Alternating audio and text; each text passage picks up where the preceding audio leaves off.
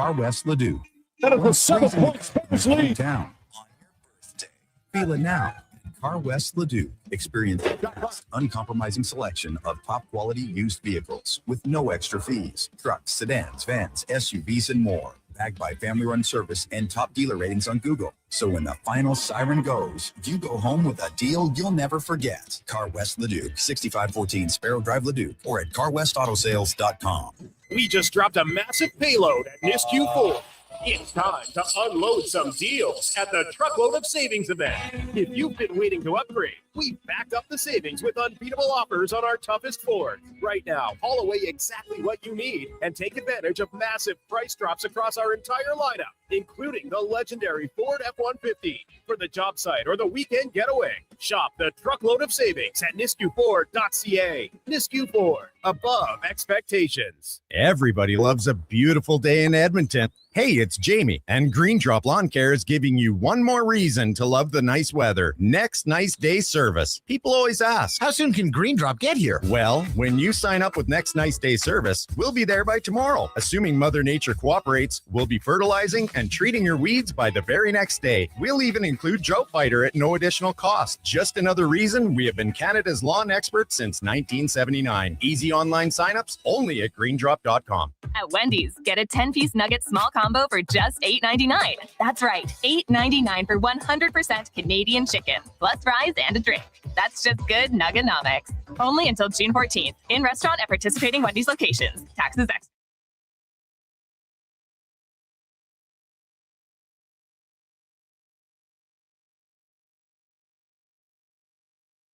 The Jason Gregor Show. Spurs, because you know Wemby's going to get a blow here in a few minutes. Another long three-pointer, lines it up and knocks it down. So smooth from long distance. On Sports 1440. Got clock winding down. Castle has to put it up. Bang! Stephon Castle from three-point range. And it's a 7-point Spurs lead. Presented by PlayAlberta.ca, Alberta's only regulated online gambling website. That's the only base runner so far by Ernie Clements, launching deep to left field. Sosa runs out of room. It's gone.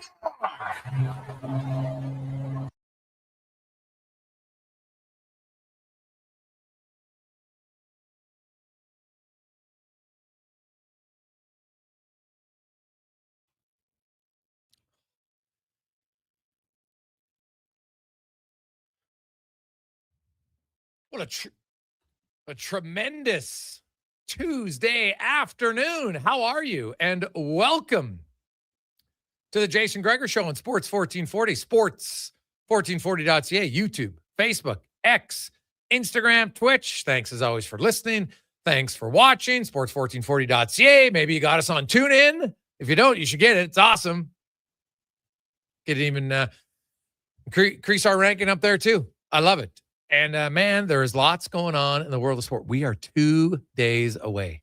2 days away from the start of the World Cup. Canada, of course, will begin their quest for their first ever victory. Could it happen? Could you be watching history Friday night? As a Canadian, I sure damn well hope so. Love to see a big win on Friday night. Of course, the Gregor Show is always brought to you by PlayAlberta.ca. And hey, you know what? Get your tickets tonight. Who knows? Maybe you win. You got Lotto Max, $10 million up for grabs, and 10 prizes of $100K. You win that big one, maybe even treat yourself. Maybe you'll go to a Canada game at the World Cup. You never know. Get your tickets, PlayAlberta.ca. And we have a loaded show for you today. Speck is back. He'll join us at 5 o'clock. We got Yaremchuk and DVD. Dave McCarthy from SiriusXM. Mike Commodore is going to join us today to talk some hurricanes and also the topic du jour for the orders in Mike Babcock.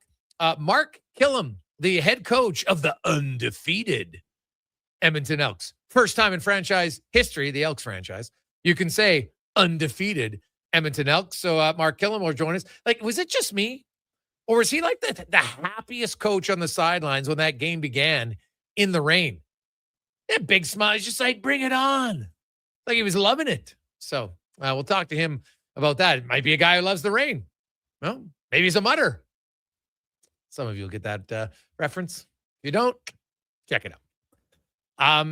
Last night, NBA, the Spurs, the Knicks, another exciting game. And the Spurs continue the road team 3-0 now in the NBA Finals. Who said such a thing as a home court advantage? But very close game again last night. They win by 4, and now we'll try to even up the series on Wednesday night. Excuse me. Get my days mixed up. Today is not Wednesday. Today is only Tuesday. And, Wembayana, big game. Jalen Brunson, solid game. Honestly, I thought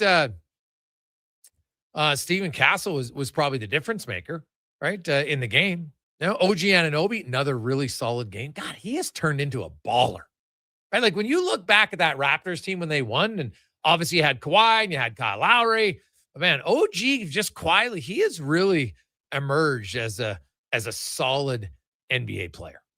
Can score. Some games, he might not score 10 points, but he can score at 28 last night, and man, he can defend. Really, really solid player for the Knicks. And they will, Bridges obviously has got to shoot more than one basket in the game. That is not ideal. I think they'd probably like him to take a few more shots, preferably. And we'll see. It's been a very tight series. Game 4 should be electric. And hey, Cons, you talked about it yesterday.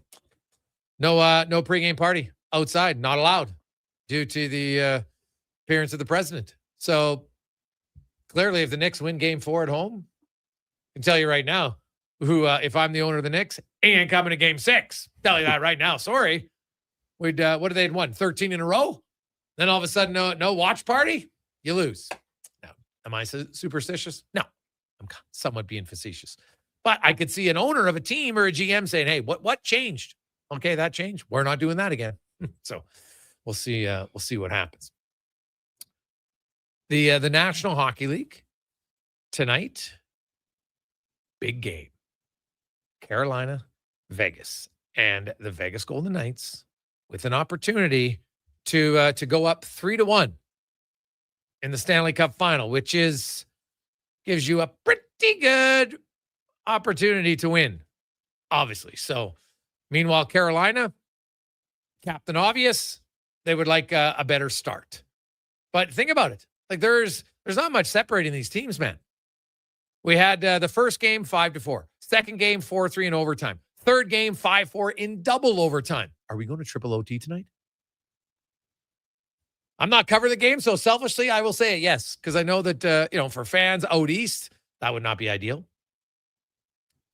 Game puck drop tonight will be just after 6:00 our time. So in Vegas, man, they could go to. It would take many periods for them to get too late in Vegas, right? If you're just in regulation, that game's done at 10-8 Vegas time. You're not even hitting a strip yet.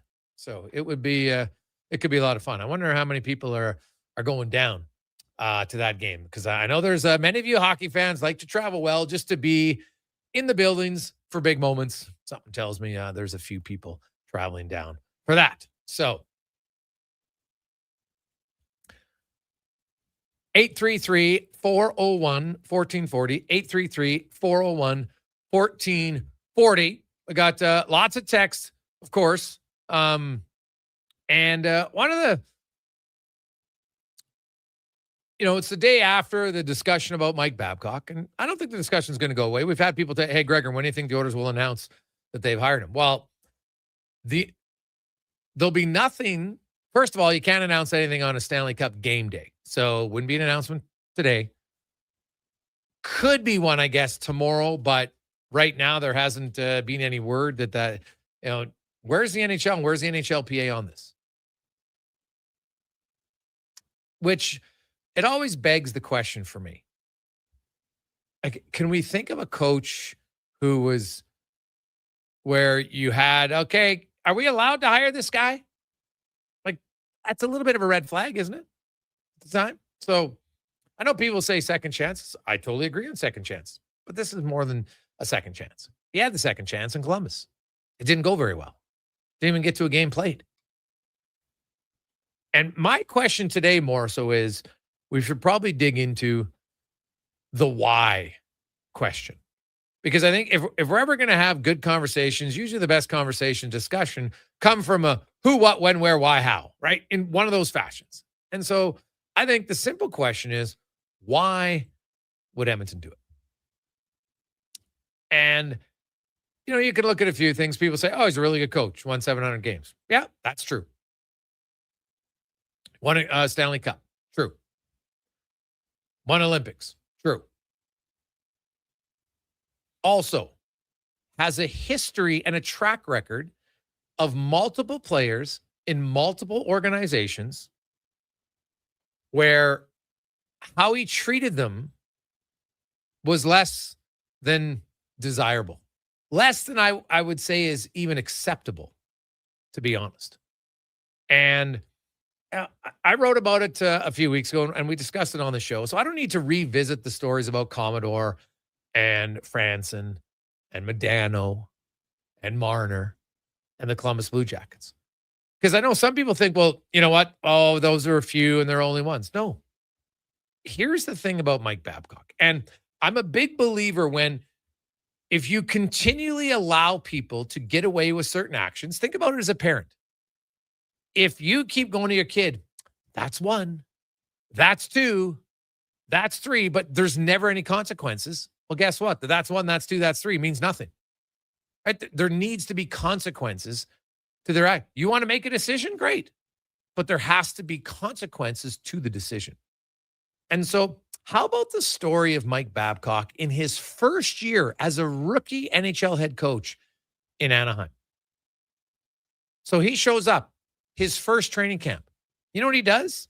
Jason York, Denny Lambert, and German Titov were there. So when Lambert and O'Rourke said, and Titov wasn't interviewed or didn't respond to the interview, but he was in the same place. Lambert and York said they arrived at the Ducks training camp to find their names had been removed from their stalls and their gear cleared out. Babcock told them they could not be around the team at all. The players practiced alone on empty ice in the afternoon. This is his first training camp. What are you doing? Like how you can't even compete for a job? Right away, you're trying to send a message to everyone, I'm in charge. And you need to know you're in charge. Right? Lambert said he asked the coach, like, hey, man, what happened? What is his performance? Babcock said there's nothing he could do to change his mind. He basically went in there saying, I'm going to make an example of someone. I'm not going to explain why. So there's that example. What about Tony Martinson, who also played for the Ducks? Now, he told this story to the Swedish newspaper Expressen that Babcock derided him for being too small and weak. Before one game in the 2003-04 season, Martinson was part of a pregame warm-up. But when he came off the ice into the locker room, Babcock told him he wasn't playing. Martinson started changing. Babcock then said in front of the entire team, what are you doing? He's told him to change away from the team in the shower. See, if you want to say, okay, you know what? You're not playing. That happens all the time. Player comes off the ice. You've been to games.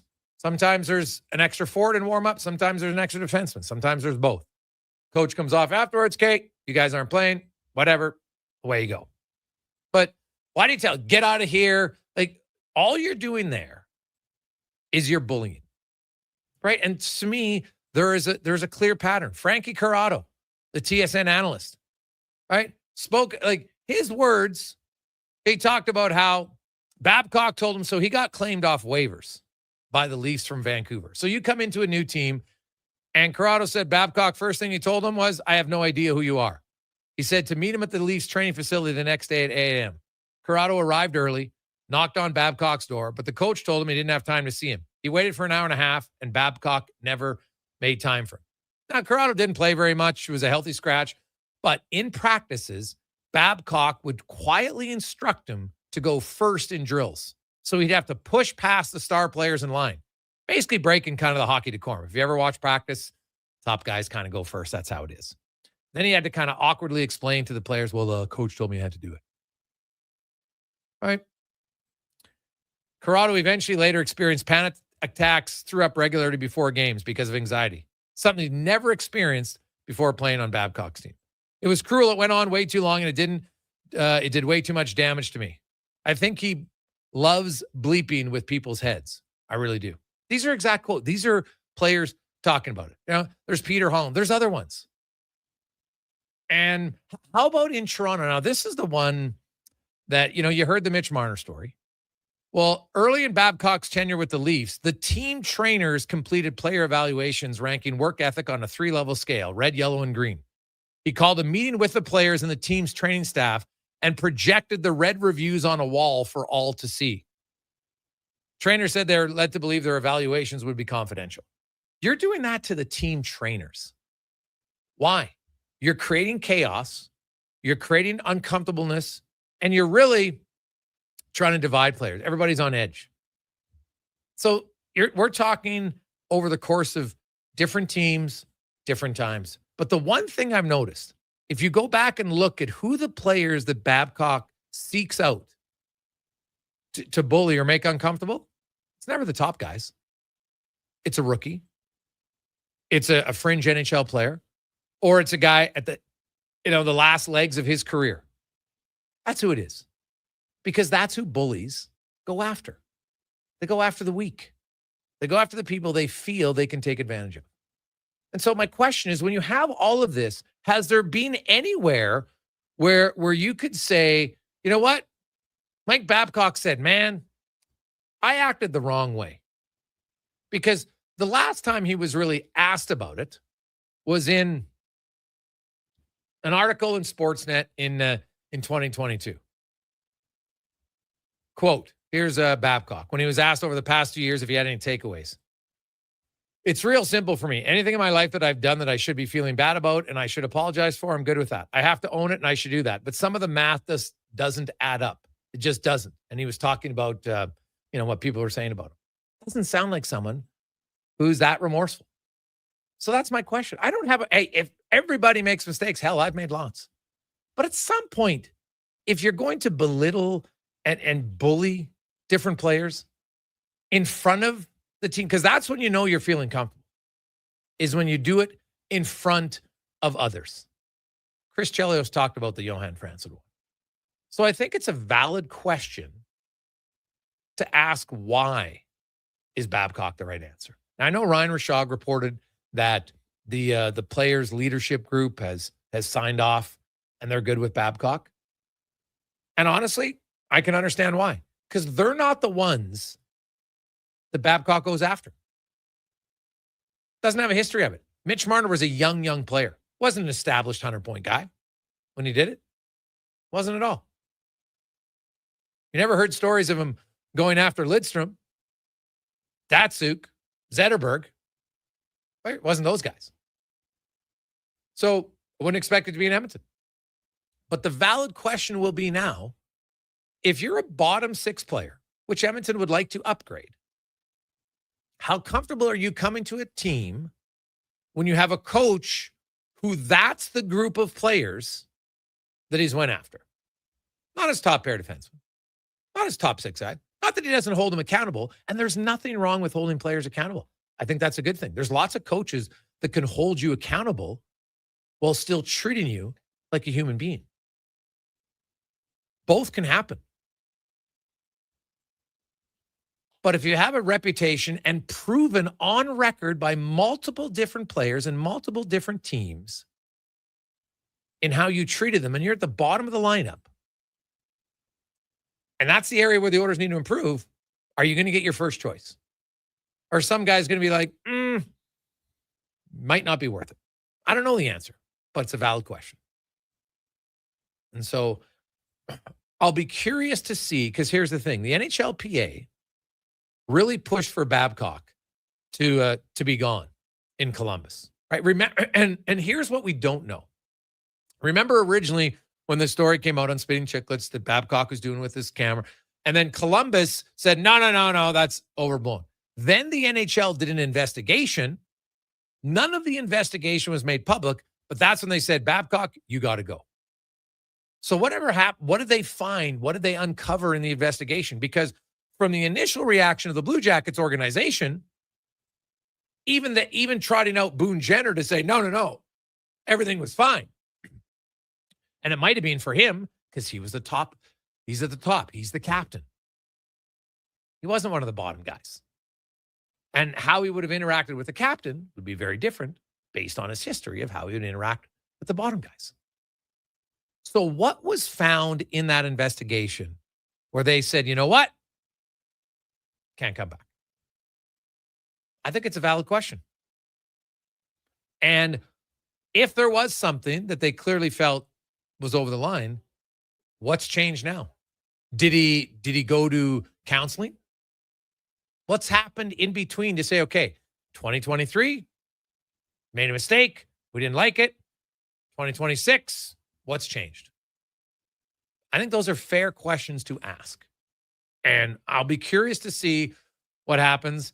Like I'll be honest, I'd be stunned if the NHLPA pushed back on this. And maybe I'm a little jaded right now, because if I look in the world, unfortunately, there's lots of examples of where people in positions of power or in positions to limit those who are in power of using their power for negative, they don't speak out as much or as often. Right? And we're seeing that right now in the world today. So I'm probably jaded, and I'll admit, I don't think they're going to say or do anything to stop it. And then we'll see where it goes. But all I'm saying is if you expect it to be different when there's nothing that has shown it'll be different, that's a big risk. That's all. Quick break. When we come back, Mark Killam, the head coach of the Elks, will join us on the Gregor Show, presented by PlayAlberta.ca. At Hughes, it's all about getting in and out quick and clean. No cash, no problem. With Hughes' new tap and wash system, all you need is your debit or credit card to get your vehicle sparkling clean. Find us at HughesCarWash.com. Scott McGilvery here, HGTV host and renovation expert. The one upgrade I know homeowners will love: better, fresher Culligan water straight from the tap. Culligan's Aquasential reverse osmosis filtration system takes your water to the next level. With up to 7 stages of filtration and 14 filter options, they're certified to reduce over 90 contaminants. Your tap water is about to get a major upgrade: safer water that tastes great. Get started with a free in-home water test at Culligan.com. Culligan, water you love. You don't just need property services, you need problems handled. HireGood provides cleanup, debris removal, site monitoring, and safety attendance across Edmonton. We reduce issues on your property, keep spaces safe, and take pressure off your team. We resolve real problems for businesses while creating real impact, because our team is built on second chances, and they show up every day ready to prove it. Visit hiregood.ca or call and mention Jason Gregor for a first-time discount. HireGood. Stable jobs create stable lives. There's one game that kicks off summer, June 20th at Play Alberta Field at Commonwealth Stadium. The Elks home opener, Elks Alouettes, presented by James H. Brown, Alberta Injury Lawyers. Lock in your tickets now at goelks.com/tickets. Our city, our year. When your project can't afford downtime, call Japa Equipment Rentals. From excavators and wheel loaders to compaction equipment, Japa has the machines you need. Trusted since 1972. Visit JapaEquipment.com or stop by our Edmonton or Calgary locations. It's like a locker room, minus the smell. Ew. Kevin Carius brings the banter, the buzz, and the bold sports talk. Weekday mornings from 7 to 11 on Sports 1440, Edmonton's home for sports. 60 years ago, we started selling trucks as Western GMC Buick. Today, we are Wolf GMC Buick. We're still located on the corner of 184th Street and Stony Plain Road with the same ownership for over 2 decades. Our customers have trusted our family-owned, community-driven business. And for that, we are thankful. If you're looking for a truck or SUV, pop in and one of our seasoned professionals will get you a great deal, hassle-free. Come trust our team at Wolf GMC Buick. Wolf GMC Buick. We're making it easy. For Selly hockey fans, your partner in power just skated onto the ice. EWEL.ca, the new e-commerce website for electrical wholesalers Edmonton, is ready for the power play 24/7, 365. UL skates to where the puck will be in 5 years. Now that's forward thinking. Killer selection, slamming products from the best brands, and legendary service. Don't sit on the bench. Get your account today at EWEL.ca and win that project. Plug into your partner in power. Get an EWEL.ca account today. you've got a go-to coffee spot, a trusted barber, even a lucky game day jersey. But when it's about looking your absolute best, there's only one name you need. Mr. Dirk. Family run since 1939, we're experts in crafting impeccable tailor-made suits and offering a wide variety of everyday styles. Pair that with personalized one-on-one fittings and the convenience of on-site tailoring. Mr. Dirk elevates your style game. Visit our Edmonton store or explore MrDirk.com. Score big on style with Mr. Dirk. Legacy Heating and Cooling is the #1 air conditioning install company for slushy lovers. Because while a slushy keeps you cool as an 80s song for a moment, AC from Legacy keeps you cold as ice all season long. A permanent full-body slushy sensation keeping you cold as ice with no payments and no interest for 1 year. Keeping you cool without the brain freeze. That's how you build a legacy. Legacy Heating and Cooling. Cougar Creek Golf Resort is only minutes from Edmonton, so it's incredibly easy to fit in the perfect summer game anytime. Enjoy our championship-length golf course, surrounded by trees and rolling terrain. Book a tee time today. Go to CougarCreekGolf.com. With Play Alberta, backing the home team goes beyond the bets. That's because your picks have provincial impact. Play Alberta is the only app in the province that puts all revenue directly back into supporting programs and services that Albertans rely on every day. By investing in the General Revenue Fund, every play, bet, and buy made on Play Alberta helps make a difference across the province. Visit playalberta.ca/Gregor to learn more. That's playalberta.ca/Gregor. Must be 18 plus to play. If you gamble, use your game sense.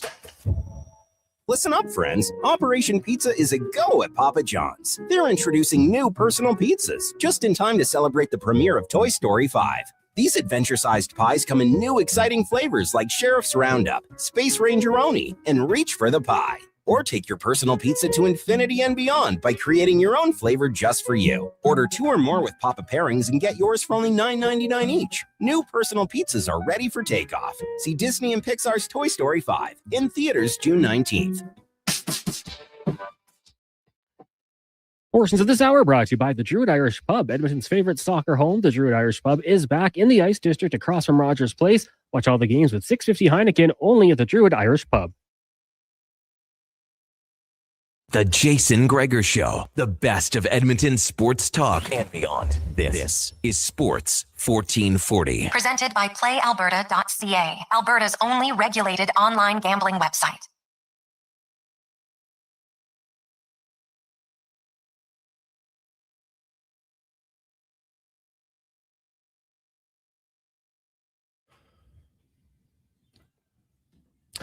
.226, welcome back. Jason Gregor, Connor Halley, Sports 1440, sports1440.ca, YouTube, Facebook, X, and Instagram. Hope you're having a lovely Tuesday afternoon. Championship week, of course, NBA and NHL continues on. We have the World Cup beginning on Thursday. CFL kicked off last weekend, and for the first time in the franchise of the Elks, they're undefeated. They won their first game of the season.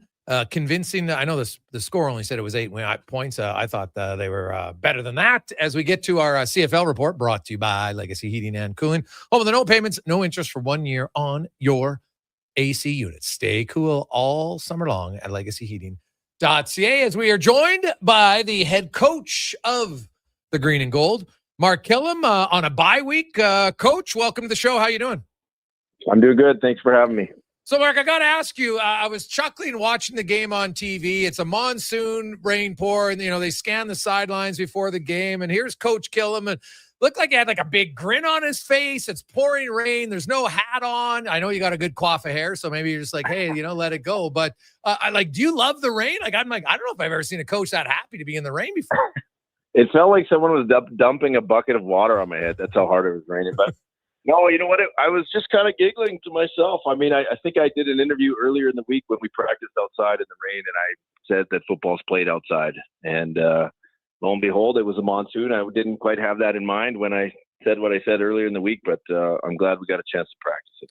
So you've had a very not different plan, but just talking to you from year 2, you felt like a little bit more organized in certain things you wanted to do, and obviously winning is what matters most in pro sports. So and it's very abnormal conditions. Normally you're not playing in that much rain. So what as a head coach did you feel most impressed by your team's performance in week one? Finding a way. Week one is difficult because you don't have a lot of film. No one shows anything. Even though you have prior years' film on coordinators, everyone studies and evolves and tries to do that stuff in the offseason.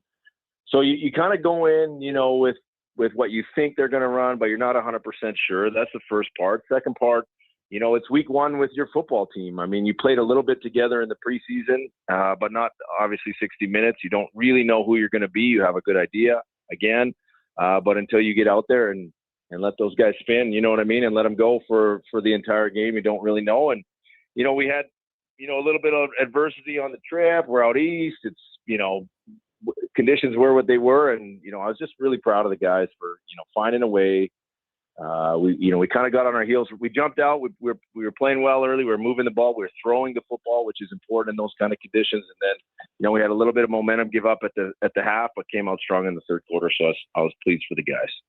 Yeah, and getting a win, lots of these guys haven't been there the whole time, yourself included, but everybody knows what the numbers are. And, starting out on the right foot is a good thing for your group. I want to start with your defense, Mark. Anytime you create that many turnovers, and I know, Ty Ford was, you can joke about it afterwards. I can't believe I dropped that one. And you guys could have had maybe 6 turnovers in that game. Your defense, lots of all returning secondary, linebackers have experience. You brought in some new D linemen, but lots of guys with experience. Your defense really seemed to be clicking right away. What did you like about your D? And do you feel, much more confident that your defense can disrupt a lot of offenses this year? Oh, yeah, I do. I mean, I think first and foremost, they were physical, and that's who we're always going to be when we take the field, no matter what the fifth side of the ball you're talking. But you could really see it defensively. I mean, we were knocking things down too. They'd throw, something underneath, it'd get knocked down right there. So it wasn't a lot of yak. We were playing physical. We were getting, Jake off his first read a little bit and making him hold the ball, and that's always a good thing. But those guys, they've been looking like that all through camp. I mean, when you get that first group running together, and we're expecting big things. And similar to what you said, yeah, we made fun of them, but we called it out. We took the ball away 4 times, and to be the team that we want to be, we've got to come down with those 3. There was 3 other times we could have intercepted the football, and that's who we're going to be. So we continue to stress the things that we need to improve. How much of those drops, Mark, do you equate to weather? I don't know. I mean, in professional football, we feel like if you get your hands on the ball, you should be able to come down with it, especially if you're one of the more athletic players on the field in T Ford. So, I mean, he was kind of in an awkward position, kind of flipped over his hips, and it was like basically a punt. But, we could have ended the game. Yeah. And JJ could have ended the game. And, I mean, that's, that was the point I tried to make to the guys is that, first of all, I'm really, really, really proud, and I don't want them to lose sight of the fact that we won a game in the last 3 minutes in the CFL, because that's what this league is. But we could have made those guys quit earlier in that game if we just, hung on to those, made a few more plays, scored some 7s instead of 3s in the red zone as well. So that's the things that we're looking at to try to improve. Mark Killam joins us, head coach of the Green and Gold. You mentioned offensively, Mark, you know what?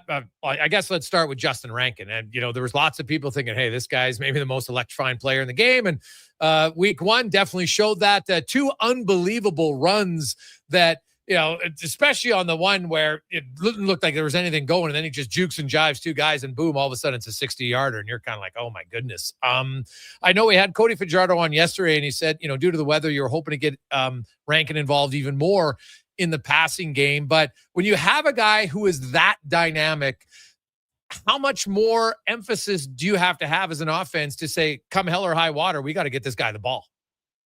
Yeah, you do. I mean, first and foremost, the guy is worth the price of admission and then some. I mean, he is a bona fide superstar. He literally can score every single time he touches the football. So for a fan of the team, I think that's incredibly important to know that they've got guys like that on the team. Second part of that is for receivers and everyone else on the football team, we got to do everything we can to make sure we're blocking and getting a hat on a hat, so that if he does catch a check down at 5 yards past the line of scrimmage, we understand he can turn it into 61 yards or whatever he did the other day. So, it kind of creates that belief and reinforces the things that you talk about on a daily basis, that he is a legitimate threat. So, I can't remember what the first part of the question was, but that's when you're talking about Justin Rankin, you kind of get off on a sidetrack just like he is when he's on the field. Yeah, no, I was just saying, like, I know you can't just have a game plan for one guy, but when you have a guy that dynamic, there's almost, hey, we got to sure, like, I don't know if there's a set number of touches, whether it's receiving or running, to look to say, we got to be within a ballpark of, a certain amount of touches for this guy every game.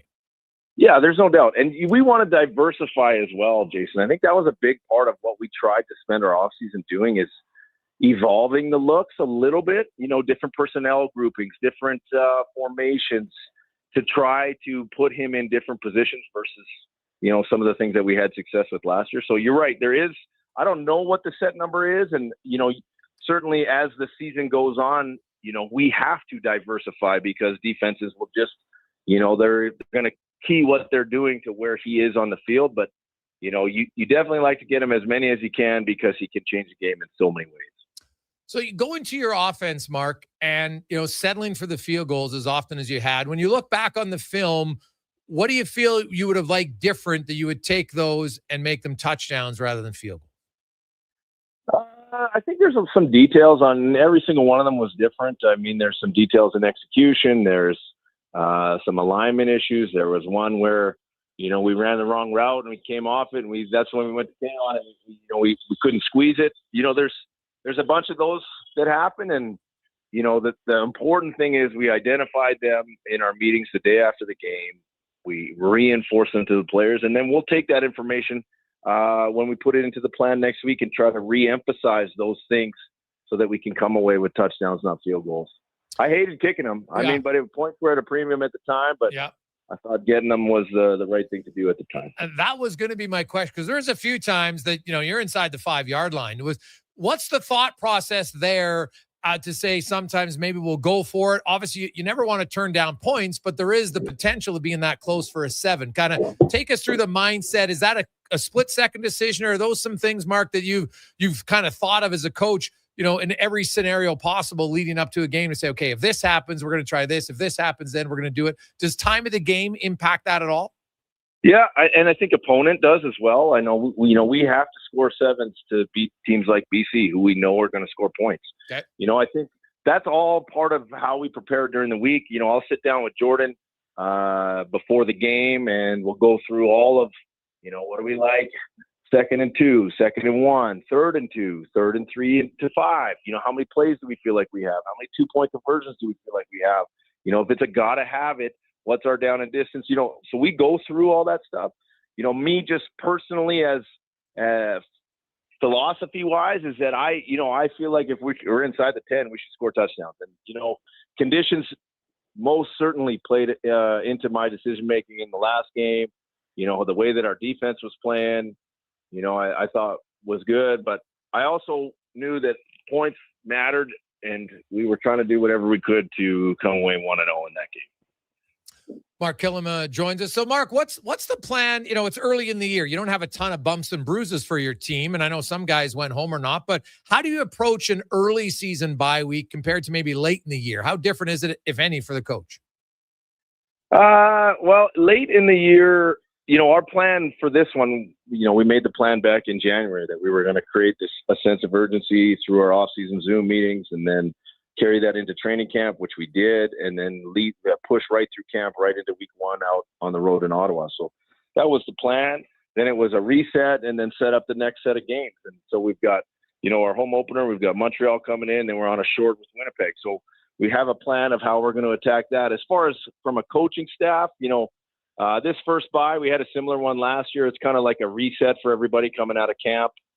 Camp is difficult by nature, and we love it, but there's a lot of things that get put on the back burner because you're literally at the facility from 5 a.m. till after 9:30 every single day for a month. So, I know the guys. I know for me personally, it was, here's this list of things at the house that I have that my wife had given me that I needed to get done in the next couple of days, which I will. But late in the season, we do a lot more self-scout, a lot more studies of trends in the league. There's only 1 week been played so far, only 2 other games in addition to our own. So those ones are already broken down. There isn't a lot of new information at this point. All right. Now I know that Wood Manzi, you didn't get great news on him, unfortunately, and he's going to be out a while. Any other significant injuries, or is hopefully that the only one? Atiba Maga Clements is going to be a little bit longer. He was playing so good. He has a massive role on special teams, but also on defense. Early in the preseason, he was playing well, so he's going to be down for a little while. In addition to Woody, I just want to say on air, Woody had 5 pancakes in that game, and he was putting people down. Yeah. And that's a big loss because not only is he big and physical, he's also extremely smart and brings a little bit of edge to that group. So he's just going to have to contribute from the sideline now and the meeting room. Yeah, that's a huge loss. I thought that now maybe it had a little bit to do with it. They were just blitzing way more late in the game. I think that played a part in it, but there was definitely, a little bit of drop off when he leaves. The advantage you have, Mark, now as a coach is you've got options because you have such good Canadian depth. You could play Beard at the guard position if you want, or you could go with an American there in Cameron Carter because you still have 3 Canadians starting on defense in DB, linebacker, and defensive end. So is it too early to say you've made up your mind? Do you need to kind of see what happens in practice, or do you have an idea of kind of how you're going to deploy it without Wood Manzi? Yeah, we've talked about it. You're correct. We do have some options there, which is good. Credit to the personnel department and credit to the players that made the team in those roles. That we do have some options. We'll get back and when we're game planning for Montreal, we'll talk through it, and then we'll practice both ways just to make sure that whatever decision we made is the right one. Okay. Well, Mark, what do you do for fun in your bye week? I haven't really done anything. I've just been literally doing things at the house. Definitely not fun. Paid my property tax bill, stuff like that I haven't been doing. It's just there's all these jobs that I need to do. I bought a leaf blower last year, and that is like the ultimate man toy. I'll just bust that thing out and just leaf blow the driveway. I don't know. Well, you're the neighbor who knocks on his neighbor's doors. Hey, do you guys need some leaves blown? What? Yeah. No problem. I get it. Hey, you know what? I understand it. It's good. There's just something about finishing a job that way. I totally get it. That's right. Awesome. That's okay. Well, Mark, congratulations. Elks are undefeated. Hopefully it continues. Enjoy the bye week, and we'll talk to you next week. Thanks for having me on, Jason. There you go. That's Mark Killam, head coach of the Green and Gold. And you know what? That Wood Manzi is a big loss. And Ateva Maga Clements is another tough one. So, you know what? That's why I have depth. And I would expect, if it's me, that if you listen to what Ed Hervey said before the season began, what was their number one emphasis? They want to make sure they're protecting the quarterback. So I think Cameron 62 is going to be the right guard in place of Wood Manzi, and they'll go from there. But losing David Maga Clements, that's a pretty big blow too. Now you've got some guys that you could bring on. Specifically, I guess the only. Trying to think, my linebacker would have to come from the backup position. Maybe Bradley Haddock comes in on special teams. Maybe Francis be maybe one of those two. That would be be my guess. So we'll see. We'll take a quick break. We will return, and the pride of Fort Saskatchewan, Stanley Cup winner, a gentleman who had a bathrobe not named after him, but that was like one of the marketing employees. Imagine that. Bathrobes given out in your name as an NHL player. We'll discuss it next on The Gregor Show, presented by PlayAlberta.ca. Who's that working on the underground utilities over there? All-Star Construction, that's who. What about the street lighting? Yep, All-Star Construction. And directional drilling, hydrovacing, neighborhood renewal, and telecommunication work? Yep. Since 2009, All-Star Construction has been doing all that and more, shaping and building Edmonton communities for land developers all around Edmonton. That's what All-Star Construction is all about.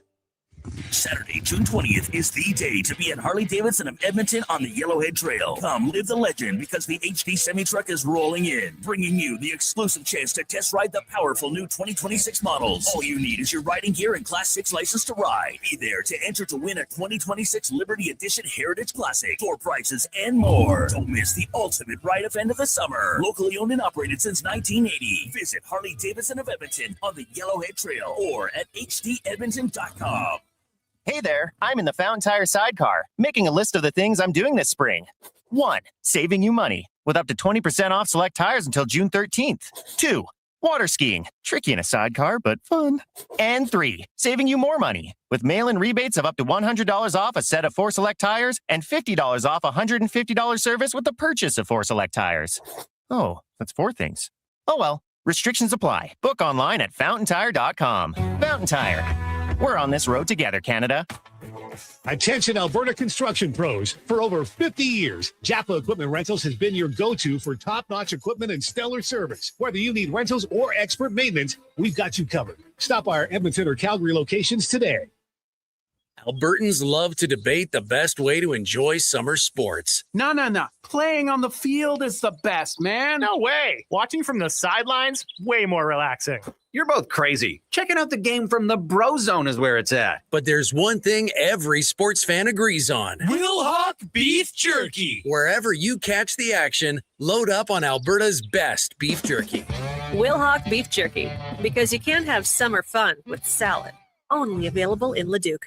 Our new McCafe crafted sodas just drinks or something more, like Sprite Berry Bliss, Creamy Strawberry Coke, and Orange Dream, all swirled with fizzy flavor and topped with silky cold foam. Only at McDonald's. At participating McDonald's restaurants in Canada. It's Canadian Tire's summer big red sale. Up to 50% off. Dude, I'm soaked. I mean, they told us to make a big splash, so I did. Save up to 50% at Canadian Tire's summer big red sale, June 4th to 11th. Exclusions apply. Details online.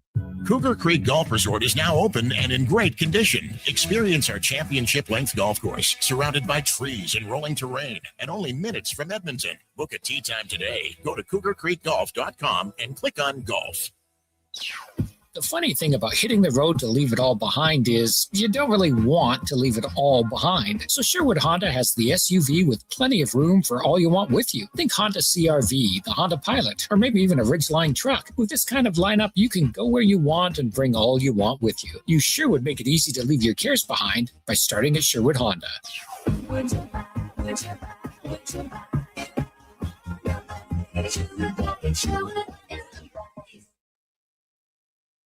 Portions of this hour brought to you by Mortgages to Go. Need cash and have equity in your home? Mortgages to Go has you covered. When the bank says no, they say yes, and they've been doing it in Alberta for over 23 years. Call 1-888-888-5998 or visit mortgagestogo.ca. This is Sports 1440, where Edmonton talks sports. On YouTube, Facebook, and X. Here's Jason Gregor. Brought to you by playalberta.ca.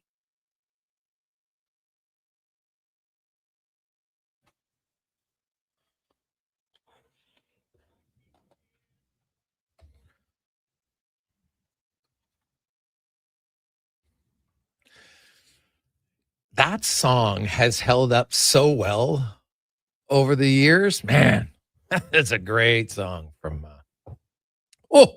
geez. The fact that he was singing that in jail, really, if you kind of hear the backstory about him, and, you know, he was a guy who had been recovered alcoholic and was kind of low. That's a big reason why he used to go and perform with all the people, because he felt like, you know what, I was there at one point. So interesting stuff.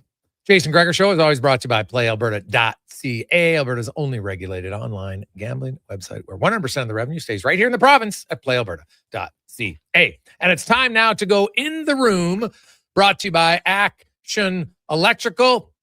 They've grown in their 53rd year to be one of the most diversified electrical contractors in the province. And for all those thinking about commercial solar, you'll qualify for up to 30% federal tax credit, plus accelerated capital cost allowance benefits. Learn more, actionelectrical.net. And we are joined by a Stanley Cup champion, former NHLer. And really, we're going to start with the real hard-hitting questions with our guest, the pride of Fort Saskatchewan, Mike Commodore. Commie, welcome back to the show, man. It's 20 years since you won the Stanley Cup. Do you still have the bathrobe? Like, did you get multiple at the time so they wouldn't wear out? What's going on with the Hurricanes bathrobes? Believe it or not, there was only one of those nasty bathrobes. There was never more than one. Okay. And believe it or not, actually, it happened right as I was getting our Cup weekend, Ray Whitney and I, in the Edmonton area, Fort Saskatchewan, around there. The Cup guy, it was the nasty, smell like booze and sweat bathrobe was in the back of my vehicle, and the Cup guy saw it, and Mike Bolt, and he was like, "Hey, what are you going to do with that?" I'm like, "I don't know. The thing stinks." He's like, "Could I have it?" I'm like, "What are you going to do with it?" He's like, "Well, I'm going to put it in the Hockey Hall of Fame." I'm like, "Shut up. No, you're not." He goes, "No, seriously." So they actually did put it in the Hockey Hall of Fame. So now, obviously 20 years later, I'm sure maybe it was on display for a hot second. Now it's in the basement, probably got mice and moths and God knows what else. But apparently, from what I'm told, that's where it is. That is stellar. So did anyone ever send you a picture of the bathrobe on display in the Hall of Fame? No. So I guess, yeah. So I guess I don't actually have proof that was actually on display. I just like to think so. Oh, well, that'd be great, They did though. still have it, though. They brought it back when we had our 10-year reunion in 2016. Yeah, so they did still have it as of 10 years ago. Wow. So that's the last time I saw it. I love it. Now, did they clean it up a bit at least so it wasn't sweat? Did you try it on? It still fit?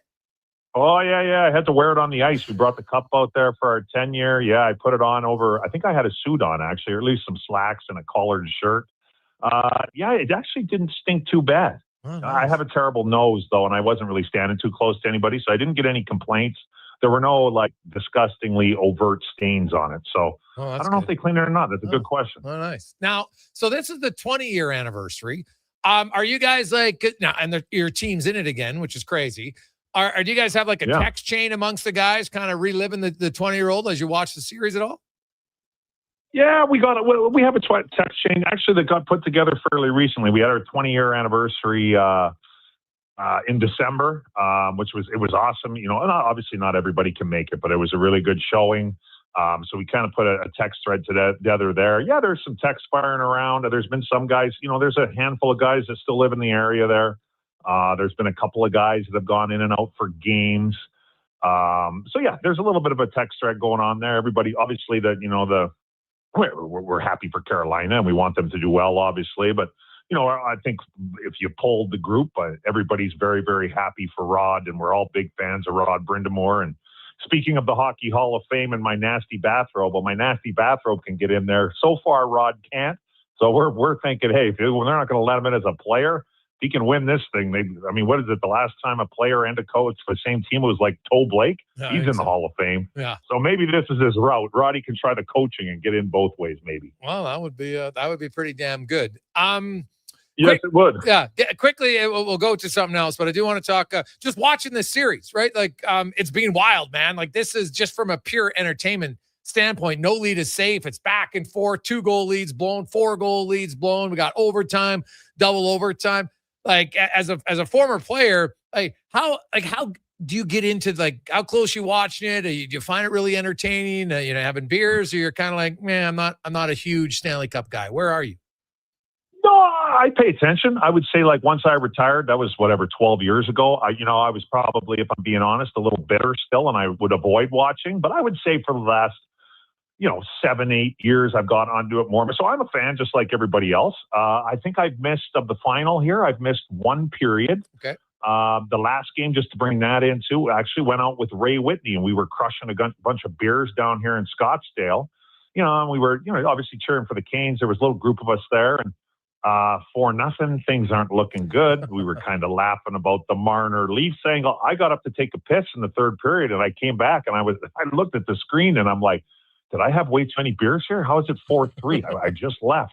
So it was definitely, I had to check my phone. I'm like, they scored 3 goals in 39 seconds. That's insane. So, if you don't have a real, huge rooting interest in this, if you're just a fan and you like hockey, and you know what? I'll speak for a lot of people that are down here in Arizona. There's definitely hockey fans here. But, basketball's king and football's king and whatnot.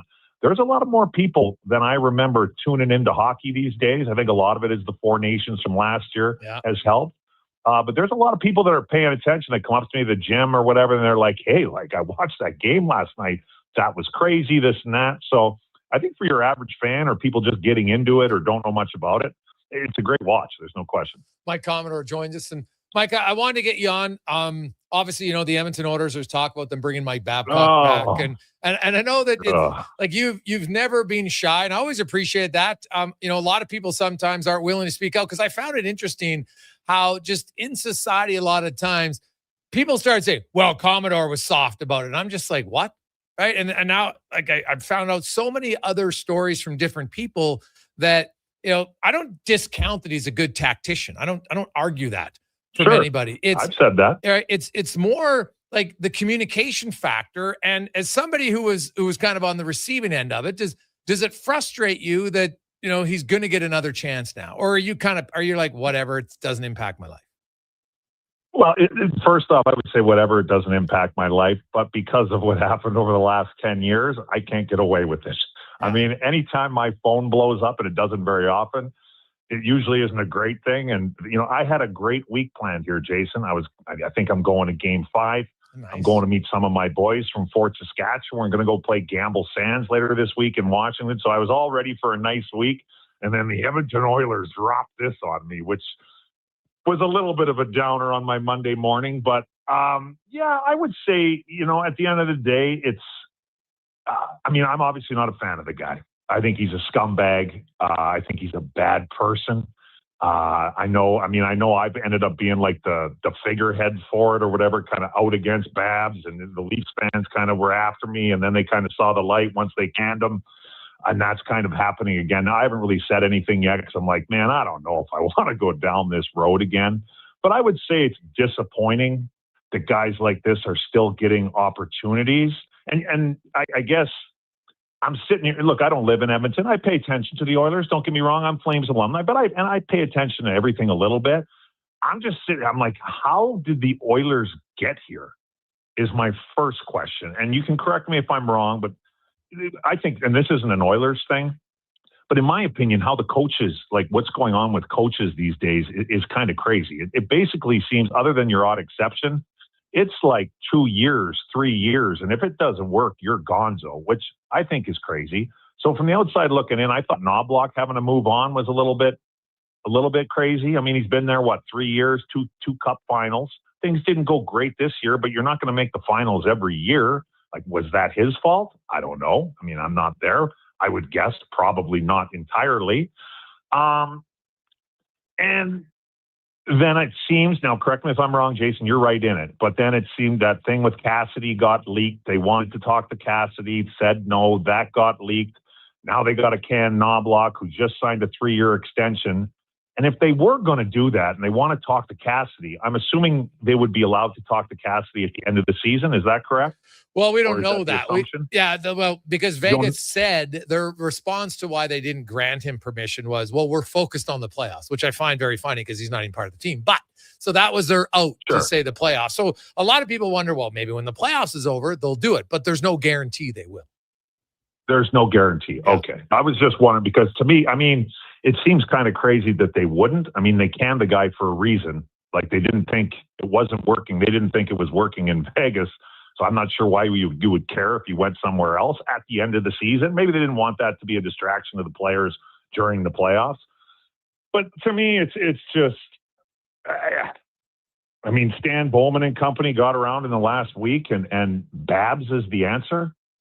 And you're doing it now. Like, why wouldn't you wait to see if you have the opportunity? If you wanted to talk to Cassidy, like, what's the harm in waiting another week and then go from there? I don't really understand that.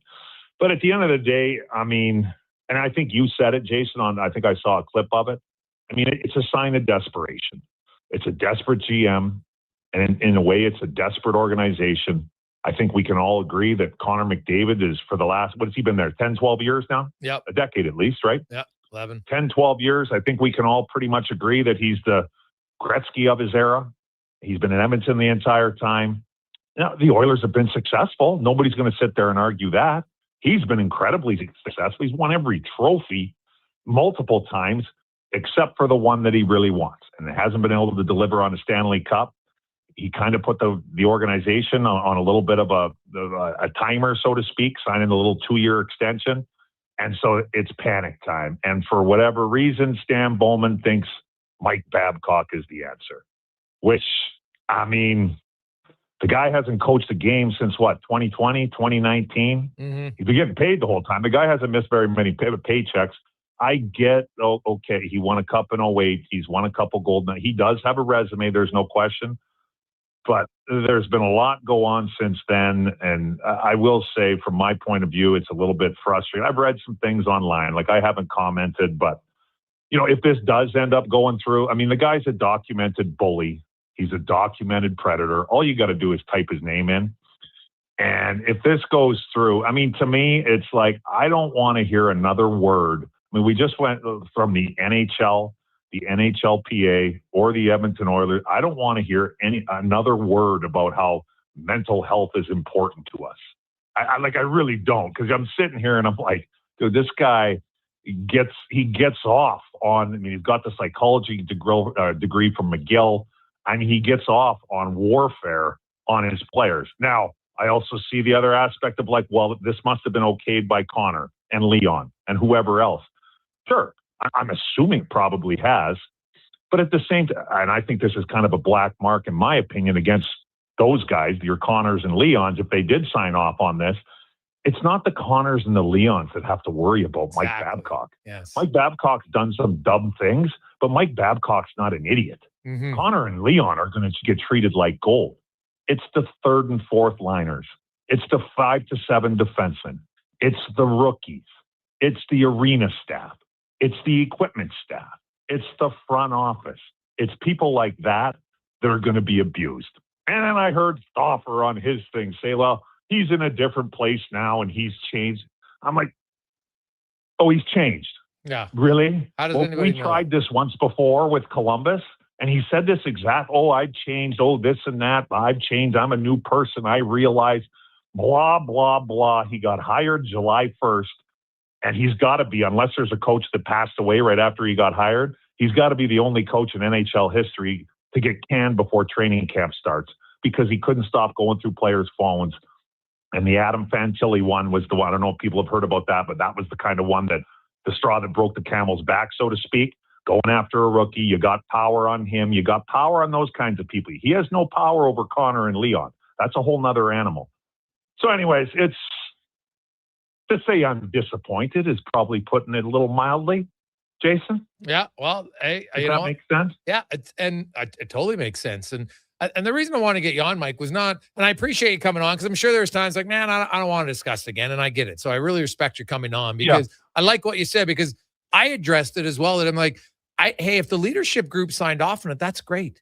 But it's the depth guys, because I wrote an article today, and I went through history, and I wrote an article 3 weeks ago, and obviously there's, Mike Commodore's, never been shy about his story, Mike Modano's story, Johan Franzen, Mitch Marner, all those guys that you said, either younger guys not proven or older guys near the end of their career. And in some cases, just a little thing like, why would you bench Mike Modano in the final 4th game of the year, knowing that he needed 4 games to get to 1,500, just so you could do it? Like, there's no other rhyme or reason. They were in first place. You can't tell me there's nothing else to it. So I found out other stories like from Peter Holland or Frankie Corrado, and, from his first day in the NHL. And because he got away with it, and I really like what you said there, was if you can't speak out of both sides of your mouth as a league, you can't claim that you care that much about mental health and then allow somebody who has a track record and documented, guys like yourself and others who will go on record, not say unnamed source, but go on record and tell the story.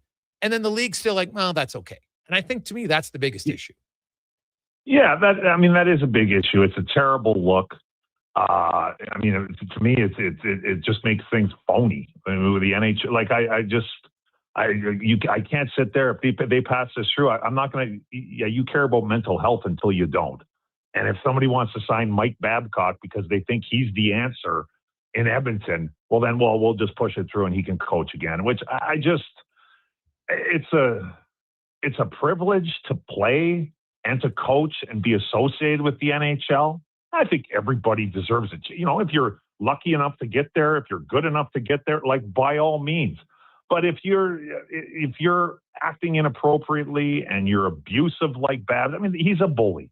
That's what he is. Mm-hmm. Like, I don't see why are we giving this guy, why are the Oilers, now I know the answer. Stan Bowman's going to sit there and he's going to be like, well, he answered all my questions and, he's changed and he won a cup and he has it. Yeah, look, I've said it the entire time. And now it's been a long time since Mike Babcock has been behind the bench. But like Mike Babcock knows the game of hockey. I've never denied. I've said that publicly. I'm not going to sit here and lie to people. But I just don't think, is that really what you need? I just don't think so. And you know what? Who knows how it's going to work out? I could take guesses. A frustrating thing I would say from my end is that at the end of the day, I'm sitting here and looking at this, and the Oilers are giving him a chance. And if I had to bet on it, I would say in a couple of years or within a year, and I could be wrong, but Connor's going to be gone. Babs is gone. Bowman's gone. And at the end of the day, Mike Babcock used the Edmonton Oilers to get himself back into the NHL, his gateway, which is disappointing. Mike, I really appreciate it, man. How's the golf game? Well, we're about to find out when I meet those scumbags from Fort Saskatchewan, Gamble Sands. Anybody, I've never been there yet. I don't know if people who haven't heard. It's like the Bandon Dunes, Sand Valley guy. Long story short, yeah. Brewster, Washington, 2.5 hours straight south of Penticton. We're on the tee at 4:00 on Sunday. It looks beautiful. Golf game isn't bad right now, but that can change with one swing, Jason. Now, that can change at any point. When you say it's not bad, what do you shoot around on average? Because I know you love the game. You're an 80s guy? Are you a 70s guy? What do you shoot? Yeah, I mean, my index right now is a 4. Oh. I would say I've been as low as a 0.5, but that was when I could chip. It's been 5 years of the Y word with the chipping, but it's starting to come back. Oh, that's a lonely feeling. I mean, I couldn't imagine getting this if you had to actually play golf for a living. Okay. That would be a horrifying experience. But I would say a fair assessment of my game would be I'm probably not a very good 3, but I'm a dangerous 6. Does that make sense? Oh yeah. Okay. Well, I don't live. I don't live in single digits, so I understand it. Okay. I'm jealous, but I'm not there. Okay. So, yeah. But well, that's good. It's not all it lived up to be. I mean, I could shoot a 95 or a 75. I really don't know. Yeah. See, anything's possible. Yeah. See, I can shoot 100, or I can shoot at best maybe an 85. So that's kind of where it goes. 84 has been my best twice. Funny enough, I like the hardest course at Blackhawk, but for some reason I can't do it again. Ooh. It's disappointing. I love the home of Al Prokop. Oh, buddy, Al's a beauty. Yeah, I love that place. Love that place too. Oh yeah, Al's a good dude. I got to get back up to Edmonton and play some golf. Well, buddy, next time you're in town, let's. Buddy, I could auction that off for charity. Oh my God, that would go for a lot of money. Let's get Al. Yeah, tea time at Blackhawk. Oh yeah. The new head coach of the Oilers, Mike Babcock, Mike Commodore, Al Prokop, and Gregor. I'll just be there. I just want to see. So yeah, I'm in. I'll be the caddy. Oh, all right, God, that would be great. Perfect. Love it. Thanks, Mike. Yeah. We appreciate it, man. Enjoy the games, and I really appreciate you coming on. No problem. Thanks for having me. Have a good day. There you go. That is Mike Commodore. And I think it's important to have somebody who is on the receiving end of the bullion. And until Mike Babcock comes out, and I would gladly have him on my show. I have a lot of people texting, Gregor, are you going to ask? I don't think it's a hard question to ask someone. Do you still think it's acceptable in how you've done? And there's lots of examples. It's not just Mike Commodore. It's not a one-time thing. There's Troy Martinson. There's Frankie Corrado. There is Mitch Marner, Mike Modano, all for different reasons, right? There's not one thing that's specific other than it's a bully. And I like what he said. It's not the top guys you have to worry about. And that's what a bully does. They go after those who, you know what? You can replace the number 7 defenseman. You can replace the backup goalie. You can replace, a third pair defenseman. A lot easier than you can replace your number 1 center or your number 1 defenseman. And everybody knows that.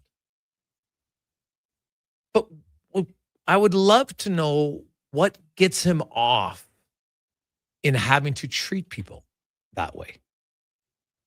I think it's a fair question. Why do you think that's necessary? There's a laundry list of coaches who can be hard on players while being respectful. Right? You don't have to be demeaning and you don't have to bully. You don't have to. Sorry. It's like, and people need to stop making excuses for the behavior. Mike McDowell might be a great husband, might be a good father. That's irrelevant to who he has been as a head coach in the National Hockey League. Okay? That's just the truth.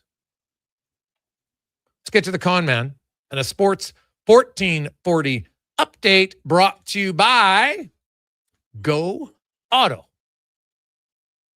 Got a new eye on a vehicle? I will recommend the Honda Pilot. Been driving one now for a few months. It is easily the most spacious interior of any SUV I've ever had. If you're a tall person, man or woman, and you're just like, man, some of these, I don't feel like I got headspace, you'll get it. It's got all the bells and whistles, just more internal headspace. And it's not bigger. It's just inside. There's more space. Check it out, goauto.ca. This is the Sports 1440 update. Game 4 of the Stanley Cup Final goes tonight from Vegas Knights and Kings just after 6 o'clock. Vegas in that series 2-1. Major League Baseball, the Blue Jays in action, taking on the Phillies once again. First pitch, 5:07. We'll join that game in progress immediately following the Jason Gregor Show. Elsewhere, you got the Mets and the Cards, Braves, White Sox, Rockies host the Cubs, Reds in San Diego, and the Brewers taking on the Athletics. The Riverhawks returning to action tonight, hosting Victoria. First pitch, 7:05 down at Remax Field. And some World Cup news. Jaden Nelson will replace injured midfielder Marcelo Flores on the Canadian roster. Flores was ruled out of the tournament after suffering a serious knee injury on May 30th. Coming up in hour 2 of the Jason Gregor Show, we'll be joined by former NHLer Terry Ryan, Sirius XM's Dave McCarthy, and we'll get to the stats of the day. I'm Connor Halley. This has been a Sports 1440 update. This is Sports 1440, a Stingray radio station broadcasting on Treaty 6 territory. Download the free iHeartRadio app and listen to CKJR wherever you go. You may get up early, but more than likely, the team at GS Construction have already gotten up before you, grabbed a coffee, headed to the site, and started their day. So while Edmonton wakes up, GS crews are already underground, quietly keeping things moving, upgrading, and laying the new underground infrastructure for our growing city. If you're the kind of person who goes to sleep with their steel-toed boots on, GS Construction wants to hear from you. We're looking for a maintenance foreman, as well as a building and yard Thanks for having me. attendant. Have a good day. Visit gsconstruction.ca for more. Oodle Noodle origins. In 1864, Francis Oodle took over his dying father's business as a leatherman. He was quite proficient, but his heart was never truly in the trade. Okay, I was just wondering because to me, I mean, it seems kind of crazy that they wouldn't. I mean, they canned the guy for a reason. It wasn't working. They didn't think it was. And I think you said it, Jason. I think I saw a clip up. And in a way, it's a desperate organization. I think we can all agree that Connor McDavid is, for the last, what's he been there, 10, that he's the Gretzky of his era, incredibly successful. He's won every cup. He kind of put the organization on a little bit of a, and so it's panic time. And for whatever reason, I mean, the guy hasn't coached a game since what, 2020, 2019? He's getting paid the whole time. The guy hasn't missed very many paychecks. I get, so, okay, he won a cup in 08. He's won a couple gold medals. He does have a resume. There's no question. And the ever famous there's been a lot go on since then, and I will say, from my point of view, it's a little bit frustrating. I've read some things online. You know, if this does end up going through, I mean, the guy's a documented bully. He's a documented predator. All you got to do is type his name in. And if this goes through, I mean, to me, it's like, I don't want to hear another word. I mean, we just went from the NHL, the NHLPA, or the Edmonton Oilers. I don't want to hear another word about how mental health is important. Becoming debt-free I really don't, because I'm sitting here and I'm like, dude, this guy, he gets off on, he's got the psychology degree from McGill, and he gets off on warfare on his players. Now, I also see the other aspect of like, well, this must have been okayed by Connor and Leon and whoever else. Sure. I'm assuming probably has, but at the same time, and I think this is kind of a black mark, in my opinion, against those guys, your Connors and Leons, if they did sign off on this. It's not the Connors and the Leons that have to worry about Mike Babcock. Mike Babcock's done some dumb things, but Mike Babcock's not an idiot. Connor and Leon are going to get treated like gold. It's the third and fourth liners. It's the 5 to 7 defensemen. It's the rookie. It's the arena staff. Tired of it's the the rough ride? equipment staff. Alberta used It's to be a the leader front in highway office. planning and It's people like construction. that The years of that are neglect going to and be constant abused. maintenance are And then I heard you can see Offer it, on and his your thing vehicle say, is well, feeling it. Infrastructure can last for years with a little TLC, but when repairs are deferred, minor issues become major reconstruction. We need action and a reliable capital plan. Contact your MLA and demand stable infrastructure funding. Find out how at fixourroads.com. A message from the Alberta Road Builders and Heavy Construction Association. Portions of this hour brought to you by Cantork. Made in Canada, made for Canada, or extreme isn't theoretical. Find your solution at cantork.com. The Jason Gregor Show, the best of Edmonton sports talk and beyond. This is Sports 1440. Presented by PlayAlberta.ca, Alberta's only regulated online gambling website.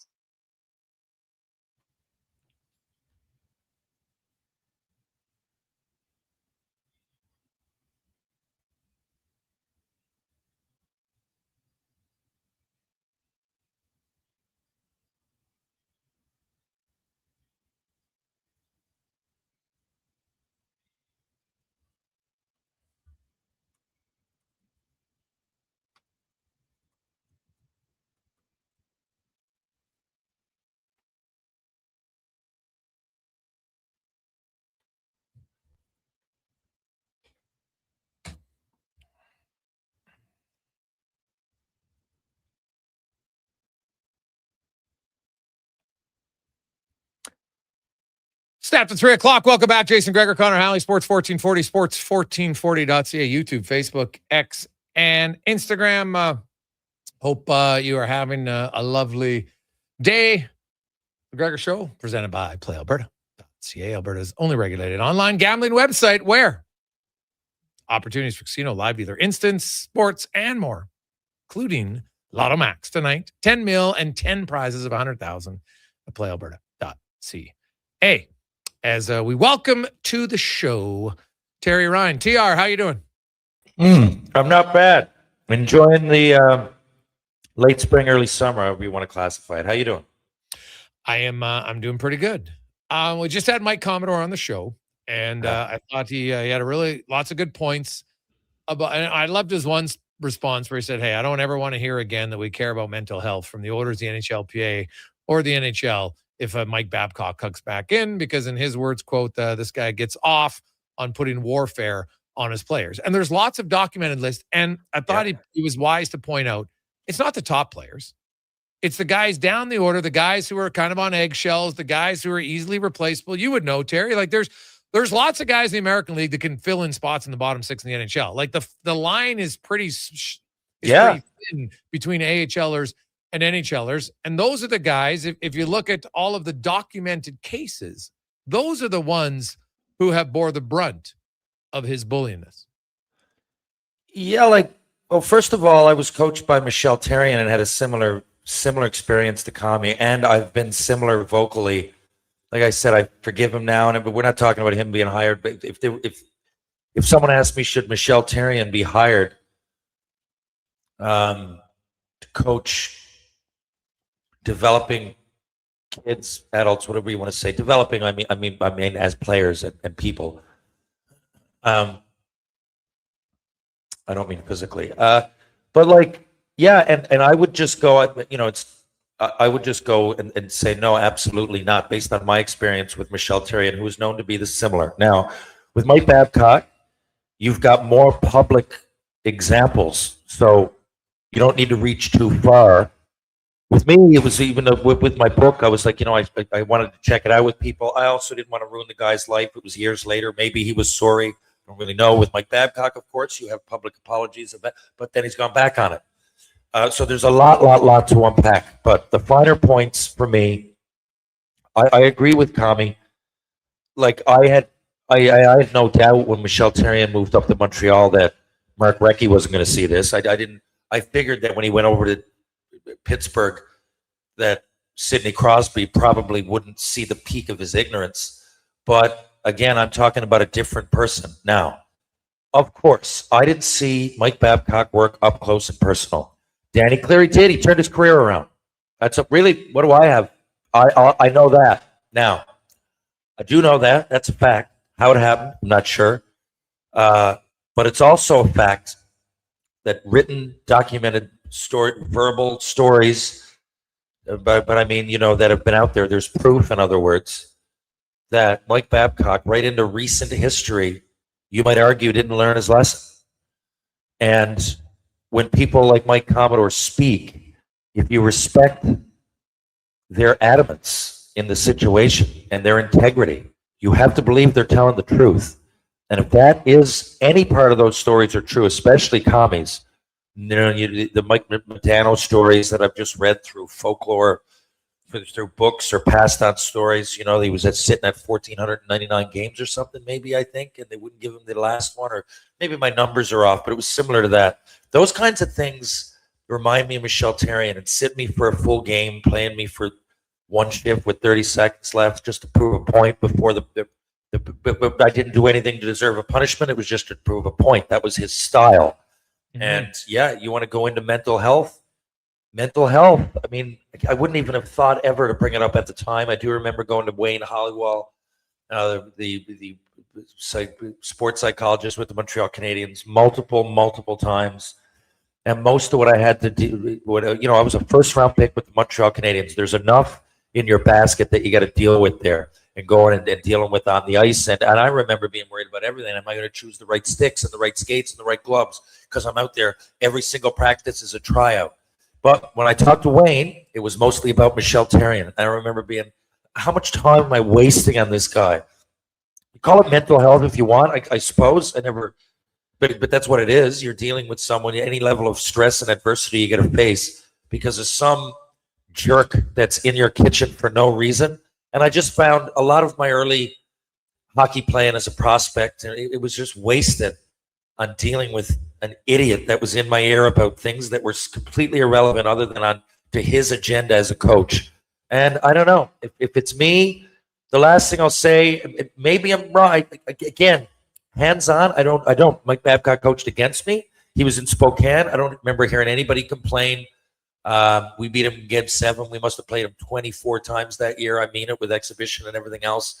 I don't remember speaking to Mike Babcock. He was great to me. Shook my hand from Newfoundland. How you doing? And so in my experience, hands-on, I don't really have much. But with everything I said, if all these things are true, you want to believe the integrity of Frankie Corrado and Mike Commodore and all these people, then my question is, why? There's so many people out there.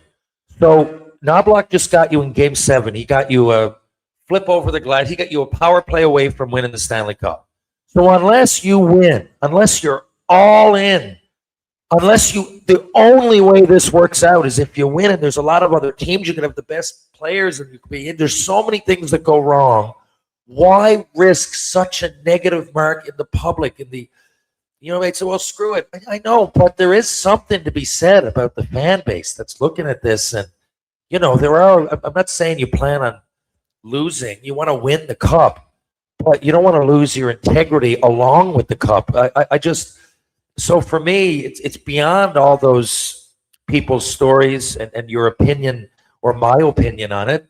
It's just that why would you go out there and do, I don't know, You're bringing a totally unforced possible error into the situation that you don't need, and you can only increase the loudness of the scrutiny. If I'm in Tombstone, if I'm calling in Wyatt Earp, because you know what? We don't have a sheriff, but this guy's a criminal as much as everybody else, and you guys know it. But if we call him in, but unless he solves the problem, and he did solve the problem, but unless that happens, then Wyatt Earp can make the town go down in flames, man. And I just don't know, unless a year from now we're looking at a Stanley Cup, then, it's all for naught, and you might end up with extra egg on your face due to the whole the whole polarizing nature of the situation. Well, and that's, to me, the fair question is it worth it? Because everyone says, well, if you win, well, first of all, to win is really hard. And you need lots of things to go your way. Oilers fans have seen it, right? You need health, right? And then sometimes, even when you are healthy, you know what? You still don't win. So, you lose a Game 7 by 1 goal. And that's hockey. So there's nothing that's going to guarantee it. I really believe the organization, after losing this season in round 1 to Anaheim, when they had their 4 centers injured. And I think my first article was don't overreact. And I feel like ever since the season ended, there's been lots of overreactions. There's lots of things. The Knobloch thing leaks out that they're trying to talk to other coaches before he's even fired. Not a good look. Then you got the Darnell Nurse thing leaking out. He's not happy about that. Now you got this. Like, it's just been an endless train of bad decisions in how they're going about their business. Like, you know what? You want to fire someone, fire them then. Don't drag your feet, because then you end up being embarrassed publicly. And that's, like, again, that was unnecessary. Yes, totally. Yeah, you could just let them go. Unnecessary outlying things that you're bringing into the equation at a time that you don't need all that extra tension. That's the only thing. Now, I suppose it could, if you know, everything. But I remember mentioning this when you asked, like, a month ago. It wasn't Babcock, but it was like, you know, I would definitely have Connor and Leon in on that situation. And maybe they're absolutely adamant. And maybe they've spoke to every single player. But that's what I'm saying. Like, kind of like, who am I to say otherwise if they're in on it? And who am I to argue? But I'll agree with, I will at least bring up that with Kami, that during the year people come in, and there's whoever's at the end of that possible revolving door, it could be trouble. Yeah, like the 5th, 6th, 7th D, right? The forwards that are in and out. You might fall into a bit of a, he might not only use you for example, but because a lot of times with Michel Therrien, it was an example in front of everybody. Sometimes it was, but it was often him just calling me in and either calling me down to the dirt. Once he had a dart, he just lit it up, smoked it, and told me to get out. Stuff like that. It was to get into my head, because I guess he would think in some weird world that it might have motivated me. And maybe it did. He got results out of me. I hated myself. But, you know, I talk about all this. I was Rookie of the Year in the American Hockey League or for my conference. I had 21 goals, 34 fights. You know, he got all that out of me, but the ways he did it, that I wanted to retire from hockey at 21. So he gets into your head. And, you know, again, I'm sure he wasn't doing that with Shane Corson and people like that. So I don't know. I find it really an odd decision. Yeah. You know, I really do. But my experience with Mike Babcock, I have no reason to say those other things other than I've heard the stories. And if the stories are true, then it would be, you're risking a lot of public scrutiny for no reason. And to bring that into the room on top of everything else might be a bit misguided. Who knows? I like what you said there. Here's the thing. Like, if someone said, wow, I don't believe Terry Ryan, you'd be like, are you kidding me? You think I'd make up these stories about Michel Therrien? Like, I don't think guys, like, it's hard enough to get a player to say anything about it. Yeah. But for players to come out and explain how, you know, like, man, I was vomiting and, you know, and now I had anxiety, like that. Players that just don't come out and say that very often at all. Most of them would prefer not to say it. Right? Good. Sorry. Before I forget, Jason, I got to cut you off because that's true. This is the first time, because it was subconscious, or I'm saying it in public. It might be in one of those books, but I threw up before a lot of hockey games. It never, ever happened till that year, because until that year, I felt I could go out and like fight or whatever, whenever I could just, you know, and in the Western League, it was not like I was a slouch. 20 odd every year, but it would be like jumping in and defending if somebody, I didn't know when I was going to do it, but he gave me like more than once the tap and told me to go fight. And then before games, I started to think, you know, oh my God, I might have Bialowas tonight. And I never, again, I know that's part of my job. I didn't have to do it. I'm not sitting here. Again, I wrote a book about this and I chose not to put that in. So it's not like I'm sitting here going, oh, poor me. But yes, that was a tactic of his. And it made me puke before games. Yeah, exactly. I think people don't like to hear the truth sometimes because it's uncomfortable. That's the reality of it. And that's why I want to have calm discussions about it, so people understand why when someone says, oh, it's just being hard on players. No, there's lots of coaches that are hard on you that respect you and they demand you play harder. Like, there's nothing, and most players, some will thrive under that. They're like, hey, you know what? Yeah, you know what? The coach maybe annoys me some days because he's hard on me, but he still cares about me. And, it's like parenting. Like teenagers don't want you to parent them until you don't parent them. And then they're begging for you to parent them, right? Because if they feel wanted. And at least as a player, if the guy showed you respect and he was hard on you because, hey, Terry, I feel you can do more. You're capable of doing more. I'm not going to tap you on the shoulder to fight, but I think you're capable of doing more. And I think yes, and here's the other thing. Well, you just sit with people care about you, and sometimes it's just their twisted method. Like, I know that Michel Therrien didn't really think I was a punk. I know he didn't, but he would call me that, right? Like, he might have liked me. I don't know. Like, those were methods of his. You know what I mean? Like, that was his strategy as a coach. And so the weird thing, like when Kami says something like that, like Michel Therrien needed, like, if these stories are true, Mike Babcock needs mental health work. You know what I mean? Like, the very person guiding me had something inside that made him think that I would respond to that. Dude, you need to open up to people. You need some serious help, right? And then for you to be guiding the ship, now again, I'm just giving you my relatable experience. But if Michel Therrien thought that he was going to get something out of me by calling me into a meeting, not saying a word, lighting up a dart, smoking it, and telling me to get the F out, then something's wrong. Something's happened in his life, in his mind, for him to think that that's going to make me play better, right? But some people do. Sorry, I cut you off there. No. So it's great stuff, buddy.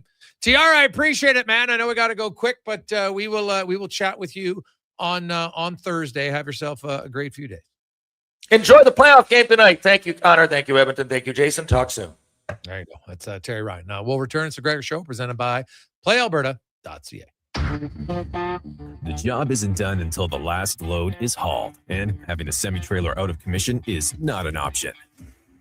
Whether replacing or adding to your convoy, Edmonton Trailer has a huge inventory of new and used semi-trailers, trusted by the gravel, logging, oil field, fluids, and freight industries. Find a trailer right for you online or at one of their 3 locations. For sales, service, parts, rental, and finance, when you're in it for the long haul, Edmonton Trailer. With Play Alberta, backing the home team goes beyond the bets. That's because your picks have provincial impact. Play Alberta is the only app in the province that puts all revenue directly back into supporting programs and services that Albertans rely on every day.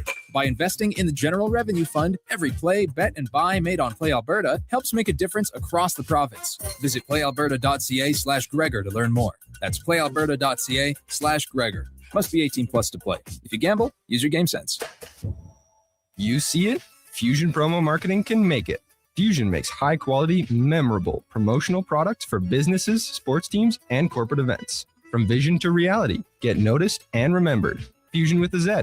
Promomarketing.ca. Listen up, friends. Operation Pizza is a go at Papa John's. They're introducing new personal pizzas just in time to celebrate the premiere of Toy Story 5. These adventure-sized pies come in new, exciting flavors like Sheriff's Roundup, Space Ranger-oni, and Reach for the Pie. Or take your personal pizza to infinity and beyond by creating your own flavor just for you. Order 2 or more with Papa Pairings and get yours for only $9.99 each. New personal pizzas are ready for takeoff. See Disney and Pixar's Toy Story 5 in theaters June 19th. Novo Blinds is your home ice advantage for window coverings. Edmonton's own custom manufacturer with over 300 5-star reviews from homeowners, builders, and commercial contractors. Book a free in-home consultation at novoblinds.ca. Craving a dining experience that rises above the rest? Head to Summit Restaurant in the Silent Ice Center, just minutes from South Edmonton Common. Savor exceptional house-made pizza, delectable entrees, and expertly crafted cocktails in a stylish, modern atmosphere. Perfect for a casual meal or a special night out. Summit offers a refined experience where every bite and sip reflects our dedication to quality. Elevate your dining experience. Make Summit Restaurant your destination tonight. Looking for a solid 4x4 that checks all the boxes? The 2026 Jeep Compass is in stock now at St. Albert Dodge, and this is a great value, starting from just $36,900. It's a Jeep, so you've got 4x4 capability, plus features like an 8.4-inch touchscreen, Apple CarPlay, active lane management, a park view rear backup camera, and more. Over 30 in stock right now in just about every color you'd want. Head up the trail and see how easy it is to do business at St. Albert Dodge. What a performance by Action Electrical today. Their projects team kicked things off, designing and building with unmatched skill. Then the service team swoops in for those crucial repairs and maintenance. And don't forget the testing team, ensuring everything's safe and sound before the solar team scores with sustainable energy. A complete team effort. Have Action Electrical bring home a win for you and your project. Visit actionelectrical.net.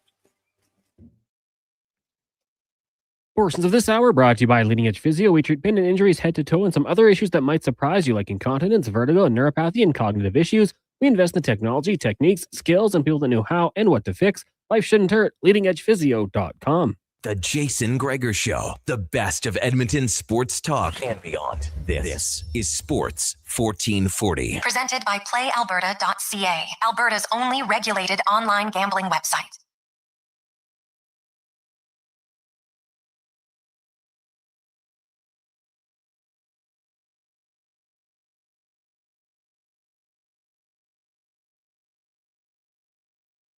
For 3 o'clock or 3:30 on a Tuesday afternoon, Sports 1440, sports1440.ca, YouTube, Facebook, X, and Instagram. Give a big thumbs up.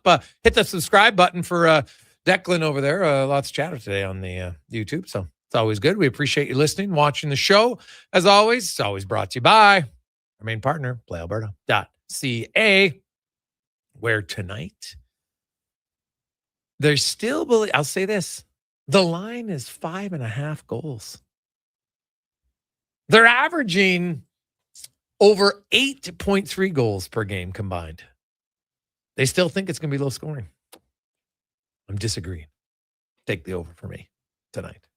Offense, baby. I've seen no reason to believe it's going to slow down. 833-401-1440, 833-401-1440. It's time to go around the NHL, brought to you by McDonald's. And just a heads up for you, the Collingwood McDonald's is renovating till June 23rd. You can still grab your faves at the Westgate McDonald's on 90th Avenue. The Collingwood one will be back on June 24th with a fresh new look. It's McDonald's. As we welcome in from Sirius XM, Dave A. McCarthy. Davey, how you doing, my man? Oh, I'm doing good, Jason. Lots of news and chatter going on out your neck of the woods, eh? Oh yeah, there's a fair amount. And I really enjoyed the conversation we had with Mike Commodore and Terry Ryan, two guys like Terry Ryan was a guy who was on the bullying end of Michelle Therrien as a head coach, and admitted that I'd never thrown up before games until that year, and you know what, I had a good year, but I wanted to quit hockey afterwards. And I really like what Mike Commodore said at the end. And he said, hey, man, I've never denied that Mike Babcock's a good tactical coach, knows the game of hockey very well, but he's a bully. And if they hire him, he goes, I never want to hear from the NHL or the NHLPA or the Edmonton Oilers if they care about mental health. Because clearly they don't. Yeah, look, I think what this says is there's a lot of desperation right now in Edmonton, that they're looking for a guy that can come in and immediately get the best out of the group that they have. And what I would say is that all experiences are personal, right? I'm not going to sit here and say that I don't believe what Mike Commodore says, or I don't believe what Terry says. I would be foolish to say that. I wasn't there. How the hell do I know? That's what they felt. What Mike Babcock's done as a coach, it's hard to argue with.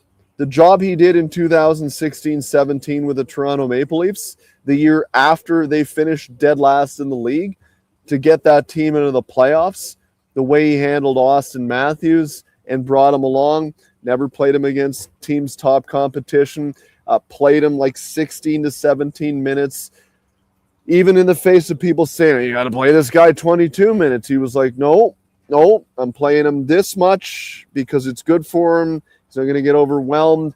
What he did for Zach Hyman, creating him into a great player, because he identified him from Florida, having scouted Dylan Larkin, the University of Michigan, when Zach was there, so he was familiar, and said, get me this guy, and then put him with Austin, and then kept him there, despite everyone saying you got to get including Austin himself, you got to get this guy off his line. He stuck with him. Look what Zach's turned into. And so Look, do I agree with all of the things that Mike Babcock is said to have done? No, that's not how I would do business. Do I also think he knows how to coach and get to the most out of a team quickly, if not quicker than some, if not all? My experience is yes. And so, look, I will say this about Mike. I don't think he's a stupid guy. Cocky, maybe, along those lines, sure. But I don't think he's stupid. And I think there's got to be something that bothers him with the way his career seemed to have come to an end. And that this is absolutely the last chance. And if you want to rewrite the book, and if you are brought on and you go down the same road again, as he has done in the past, that's led him to this position, that'd be extremely foolish. If he does that, can't help you. I would be, if I'm wrong, I'll apologize, but if he does do it again, I would be surprised, because I do think, as anyone would want, to be remembered well for what they have done. And right now, that's not the case. And so this could be an opportunity to correct that. And the guy is a good coach. Has he treated everyone well in the past? Probably not, right? I don't think it's probably, Dave. It's not. It's not. There's enough examples to not have to sugarcoat it. It's not probably not. It's guaranteed. It's not. And so, yeah, I mean. I'll say this, though. Chris Knoblauch, when everyone says, oh, you know what, this guy can get the best out of his players. Chris Knoblauch came in with no NHL head coaching experience. The Oilers, who were one of the worst teams at that time, came in over his 69 regular season games. They had the best record in the NHL, third most goals, fifth fewest goals against, and then they went to Game 7 of the Stanley Cup Final. You literally can't get much better than getting the most out of your players than that. And this guy had no experience. Right. My only thing is, why does NHL, it can only be this guy. You're telling me there's no other coaches on the planet who can get the most out of their players? Like, that's where I don't see the reason to have to go down this path to a guy who hasn't coached a game since 2019 because, oh, by the way, he couldn't even last the summer because he couldn't control his narcissistic behaviors.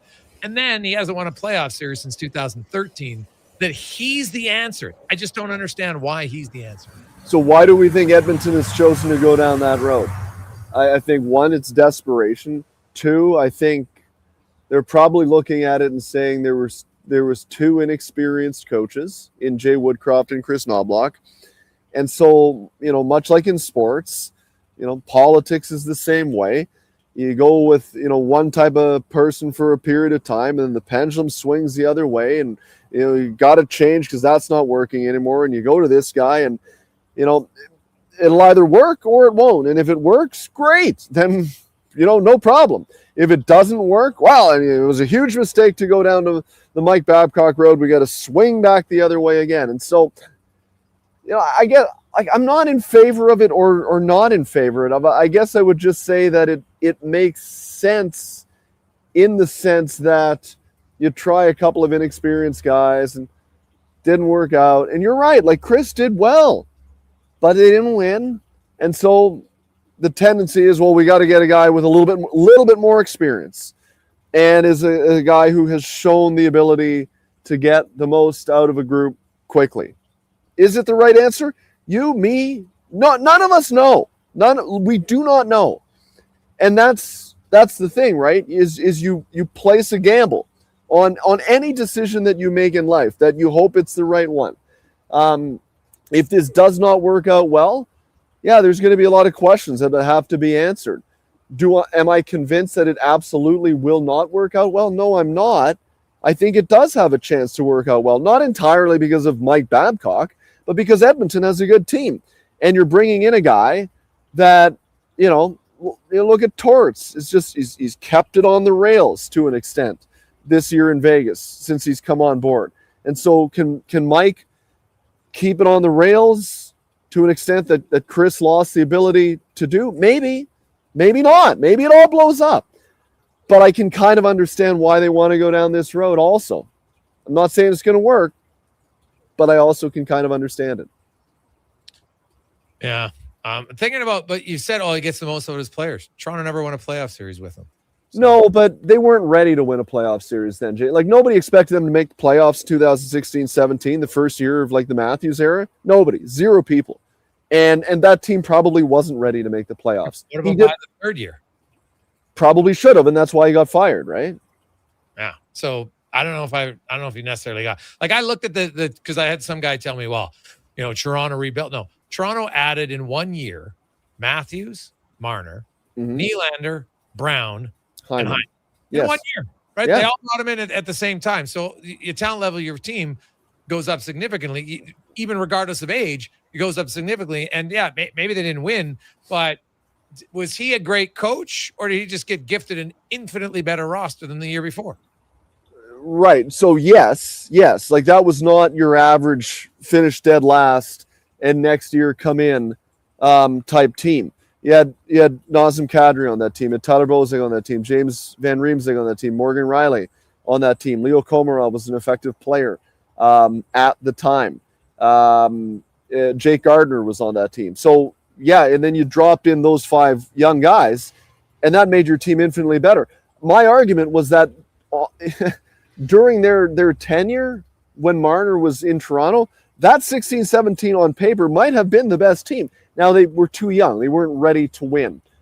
And so that hurt. And the problem was with certainly Matthews, Marner, Nylander, there wasn't the same desire there to play a heavier game, a less risky game that you probably need to play in the playoffs in order to win. And so it became a budding of philosophies. And the weird thing is that in hindsight, a lot of what Mike Babcock said in the day that nobody was interested in listening to was a lot of what got said at the end of Sheldon Keefe's tenure, and resulted in them bringing in Craig Berube. And then it worked for a year last season, not this year before, when they won the division. And then for whatever reason, for a number of different circumstances, it blew up this past season. It didn't work again. But like, you just wonder if timing had have been different, would it have worked better? Because I think there was more of an appetite on the part of Matthews and Nylander, and Marner, I guess, the last year at the end of Sheldon Keefe's tenure, say, look, we can run up and down the ice and we can score, but we're not going to win. We need to. So they brought in Craig Berube. It's a lot of what Mike Babcock was saying. They didn't want to hear it then. They wanted to hear it now. And so, like, timing is important as well. And I think Edmonton might be at the time now where they're all ready to hear it, because they know, like, if it doesn't work, all bets are off in terms of the future of this team. And so, again, I'm not advocating for or against, but I do get the thought process. Well, we'll disagree on that wholeheartedly, which is always good. The Stanley Cup Finals has been nothing short of exciting so far. We don't know yet who's going to be starting in goal. Rod Brind'Amour is keeping it tight to the vest. Who do you think he goes with in goal tonight? That is, like, generally I wish I was a head coach in the NHL, because how cool would that be, right? But this is one of those times where I'm glad I am not. This is such a difficult decision for Rod Brind'Amour and his goaltending coach to make right now. Freddie had been unbelievable through the first 3 rounds. Has he been at the same level during the Stanley Cup final? I think you could make the argument that probably not. I generally judge goaltenders by, do you make the stops that you need to make, and then can you mix in 1 or 2 extra at the appropriate time? And I think by and large, he's stopped the ones he's needed to stop, but he hasn't mixed in those 1 or 2 extras. Like the Mitch Marner breakaway the other day, like, need to stop there. That would have been like, give me a stop. Couldn't do it in the net. And so, look, Brandon Bussey played unbelievable when he came on in relief for a guy that hadn't played in like close to 2 months. It was really impressive play for the third period into overtime. What was he? 29 of 30. He was great. The goal that went in, How much do you fault him on that? It was a clunker. Could it have happened to anybody? Yeah, I guess. Man. You know, you're asking a guy in Brandon Bussey now he's not young, but he's inexperienced, to come on and start a game where he hasn't started a game in over 2 months, where if you lose, you're down 3-1 in the Cup final. No pressure. Like, boy, oh boy. I don't know. I honestly don't know. I think I'm a conservative guy by nature. I think I would probably go back to Freddie, but I would keep his leash short. So if you go down, you know, honestly, if the first one is like, I might give him the hook right away. But I think I'd go back to Freddie here in Game 4 because I think he had played so well that he'd earned the right. But I don't know if I love the answer either. It's such a difficult decision in this case. I would actually go with Bussey. I look at the history of Freddie Anderson. It looks like he's kind of tired. Like he's allowed 12 goals, man, on 65 shots in 3 games. Like, it wasn't just a one-off game for him. Carter Hart's been no good. Like, his numbers are no better. I agree. I don't discount it. But the difference is they didn't pull Carter Hart. So it's true. And his backup didn't have the season that Brandon Bussey did. True. Right. So that's why I'd consider it to raw. And yeah, I've always been a big believer in, you know, they didn't run with Freddie Anderson all year long. So why not go to Brandon Bussey? It's kind of, you know, that was a big factor of what got you there. And I really liked how he played. Now, I understand the other side of it is what you said. There's a lot of, you know, that's a tough spot to put a guy in. But at the same time, I'll tell you right now, Brandon Bussey, if you asked him, hey, man, you want to go in? He would be like frothing at the mouth to be given the opportunity to get in there and go do it. So it'll be an interesting one to watch. And quickly, Dave, Dylan Larkin, do you think his 3-team request becomes bigger? I mean, are we shocked to have heard those 3 teams? No kidding. Florida, Minnesota. You don't say, eh? How about that? Like, everybody wants to go there. You know, so he kind of has to. Otherwise, like this, I'll say it this way.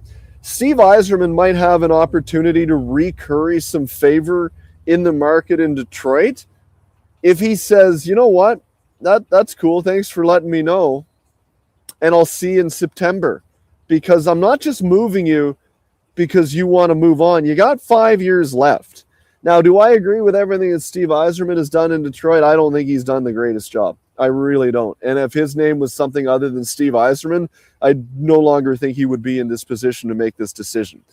So all he needs to worry about right now is making the best decision for the Detroit Red Wings. Now, this could get acrimonious, right? Like if Dylan Larkin shows up in a pissy mood and all that, you know, as a lot of managers have told me, if I've got a guy that doesn't want to be here, I want to move them out as quickly as possible because I don't want that infecting the room. And so there's that as well. But who was the 3rd team? I'm blanking on it. Florida, Vegas, of course. Yeah. Shocking, right?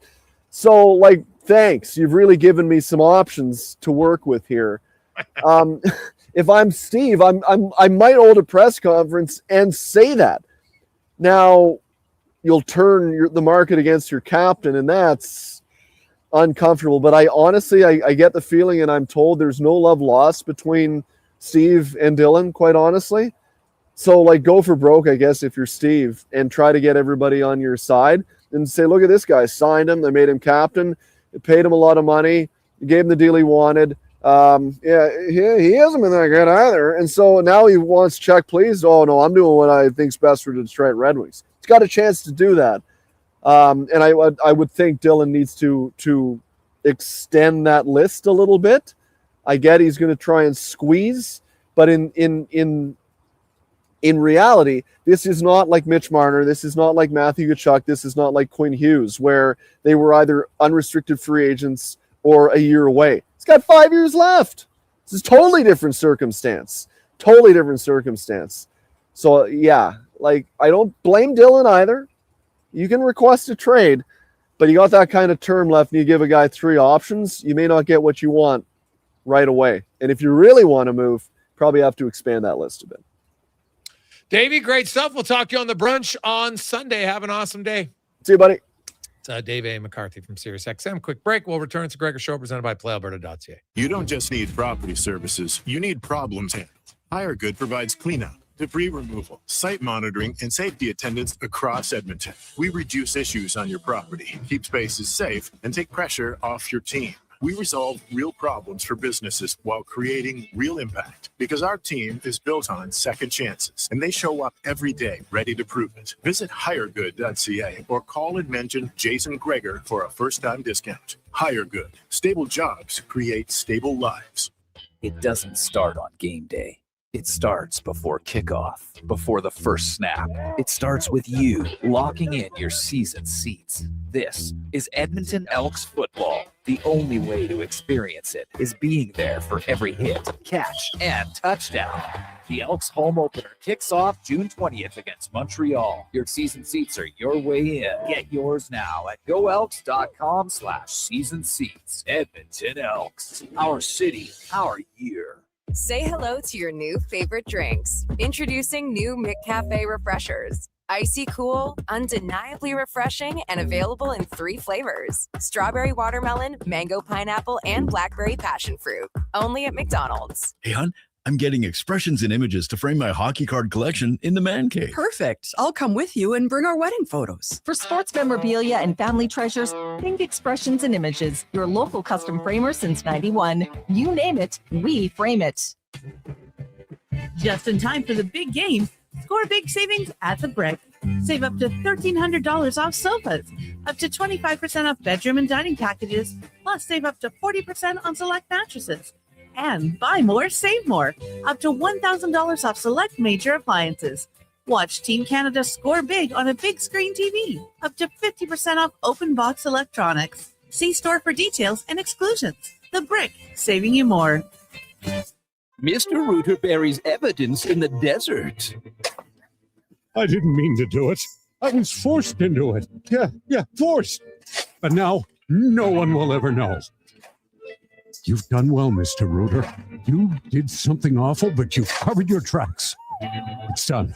The last transcript that shows I did a semester of nutrition school. Uncover evidence of the proudest plumber, Mr. Rooter.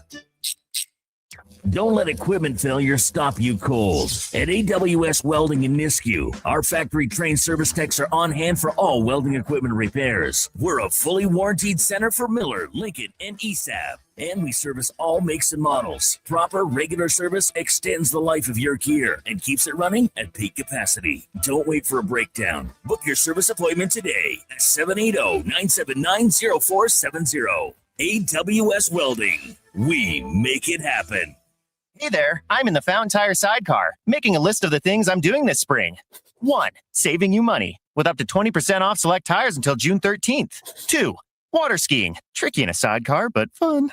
And 3. Saving you more money, with mail-in rebates of up to $100 off a set of 4 select tires and $50 off a $150 service with the purchase of 4 select tires. Oh, that's 4 things.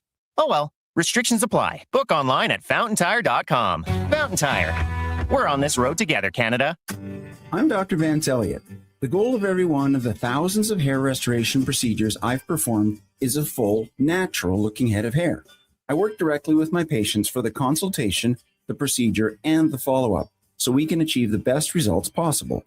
When people see what we accomplish, I don't want them to think, "Wow, great hair transplant." I want them to think, Wow, great hair. Go to drvanceelliott.com and contact us today. The funny thing about hitting the road to leave it all behind is you don't really want to leave it all behind. So Sherwood Honda has the SUV with plenty of room for all you want with you. Think Honda CR-V, the Honda Pilot, or maybe even a Ridgeline truck. With this kind of lineup, you can go where you want and bring all you want with you. You sure would make it easy to leave your cares behind by starting at Sherwood Honda.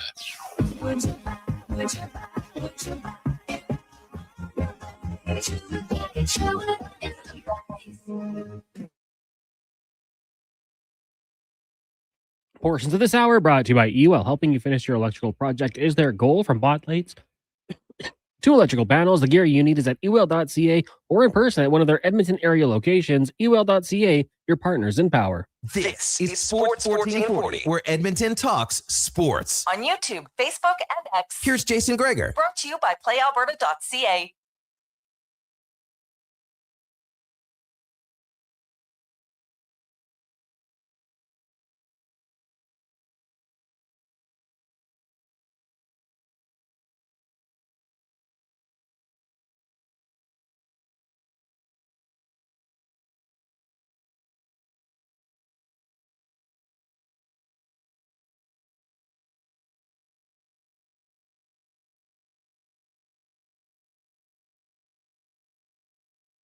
.57, Jason Gregor, Connor Halley. Man, those first 2 hours are flying by. It's a Gregor Show presented by playalberta.ca, Alberta's only regulated online gambling website where 100% of the revenue stays right here in the province at playalberta.ca.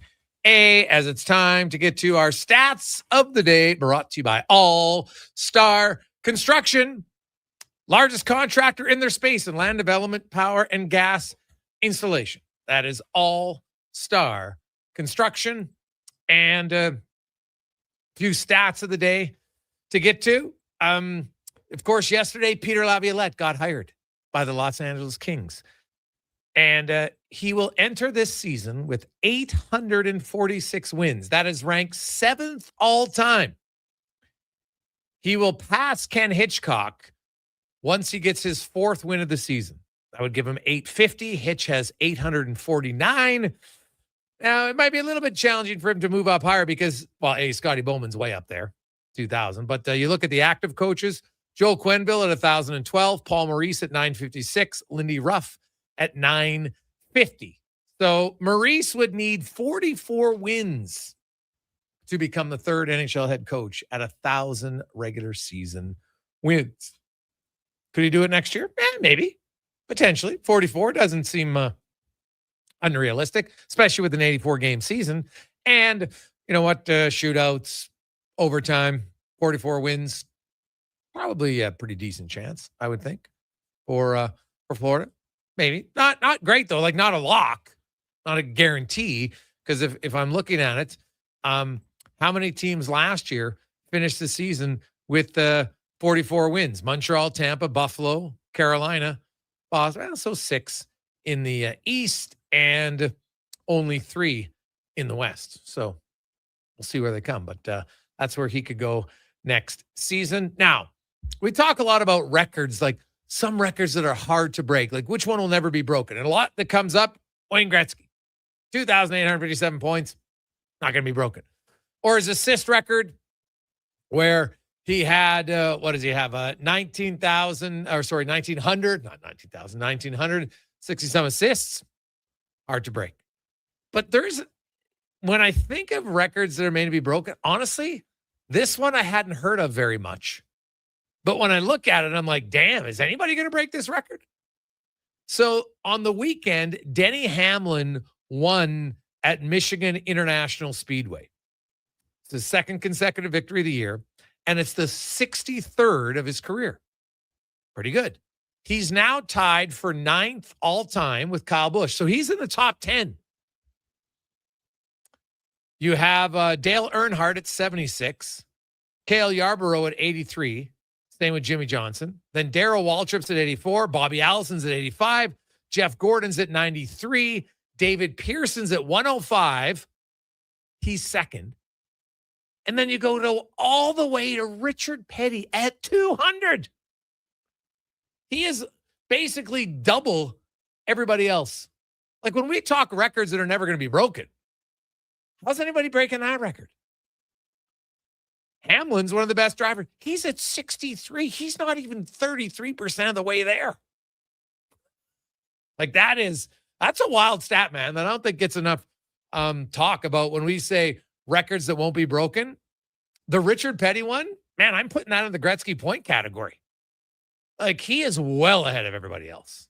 I do not see that one being broken anytime soon. It would, I would love to see it, but it seems rather unlikely. when you start to look at where everybody else is. You're ninth. Oh, I feel, hey man, I'm pretty close.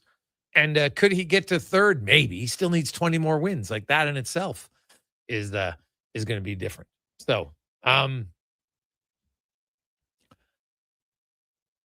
Seth Jarvis, Shea Theodore, each has scored an overtime winner in the Stanley Cup final this series. And every game has seemingly got closer. Game 1 was a 1-goal deficit, 5-4 in regulation. Game 2, 4-3 in overtime. Game 3, 5-4 in double overtime. Are we going to get triple overtime tonight? But only 3 players in NHL history have scored 2 overtime goals in one Stanley Cup final. Don Raleigh did it in 1950 with the Rangers.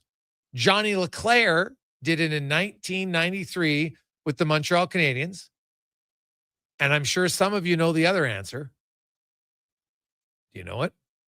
Do you know it? Leon Draisaitl in 2025 had 2 OT winners in the same series. So watch to see if Theodore or Jarvis can join that group. Also, Taylor Hall could tie a franchise record tonight if he can get his 10th point on the road. Could tie Ron Francis and Corey Stillman for the franchise record for the Carolina Hurricanes, which doesn't seem like a great record, really, when you think about it. But anyway, it's an interesting one. And lastly, today, it happened earlier today. The return of one of the GOATs, if you're a fan of the GOATs, at the Queen's Club Championship. Serena Williams returned for her first professional tennis match since 2022. And guess who she played with? The young Canadian phenom, currently number 9 in the world, Victoria Mboko.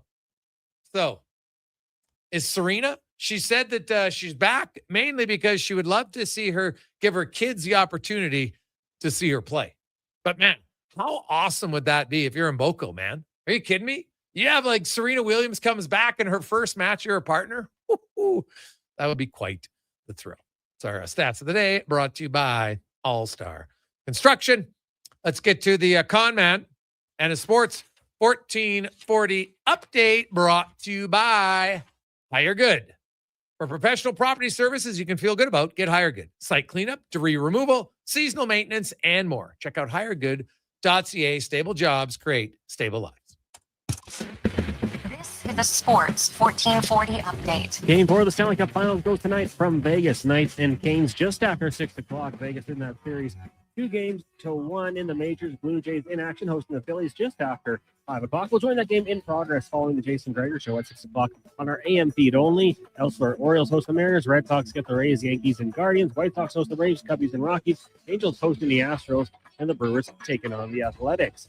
Down at Remax Field, Riverhawks back in town, taking on Victoria. First pitch, 7:05. And some news from the World Cup. Jaden Nelson will replace injured midfielder Marcelo Flores on the Canadian roster. Coming up in Hour 3 of the Jason Gregor Show, we'll be joined by Derek Van Diest from NHL.com.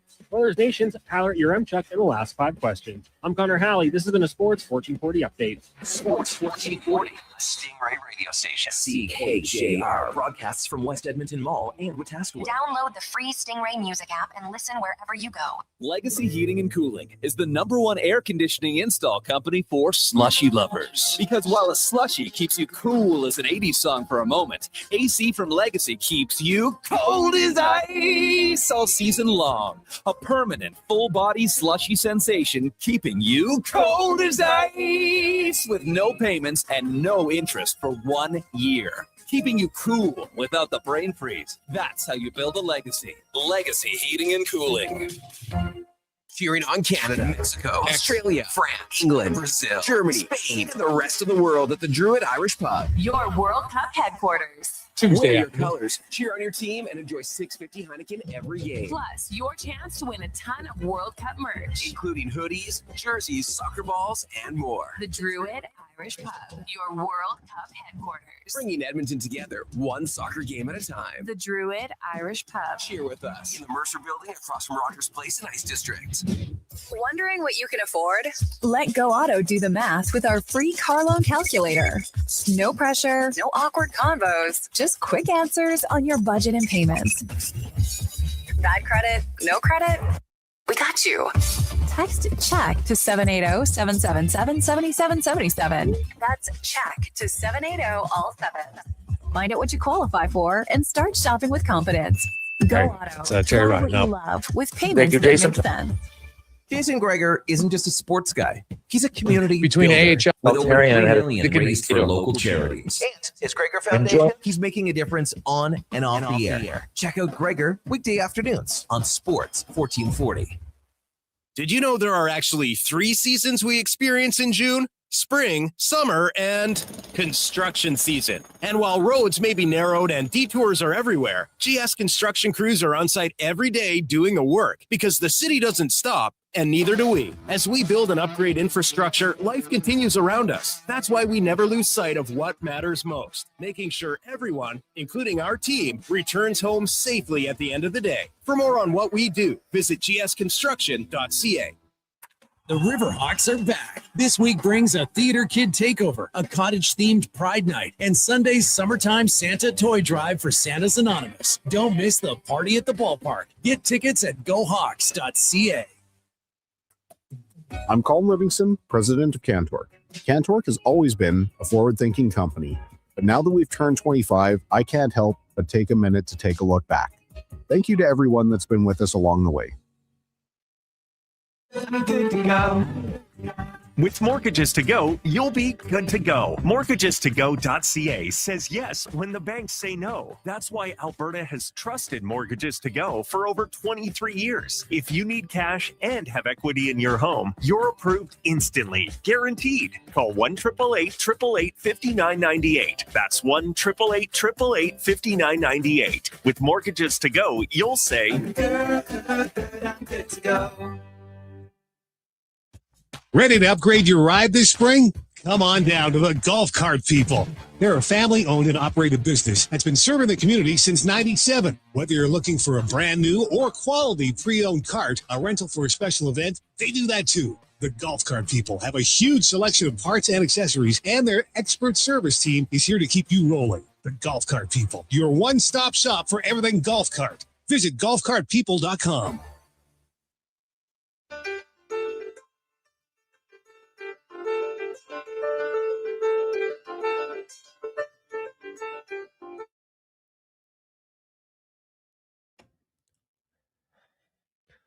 Portions of this hour brought to you by Papa John's. Get the Puck Drop Special at Papa John's. A large 2-topping pizza and 8-piece wings for only $28.99 with promo code PuckDrop at papajohns.ca or on the Papa John's app. The Jason Gregor Show, the best of Edmonton sports talk and beyond. This is Sports 1440. Presented by PlayAlberta.ca, Alberta's only regulated online gambling website.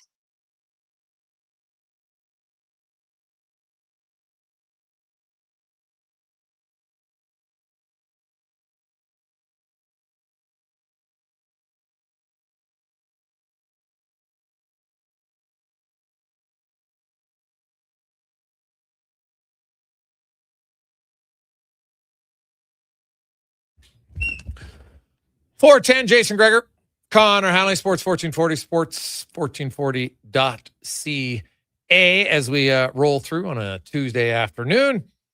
Hope you are having a lovely day as the NHL Stanley Cup Finals continue tonight. We got NBA Spurs continue the Road Warrior Final. Road teams 3-0 in the NBA, and Knicks will try to get back on track tomorrow. We got the Jays taking on the Phillies again tonight. Good news, Cease is back on the bump for the Jays. And, of course, lots of talk about the Edmonton Oilers and their potential next coach. Will it happen? Will it won't? We'll get to all that. It's a Gregor Show presented by PlayAlberta.ca, where always you can check out the Jason Gregor Show odds boost special. We got a little CFL action for you, of course. And we've got some NHL Stanley Cup Final tonight, as well as We went to the Milwaukee game. I don't know if you saw it or not yesterday because they're playing in Vegas, and it's a smaller diamond, but it was absolute chaos last night in Vegas. Milwaukee won 15-14 in 12 innings. There was 11 home runs, 34 hits, and 5 lead changes, and it was wild, man. So, do I think tonight's a good night to call the over in that one, Connor? Yes, I do, because I'm just sorry. Like there was a few balls that would have been fly balls in every other barn, and they're flying out of the diamond last night. So entertaining if you like it. And I'm assuming some of the players for the Brewers in Oakland be like, hey, can pad some stats here right now. So it should be good. Now let's get to the oil report brought to you by Go Auto. If you're looking for a vehicle, no better place to shop. GoAuto.ca. They have 15,000 vehicles for you to choose from. Find your ride. GoAuto.ca. As Derek Van Diest from NHLer.com joins us. DVD, how you doing? Good, Jason. How you doing today, buddy? I am doing excellent. How's the weather in Vegas? I believe right now it is plus 36, and it's a dry heat. So unlike last year in Florida where it was plus 36 and it was like humid, it felt like you were in a sauna last year in Florida. Here it feels like you're just standing in front of an oven. Like it's hot, but there's no wind. It's just 36 is not bad compared to last week where it was like 40, 42, 43. So I think 36 is bearable, but we're spending most of our time inside, so that's not bad. All right. Now, Rod Brind'Amour hasn't said who is going to start in goal tonight. What's your gut tell you from your watch the morning skate? Well, there was no morning skate because there's a 5 o'clock start here. Rod Brind'Amour just had an availability about an hour ago, and he wouldn't reveal his starter. And my gut feeling is when you don't reveal your starter, it's you're making a change in net. And it's a significant change because Brandon Busty is a right-handed. He catches right-handed, so it's a different look that you're going to give the Vegas Golden Knights. So maybe that's why he wants the Golden Knights to not know exactly what they're going to be facing tonight. Golden Knights had an optional skate today this morning. I remember I talked to a couple of guys about that. Is it different when you're looking at a goaltender that catches right or catches left? The funny thing was Mitch Marner in last game, he got a penalty shot. He didn't realize they had changed goalies until he's going in on the penalty shot and the goalie caught right. So I thought that was pretty funny that you play 4 minutes of a period and have no idea that the other team made a goalie change, and you just find out as you're going in on a breakaway. You're like, wait a minute, that guy's catching with the other hand. So I talked to a lot of guys from the Vegas Golden, a few guys from Vegas Golden Knights. They say it doesn't make a difference. I had a great conversation with Taylor Hall. He says in practice it does make a bit of a difference because it's different spots, different openings, and different places. So I think, if you know Taylor, he's really honest and he'll tell you great stories. And I think the Vegas guys are being a little coy, but I think it is different when you're going up against a guy that catches right as opposed to catches left. So I think that might be the reason why Rod Brind'Amour is keeping this close to the vest. I think they should go back with Frederik Andersen. Apparently, a lot of people say, well, it's 6 of one, half dozen of another. The Carolina Hurricanes don't seem to care. They'll play in front of everyone because they said both guys played all year. So it'll be interesting to see, as Jay Woodcroft used to say, what comes out of the gate. Yeah, it will be interesting. I could make the argument both ways, but I'd go with Bussy. I really like how he played. Anderson's allowed 12 goals on 65 shots in the playoffs, and they haven't been all bad goals by any stretch of imagination. But Bussy came in and made some huge saves when they needed it, and right now both teams are giving up a lot of not a lot of shots, Derek, but a lot of quality chances. Yeah, and that's what's been surprising about this series. Like the word chaos has been thrown around a lot so far in his first 3 games because it's not a structured game. It's not structured series, and no one seems to know what's going to happen from 1 minute to another. John Tortorella is really good. The other day he was talking about you can't control 60 minutes. There's going to be ebbs and flows, and you're going to have to survive when you're on your heels, and then you have to take advantage of when you get them on their heels. But you're right. There's been a lot of breakaways, a lot of 2-on-1s, a lot of odd man rushes. I was kind of joking with some people today You know, like you look at these teams are so well coached and so well structured, and you look like a guy like Mark Stone who has the mobility of a refrigerator, and look at how many times he's been wide open and he's gone in on breakaways. So there's obviously these guys that are kind of stacked up. They're going back and forth, but it's really weird. It hasn't been a particularly structured series. And I think part of that, though, Jason, has to do is the goaltenders aren't playing particularly well, and so that opens things up when you got to go chase the game, and as obviously Carolina had to do the other night. Derek Van Diest joins us. What about Vegas? What are they saying as far as, that third period collapse and, what they've given up in this series? Because, maybe both teams are just happy that we're going to play, exchange chances, which I love from an entertainment standpoint. I'm just curious, what was Vegas's message heading into game 4? Yeah, they weren't obviously happy with the collapses. And again, John Tortorella said, when Mitch Marner did not score on that penalty shot to make it 5-0, he was a little concerned. And we're like, really? Come on, you're up 4-0. But it happened so quickly. It happened 3 goals in a span of 39 seconds. I was joking with it. We were on our way down from the media elevator, which takes about a minute and a half, 2 minutes to go down. And we got down, and suddenly the score is 4-3. And we're like, what the heck just happened? We were in the elevator for 39 seconds, and they came back and scored 3 goals. But I think Vegas is such a experienced team that they've seen everything. They've gone through everything. They had 11 guys that have won the Stanley Cup.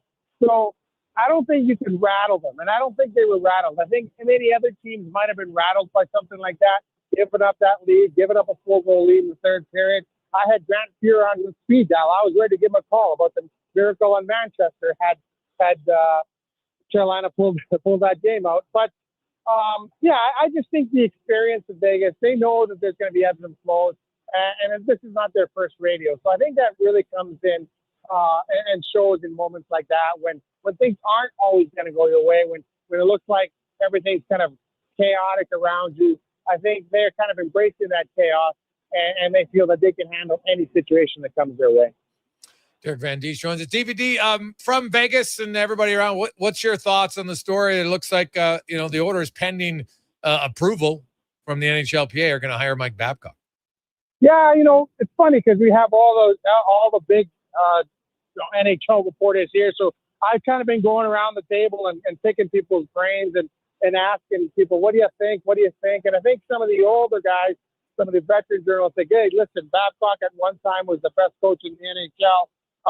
And then you get some of the younger guys going, listen, you can't treat your players the way you did 20 years ago. You can't be the way with your players. So I think there's a bit mixed bag here. I'm of the opinion.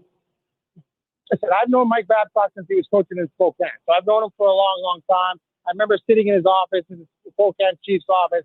We had a long discussion about hockey. But again, I'm not a player, so I don't know how he treated guys. I read the stories of how he treats guys. I'm not a fan of a guy that's a manipulator like that. I'm not a fan that tries to motivate you by fear. I'm not a fan that kind of keeps you off balance. And I know that was an old coaching tactic. That's the way it used to be. You look at Scotty Bowman. You heard some of the horror stories that in his day. That's the way he treated some players. I just don't think you have to evolve. You can't be that way.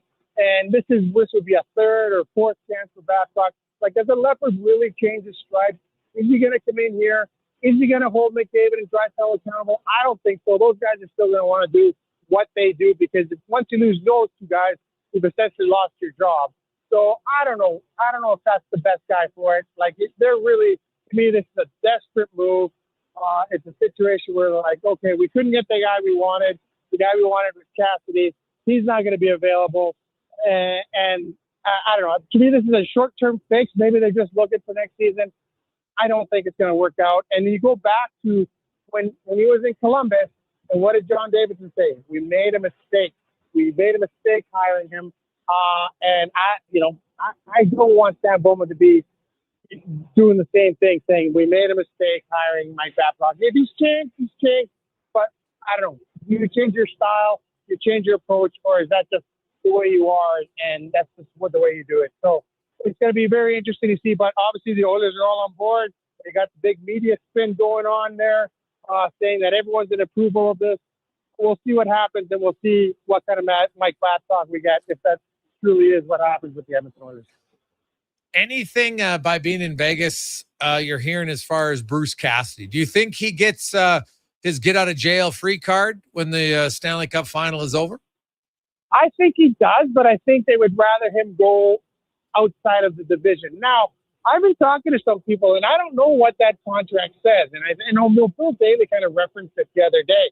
He said, hey, coaches have outs in their contract. If he doesn't have an out with his contract, then that's with the contract. So maybe he has a no-compete clause in his contract that says, hey, if it doesn't work out here, you can't go to a team in your division. You can't go to one of our challengers. I don't know how it works.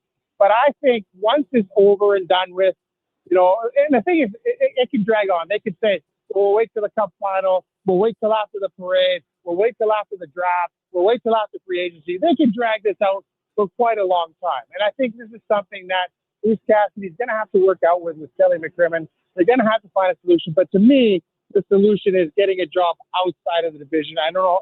There's not many left, obviously. You're looking at that Toronto job. I don't think Vegas would have a problem going to Toronto. They'd see him twice a year. But yeah, I don't know the nature of that contract. And I think that's the one thing. And like I said, Bill Taylor referenced that. Other coaches have outs in their contracts for whatever reason. This one doesn't have an out. DVD, as always, appreciate your time. Enjoy the heat. Enjoy Game 4 tonight. And we'll talk to you again next week.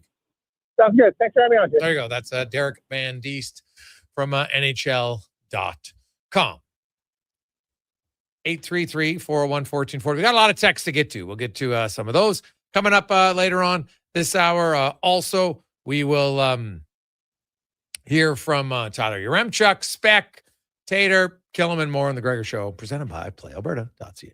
With Play Alberta, backing the home team goes beyond the bets. That's because your picks have provincial impact. Play Alberta is the only app in the province that puts all revenue directly back into supporting programs and services that Albertans rely on every day. By investing in the General Revenue Fund, every play, bet, and buy made on Play Alberta helps make a difference across the province. Visit playalberta.ca/Gregor to learn more. That's playalberta.ca/Gregor. Must be 18 plus to play. If you gamble, use your game sense. Okay, new strategy. I'll just live in the freezer till October. It's spacious in here.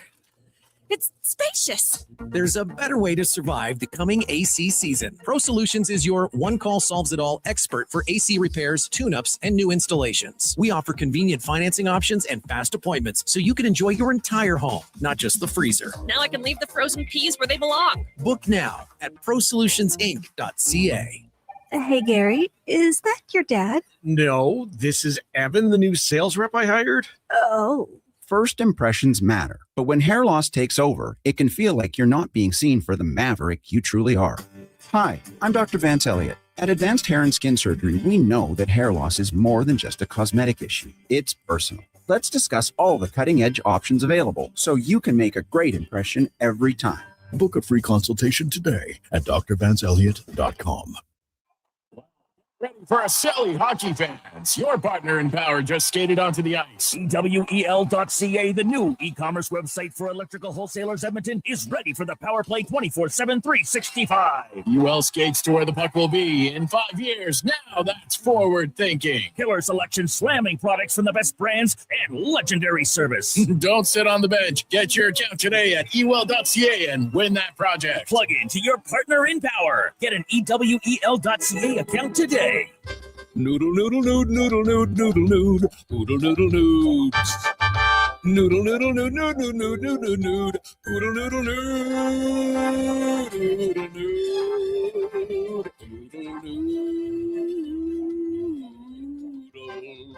noodle, nood, noodle, noodle, nood, noodle, nood, noodle, nood, noodle, noodle, nood. Noodle, noodle, nood, nood, nood, nood, noodle, nood, noodle, noodle, nood. Troll down to Oodle Noodle tonight because dine-in is open. Come for Canada's largest trade shows, the biggest names in entertainment, exhilarating sporting events, and more. And stay for the experience at the Edmonton Expo Centre. Looking for the perfect place to host your next big event? From trade shows to galas, meetings, and concerts, the Edmonton Expo Centre has the space, event expertise, and service to make your next event unforgettable. With over 522,000 square feet of flexible event space, in-house catering, and operational expertise, they bring your biggest vision to life. Learn more at EdmontonExpoCenter.com today. Cougar Creek Golf Resort is only minutes from Edmonton, so it's incredibly easy to fit in the perfect summer game anytime. Enjoy our championship-length golf course, surrounded by trees and rolling terrain. Book a tee time today. Go to CougarCreekGolf.com.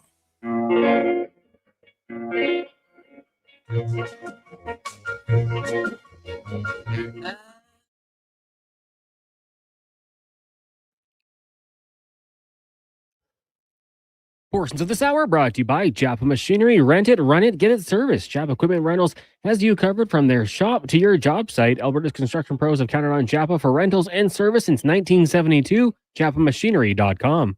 The Jason Gregor Show, the best of Edmonton sports talk and beyond. This is Sports 1440. Presented by PlayAlberta.ca, Alberta's only regulated online gambling website.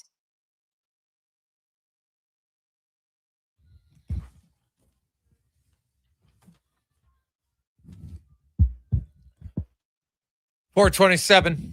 We got a lot of texts, 833-401-1440. We'll get Tyler Ramchuk in a second. Hey, Gregor, I'm just curious. You've been very vocal about your view on Mike Babcock. What it would take for you to like him? Well, I don't have to like Mike Babcock, Steve, to be honest. Mike Babcock probably doesn't care if I like him. Why does it matter? My job isn't about liking people or not liking people. I feel it's my responsibility to voice my opinion. People can disagree with me. That's their right. Nothing wrong with that. But the reason bullies get to be bullies is because too many people are quiet and silent about it. Now, he might come into Edmonton. He might be on his best behavior. I sure hope he would. And maybe he's finally clued in that you can be a successful coach without being a deplorable human being. You can do both. Great. But that's not going to erase what he's done in the past, especially when he's never apologized for it. I've never seen any remorse in any interview that suggests he feels he crossed the line. Right? Did you see his response to Johan Franzen? Well, sorry he feels that way. What? I'm sorry he feels that way? The guy's like a nervous wreck the remainder of his life. Oh, but sorry he felt that way. Right? You had teammates, call him a fat pig repeatedly and tell him his teammates hate him and he should quit.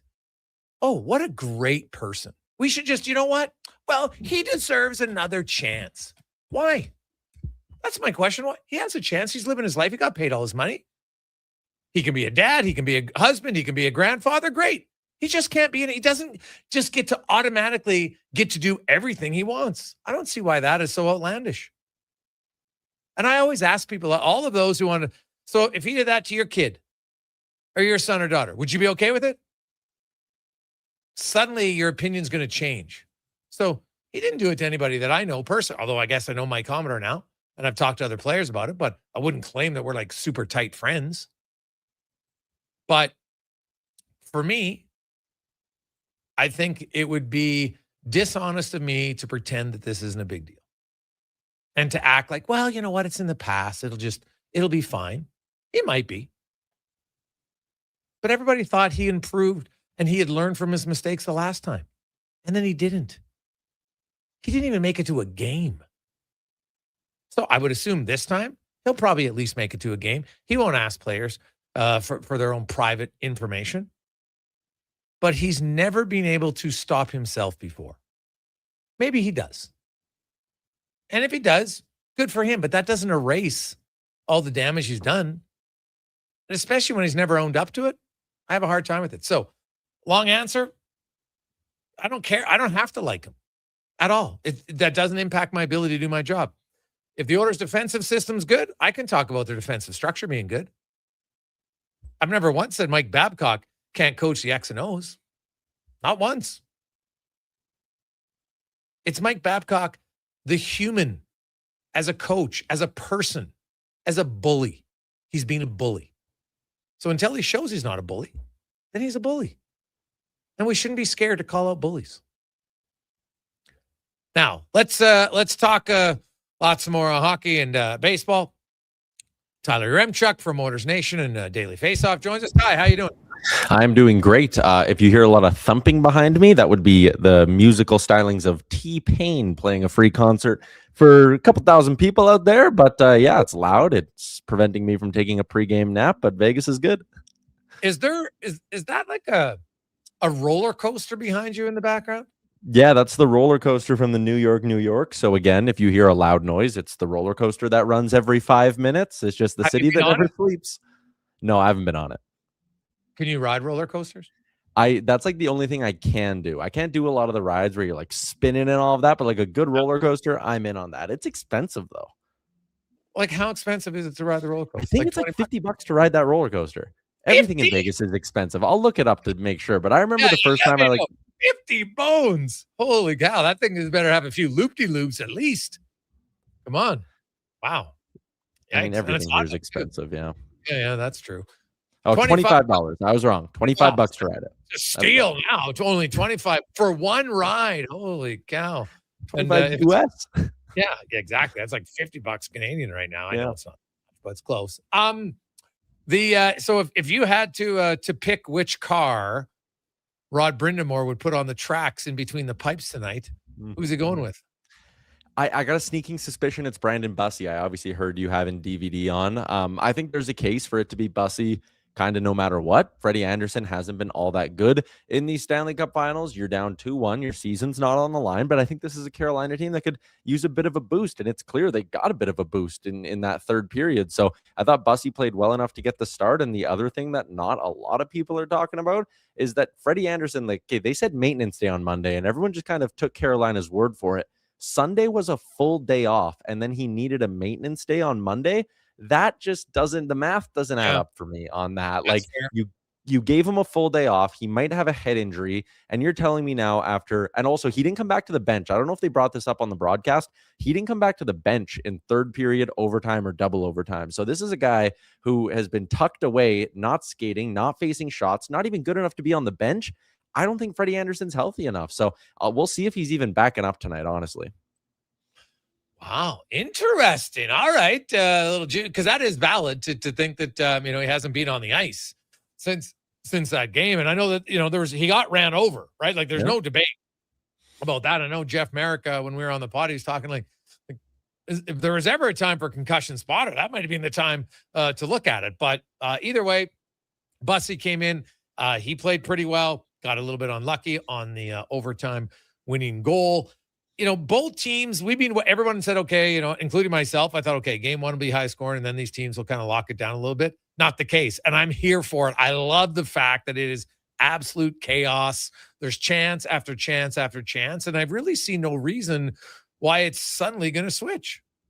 Yeah, I'm with you. And the fact it's been like these wild, like it hasn't been quite like fire wagon hockey, like back and forth, but it's like 5 minutes where Vegas dominates, or 10 minutes in the case of game 3, where it's like, oh my God, the Golden Knights are steamrolling them. But in the first period, it was Carolina. Like Vegas only had 2 shots. I think the shots were 8-2 once again. In the first period, I was like, all right, Carolina snapped into shape. They got their A game. And it's these swings of like 5 to 10 minutes, not even shift to shift, where it's like dominant. Then it just flips the other way. Even in overtime, like, again, when a goalie makes a normal save that isn't like the flashy glove hand windmill, everyone kind of just forgets about it and goes, oh, he stopped the puck. Good for him. But there was a chance Taylor Hall had in front where he could have dusted it off for 8 seconds and picked a corner on Carter Hart, and Hart just stood his ground and made the stop. And it's like Carolina had some quality looks in that overtime where they could have ended that game. So it's been unpredictable. It's been back and forth, but in the sense of these wild swings. And it's been a great Stanley Cup final. As someone who was pessimistic heading into it, I thought we'd get a lot of like, not sexy, not flashy 3-1, 2-1 games. This has already greatly exceeded my expectations. Yeah, it's been very good. And I thought Carolina was the better team in the first overtime period and just couldn't score. And, that it's funny. You talk about the swings, 3 goals in 39 seconds. Like, are you kidding me? Like that building must have went like you're up 4-0 and they just missed a penalty shot. And everyone's like, yeah, we're going to be winning. And then it was like goal. Like, I will give them credit, though. After the third goal, the fans were like, we got to do something. And they started the Go Vegas Go chant, like literally right after the third goal. So I give their fans, I don't know was it started by the in-house announcer or if it was just by the fans. I don't know that. But I heard the chant. I'm like, you know what? That's a pretty good move by the fans. So actually, it's dead quiet after they score, and I had a chance to go in my first ever John Tortorella press conference. What a treat that was! A big media milestone for me. But he was asked why he didn't call a timeout, and he said, when you call a timeout, then the Jumbotron gets going and they start playing that noise earlier and the crowd gets loud. And he says to get a message across to your team, he goes, you have to scream at them to get over that noise. And Tortorella said in that moment, he did not want his team to think he was yelling at them. He didn't want to come off as screamy and panicky. So that's actually why he said he didn't take a timeout, is because he wanted to take advantage of that little bit of silence because he knew eventually the crowd would get going and he didn't want to have to be screaming over it. So a cool little bit of insight and why he didn't want to take a timeout. Makes a lot of sense. The news yesterday in Edmonton, obviously Mike Babcock potentially being the head coach of the Edmonton Oilers. Sounds like they want him, and it's just a matter of does the NHLPA sign off on it, which that in itself is a red flag for me. Like, wait a sec. Hiring a guy that the NHLPA has to sign off on coming in, like maybe that's a little bit of a red flag. I don't know. But where do you come out on this? And do you think there's any chance the NHL or the NHLPA would squash this? From the people I've spoken to here in Vegas, it doesn't sound like the NHL or the PA is going to squash this. The fact that there's Oilers players who are on board with this thing, I think will mean the PA kind of says like, all right, like, you guys are, you know what you're signing up for to an extent. My thing with Babcock, and I enjoyed reading through all the quotes and different stories you had in your piece up at Oilers Nation. I'm all for people getting second chances. And if Mike Babcock would have went away and, came back and said, hey, you know what? The way I did that wasn't good. And I apologize to people. If he was remorseful for how he acted and how he handled some of these situations, I'd be sitting there and saying, you know what? Maybe he can turn over a new leaf. Maybe he can do what John Tortorella has been doing here in Vegas, where he feels like a totally changed man most of the time. I'd be all for it if that was the case. But I read some of those quotes about how, Babcock in the past talked about the Marner thing and the Franzen thing, and there's no remorse there. There's not a guy who wants to sit there and learn and say, you know what, maybe I could do things differently, or, oh, someone felt a certain way. Maybe that's not an effective way to coach players anymore, but he doesn't seem to want that. And listen, I'm around the U Sports world. I did play-by-play for the Golden Bears for 9 years. Mike Babcock was around that University of Saskatchewan Huskies team. I heard stories. I mean, I'm not going to repeat them to out people, but I heard stories, and Mike Babcock behind the scenes at the University of Saskatchewan, he wasn't good. And I'm not talking about his relationship with players. It's support staff. It's people like that at the university level where he's not even the head coach. So this is not a guy who has changed. But if you think you need a hard ass and this is the route you want to go, what I would say to the players who were on the Zoom call with him and the management who's in charge of hiring him, a year from now, we better not hear that, oh, players want out or this or that, whatever. You know what you're getting into. This is not a guy who has shown any amount of remorse or any willingness to change his ways. Maybe that'll come out in the next little bit, but I haven't gotten that sense from any of his actions over the last 6 years. Yeah. And that to me is the one thing. I'm all for second opportunities. He did get a second chance in Columbus and didn't even get out of the summer. So, and still then didn't feel that he did anything overly wrong. And obviously Adam Fantilli and many others disagreed with him. And so did and that to me, Tyler, is probably the one story that I find interesting in all of this was, remember when it came out and, broke Biz Nasty Bokert on his podcast. And then Columbus came out and actually got Boone Jenner to say, no, that's not the case. It wasn't like that. Then the NHLPA did an investigation and suddenly Mike Babcock's out. So what did they never really, what did they find in the investigation? That's the part to me that I'm very interested about, because that's never come out on, what happened there, because Columbus is like, no, this isn't a big deal. Boone Jenner, the captain, said it wasn't. And then the league looks into it. The NHLPA looks into it and was like, no, this isn't acceptable. He's out. And I think that people forget that. This wasn't one organization. This was actually people overruled the Columbus organization and the NHLPA pushed hard for it and said, we can't have you. So and I don't want to sit on here and go all like conspiracy theory, but that leads me to believe that when they dug up what they dug up in the investigation, Mike Babcock said, you know what? Don't make that public. I'll just step aside and resign, because this is totally, again, it's one of those things that's tanked his reputation. Not that he had a great one before, but how could you sit there for 6 years with this as like a black mark on your, pretty historic coaching career in the hockey world, not just winning the cup, but like internationally as well? Like, how could you sit there with this as a black mark and not be like, you know what? I want to set the record straight. I want the truth out there that this wasn't as bad as people are saying it is. Like, no, when there's all this silence and everyone's hush hush about it, that leads me to believe it's worse than what we think it is. So again, it's just the fact that there seems to be no remorse here from the guy leads me to believe he thinks the way he handles things is the right way, and it leads me to believe that's how he's going to operate in Edmonton. Yeah. So we'll see what comes to it. I wouldn't be shocked if it was a Friday announcement, because you can't be tonight and it can't be Thursday. You're not allowed to make big announcements on game day. And also know what else is on Friday? Canada's first ever home soil World Cup game. And if you announce the coach on that day, maybe it gets overlooked a little bit. So timing wise, I could see it. The other thing is, though, a lot of people are like, man, they waited this long for Bruce Cassidy. Why wouldn't they wait just to see if they could talk to him? Why wouldn't you wait till the end of the Stanley Cup final? Because now what's going to happen, and boy, Vegas could continue to pile on the bad PR for Edmonton. What if Vegas at the end of the Cup final, when, Mike Babcock's officially signed on in Edmonton, what if they go, oh yeah, it was our plan all along, haha. And Kelly McCrimmon, he doesn't need to be telling the truth, but he could make the Oilers look really bad if a week from now he's got a fresh Stanley Cup ring on his finger and he says, Bruce can go wherever he pleases. Oh, but LA and Edmonton already hired their guys. Oh, we're waiting until the end of the playoffs. Sorry. Oh, I know that. Yeah. Wouldn't surprise me. There are some people that are like, I'm not sure they're going to do it to Edmonton. And I could actually understand that, right? Like, it is a competitive world. Edmonton and Vegas are clearly the two best teams in the Western Conference for the last 4 years. The numbers don't lie. And you know what? It's been 5 years in a row, actually, them coming out of the Pacific Division, right? Edmonton in 22 and 24 and 25, and Vegas in 23 and 26. I'm like, I don't think Anaheim's that close just yet.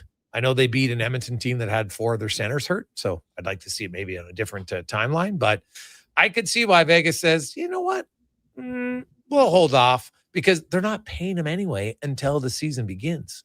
So they don't have that quote, payment unless he has a bonus in his contract, which I'm not sure a lot of coaches do. So I could see why they might just say, nah, you know what, we won't let him interview in Edmonton. People fill it up, and then if all of a sudden someone gets fired later on the summer and they want to ask, sure, we'll give you permission. I could totally see that happen. Did we lose Ty? I think we lost Ty. He's frozen up there, but there you go. Perfect timing. We needed to go anyway. That's Tyler Remchuk here live from Vegas. We'll return. We got 5 questions to get to. We got a lot of texts as well. We're going to get to many of those when we return to the Gregor Show, presented by PlayAlberta.ca. If you're looking for a little fun tonight, check out the Jason Gregor Show odds boost specials at PlayAlberta.ca. Our new McCafe crafted sodas just drinks or something more, like Sprite Berry Bliss, Creamy Strawberry Coke, and Orange Dream, all swirled with fizzy flavor and topped with silky cold foam. Only at McDonald's. At participating McDonald's restaurants in Canada. Cheering on Canada, Mexico, Australia, France, England, Brazil, Germany, Spain, and the rest of the world at the Druid Irish Pub. Your World Cup headquarters. Wear your colors, cheer on your team, and enjoy $6.50 Heineken every game. Plus, your chance to win a ton of World Cup merch, including hoodies, jerseys, soccer balls, and more. The Druid Irish Pub, your World Cup headquarters. Bringing Edmonton together, one soccer game at a time. The Druid Irish Pub. Cheer with us in the Mercer Building across from Rogers Place in Ice District. The job isn't done until the last load is hauled, and having a semi-trailer out of commission is not an option. Whether replacing or adding to your convoy, Edmonton Trailer has a huge inventory of new and used semi-trailers, trusted by the gravel, logging, oil field, fluids, and freight industries. Find a trailer right for you online or at one of their 3 locations. For sales, service, parts, rental, and finance, when you're in it for the long haul, Edmonton Trailer. Just in time for the big game. Score big savings at the Brick. Save up to $1,300 off sofas, up to 25% off bedroom and dining packages, plus save up to 40% on select mattresses. And buy more, save more. Up to $1,000 off select major appliances. Watch Team Canada score big on a big screen TV, up to 50% off open box electronics. See in-store for details and exclusions. The Brick, saving you more. From the locker room to your radio, Sports 1440 is Edmonton's sports leader. Real talk, big personalities, and your texts. It's interactive. It's fun. It's where Edmonton talks sports. Sports 1440. Got a car you're ready to part with? Find out what it's worth, fast, easy, and totally free At Go Auto, we're talking top dollar trade-ins, whether it's a little worn or still rocking that new car smell. Just a few clicks, and boom, you've got your value. Text value to 780-777-7777 to start. That's value to 780 all sevens. Why guess what it's worth? Let Go Auto show you the money. Action Electrical's projects team takes the field, folks. Ready to execute the entire play for new commercial builds. Absolutely. They're masters of design build, sketching strategy from initial blueprints to core electrical infrastructure. The team never misses on complex projects. Known for handling big league constructions and major renovations, ensuring flawless execution, hire the Action Electrical team to bring home a win for your project. Visit actionelectrical.net. Think a quality golf cart is out of your budget? Think again. At the Golf Cart People, we have a fantastic selection of fully inspected, pre-owned carts starting at just $4,500. Choose from gas, electric, or lithium-ion power to fit your lifestyle. And the best part, every used cart comes with a 1-year warranty for total peace of mind. Why wait? Get the cart you've always wanted today. Visit the Golf Cart People. Find out more at golfcartpeople.com. For decades, the pioneer spirit of Alberta has been exemplified in the chuck wagon racing legacy of the Dorchester family. And today, you can experience it every time you hit the links. Dorchester Ranch Golf Course is in top mid-season form. Enjoy the longer days on this historic 18-hole course near Pigeon Lake. Stunning views, reasonably priced, and only 40 minutes from Edmonton on newly paved roads. Play the course built with pioneer spirit and family pride. Dorchester Ranch Golf Course. Book your tee time today at dorchestergolf.ca.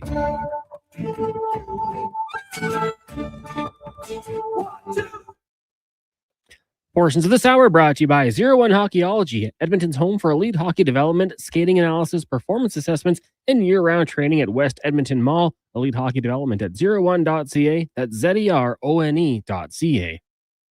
The Jason Gregor Show, the best of Edmonton sports talk and beyond. This is Sports 1440. Presented by PlayAlberta.ca, Alberta's only regulated online gambling website.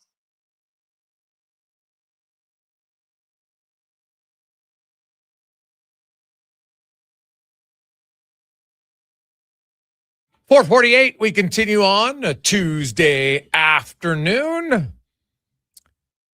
Wow, interesting. So Gabriel Landeskog was just announced that he is the recipient of the Marc Messier Leadership Award, which, of course, is presented to the player who exemplifies great leadership qualities to his team on and off the ice during the regular season and who plays a leading role in the community in growing the game of hockey. And no doubt about that. And then also, they just announced that he's the winner of the Bill Masterton Trophy for the NHL player who best exemplifies the quality of perseverance, sportsmanship, and dedication to hockey. And it's hard to argue with that when you consider coming back from 2 full seasons off, or was it even 3? I think it might have been 3 years off in between just to rehab. Clearly, he came back for the love of the game. Showed some perseverance doing it. That is that's a rarity. So congratulations. I got to look that up, Cons. Is he the first player to win the Messier? Well, I know the Messier hasn't been around that long, but to win the Messier and the Masterton in the same season, he might be. So dual award winner for sure. Let's get to 5 questions now, brought to you by The Brick, where you can score big savings right now. 20% off individual dining and bedroom items, 20% off bedroom and dining packages, and you can select 40% off select mattresses at The Brick and thebrick.com. It's time for 5 questions on the Jason Gregor Show.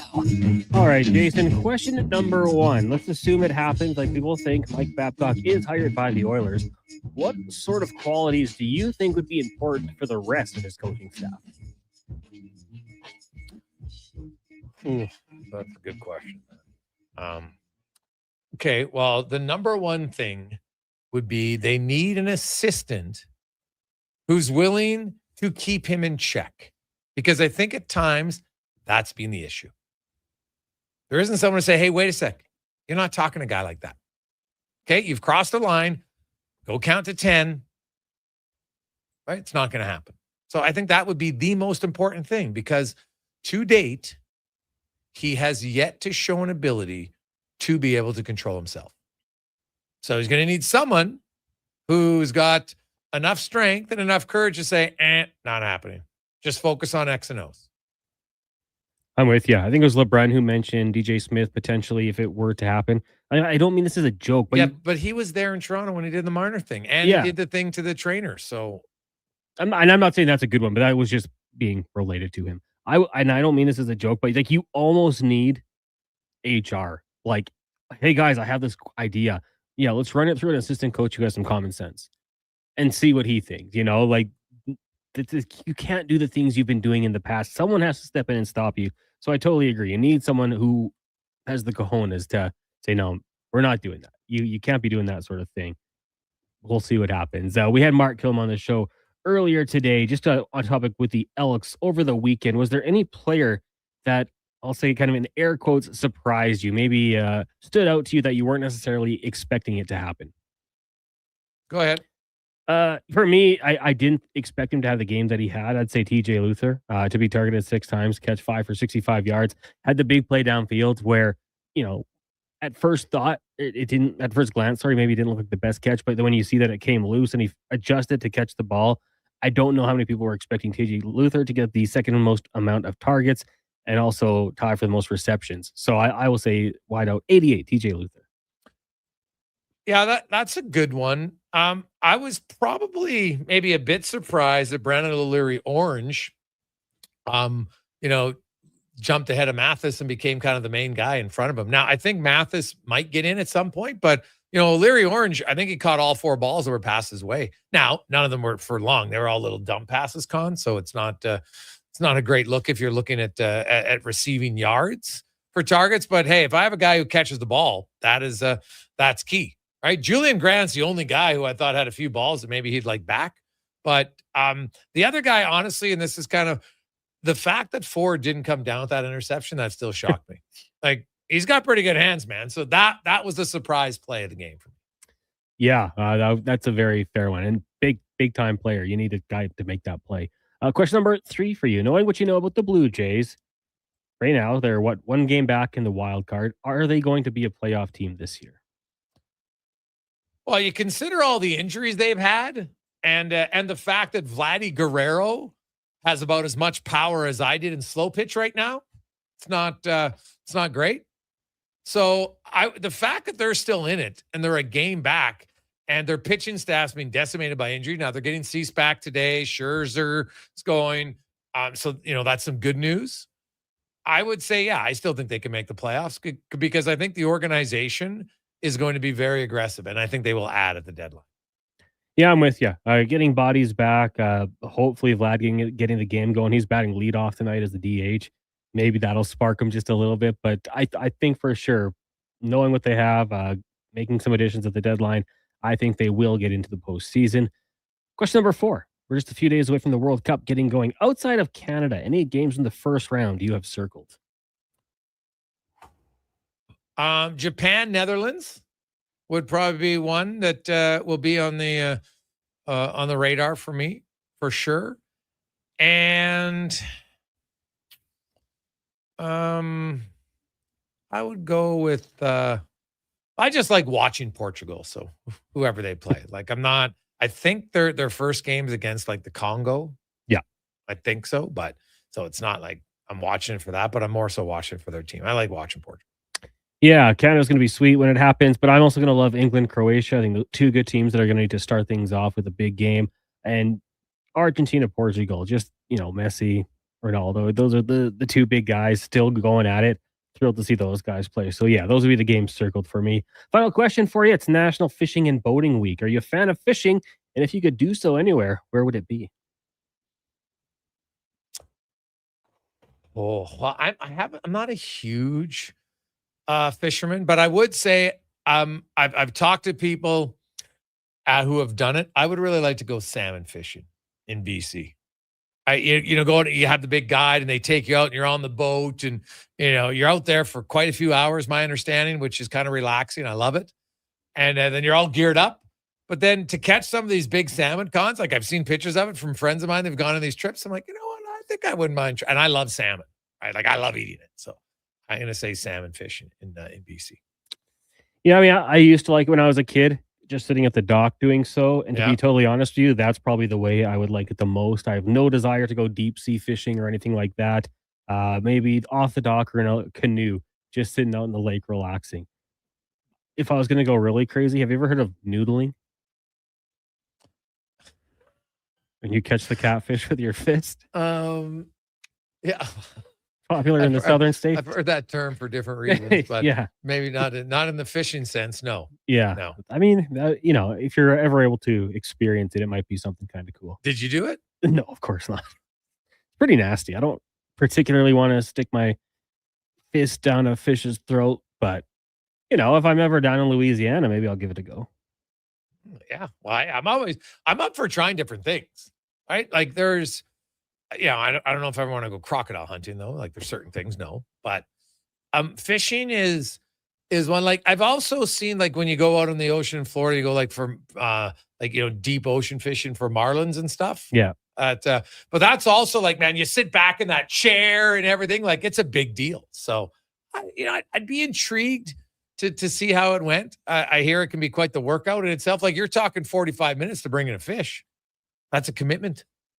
Oh, yeah. That's a big commitment. So it's one of those things but I also wonder if I'm past the point in my life where I'm like, maybe there's other things I do that I don't know if that's on the top of the list, right? Like salmon fishing might be the peak for me. Yeah. I don't know if I'd go more.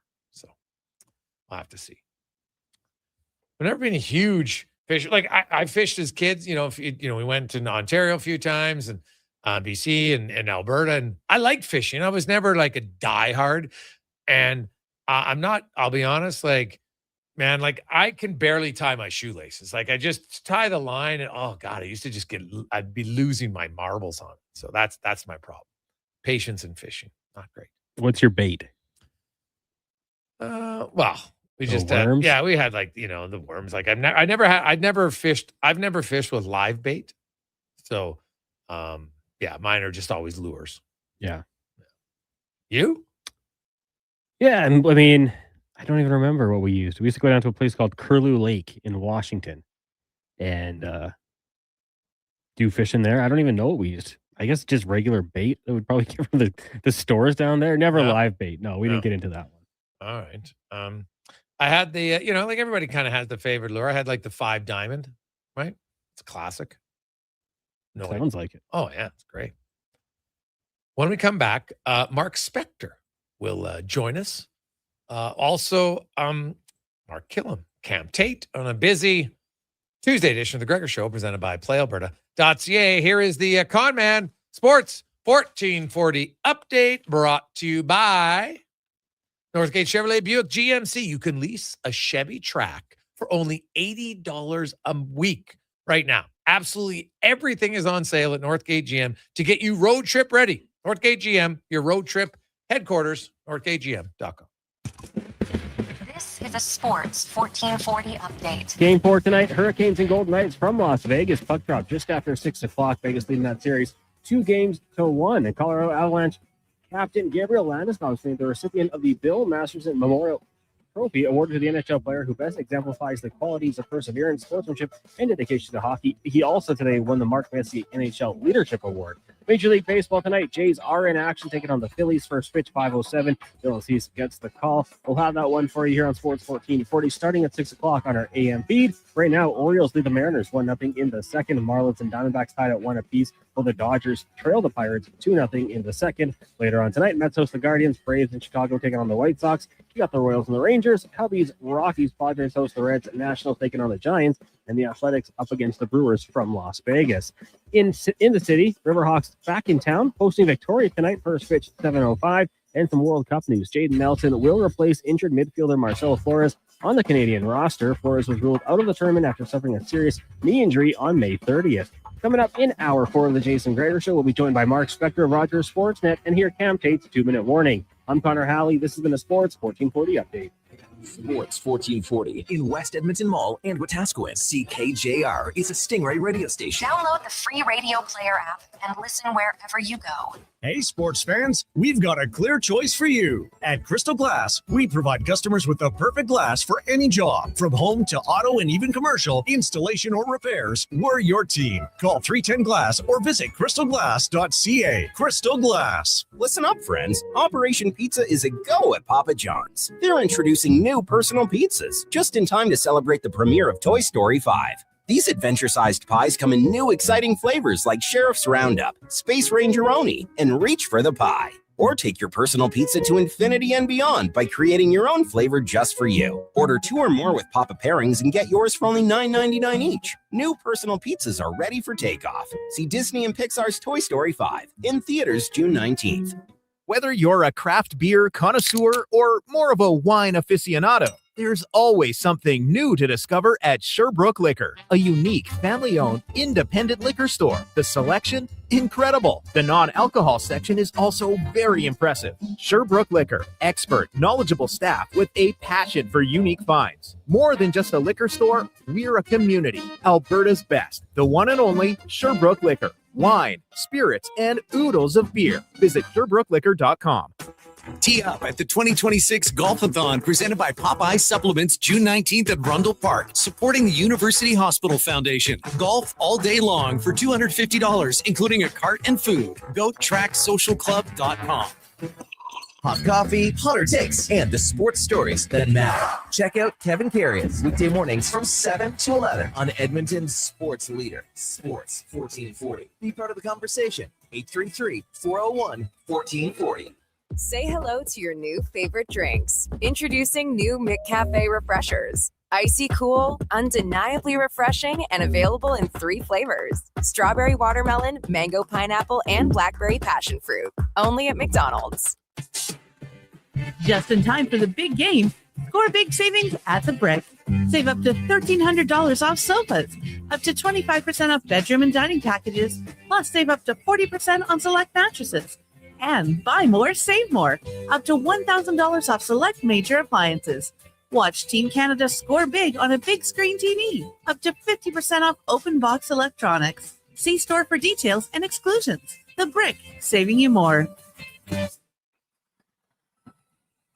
Bashaw Concrete Products. From concrete and septic tanks to blocks, precast water pads, Jersey barriers and aggregates. Farmers, contractors, homeowners. Plan your next project at BashawConcrete.com. Family owned, over 60 years pouring. Bashaw Concrete Products. Once again, start here. BashawConcrete.com. Photographers, start your cameras. Vision Credit Union's annual photo contest is back. We're asking you to show us the people, places, and moments that made you glad you chose this rural life. Maybe it's the view from your farm, a walk down Main Street, neighbors pitching in, a weekend at the rodeo, or a sunset down a back road. Share your photo to show why life in rural Alberta is a choice worth celebrating. Enter and vote at whatsyourshare.ca.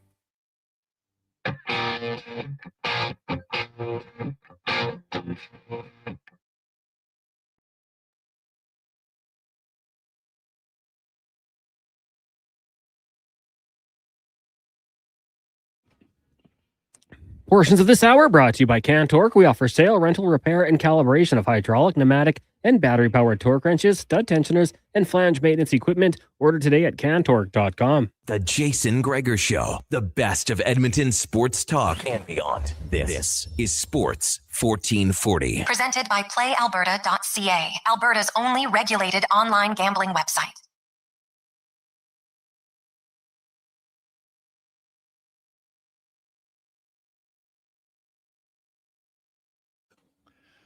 We continue.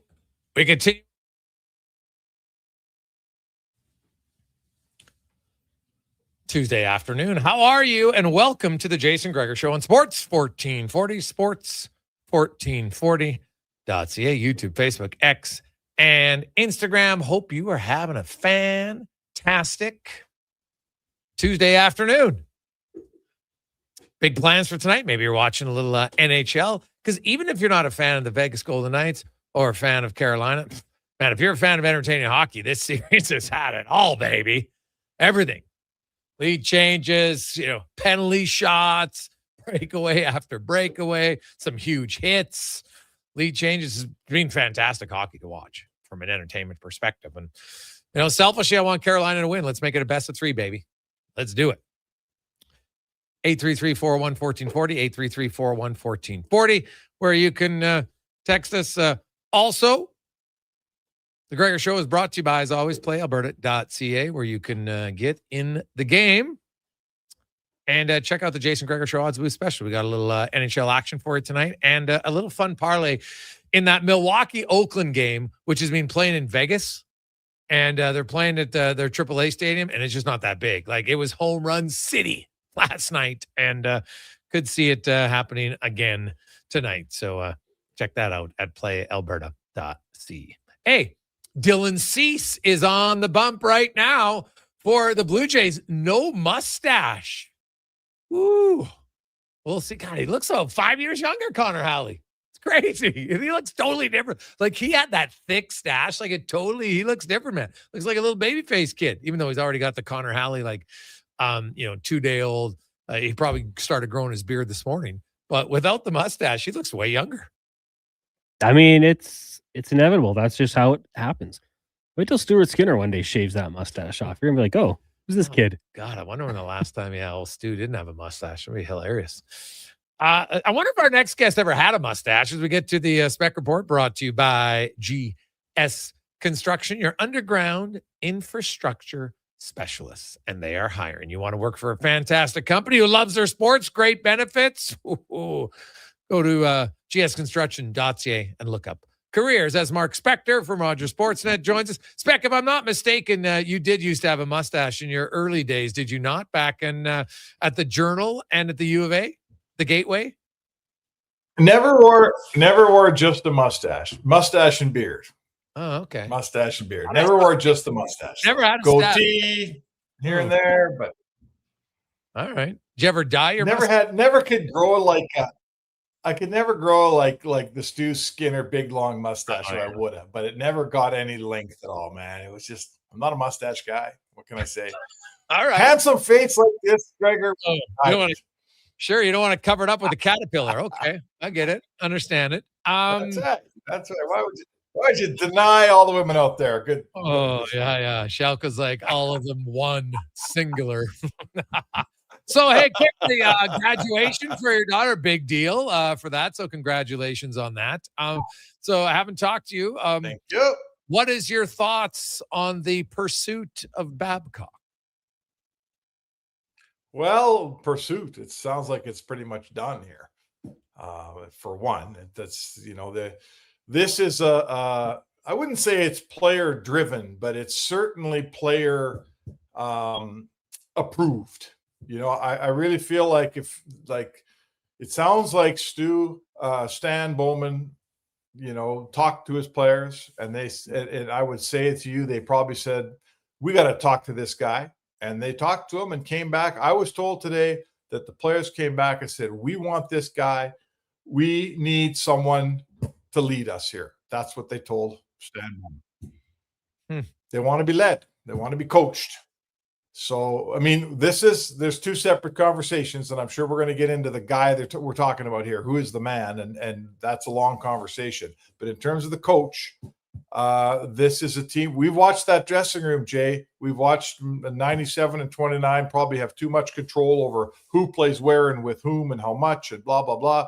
I think everybody wants out of that scene. They want a coach to come in and run a show. And that's what Babcock will do if he gets hired. Yeah, maybe. Run a show for sure. How many guys will he run over is really the question. Right? Because that's... Yeah, I mean, this is a... Yep. There's two different stuff. Like, you go ahead. You can't say on one hand, oh yeah, great tactician will be a good coach. Sure. No one's, even like Mike Commodore, who can't stand him, said, hey, I've never once said he's not a good technical coach. Doesn't know the game. No one's arguing that. It's the other side, and it's the bully. And that's what he is. And there's all these stories. I wrote it again today after researching it from and guys on record, Spec. And that's what that's to me why this is the Jeff Goldblum quote, right? Your management team were so preoccupied with whether or not they could, they didn't stop to think if they should. And really, that's what it comes down to. Yeah, no one debates if he's a good coach, but at what cost? At what and how? No one can come out there and say, "Oh yeah, he's learned from it." Based on what? Because he told you he's learned from it. What has he actually done to show he's learned from it? Because he didn't show it the last time in Columbus after 2 months. So how's it going to be different? Maybe it'll be different. And I hope for his sake, he's finally woken up and realized that being an absolute donkey up to players isn't the way to coach. You don't need that way to be successful. There's a laundry list of coaches that can be hard on players and be respectful at the same time. It doesn't have to be, I got to be a complete ass hat to my players. But because he's never done it, and really from his opening training camp in the NHL, he has decided to coach with fear and bullying. That's been his MO. So I can't just blindly sit here and just assume that it's all going to be roses and everything is going to be great. No, and I would add to that and say, let's say that he stripped that whole area, that whole, leveled onion skin off of his coaching resume. Let's say he took away all those characteristics that you're speaking about. Can he still do what he wants to do? Is he still the same guy, or is he a completely different guy? And now you've hired someone who's not the guy you think you're hiring. Is that an integral part of Mike Babcock's entire operating system, to be a dick to certain players on the team, right? Can he operate without doing that? If you take that away from him, can he still do what he wants to do? I don't know. That's a good question, man. It's a good question. Like if I'm a columnist and there's a certain amount of columns that one writes, there's humor, there's, sometimes you're critical. Sometimes you write a real nice piece about how good someone is. If you told me, okay, Spec, we're giving you jobs as a columnist, but you can't criticize anyone, I'd say, well, hang on. Yeah. I'm not sure I can do this job. Right. No. So let's see. I don't know what the answer to that question is. I don't know what it is. So let's find that out. Well, I think we're going to find that out. The other thing I'd say is there's veteran players on this team.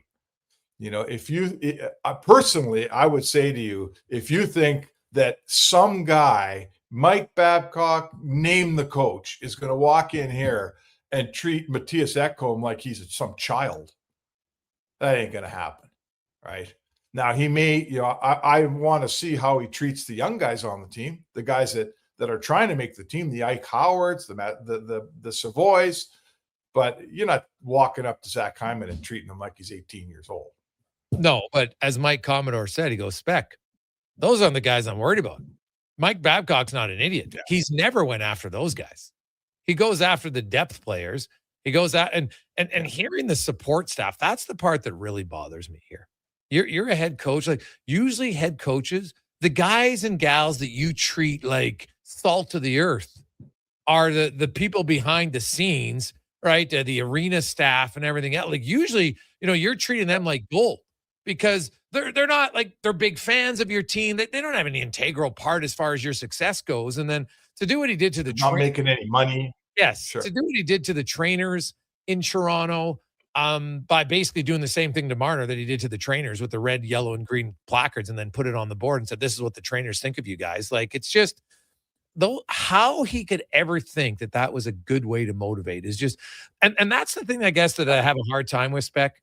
Is I've never once, and hey, I'd love the opportunity.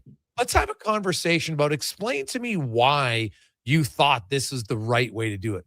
Because you can't tell me that you weren't trying to bully people and make everybody uncomfortable. And almost like, you know what, some people believe that if you have chaos and uncomfortableness, that's better. And I'm not a big believer. No, I'm not either. The entire American government strategy has been to flood the zone with chaos, right? Yeah. There's chaos every day coming out of that presidency, and that's a group of highly intelligent people who think that that's a good thing to do. I think they're wrong. Yeah. And I think chaos is not the answer. Yes. Sadly, we see that in our own province. On a micro level, in a coach's in a dressing room, chaos isn't good. There's no, there's certain times there's certain things that have to happen. And a tough coach, that's fine. It can't be a country club, all those things, whatever. Guys get paid big money. If they have to do some stuff once in a while they don't want to do, well, that's life, pal. We all do. But bullying young players and equipment staff and things like that, I'll tell you what, like it's the thing I'd say, Jay, is Mike Babcock's 63 years old, right? 63 years old. If you're this guy up until now, do you change? Can you change? Well, that's the question, right? Like, do you just naturally revert back to what you know? Change is hard for all of us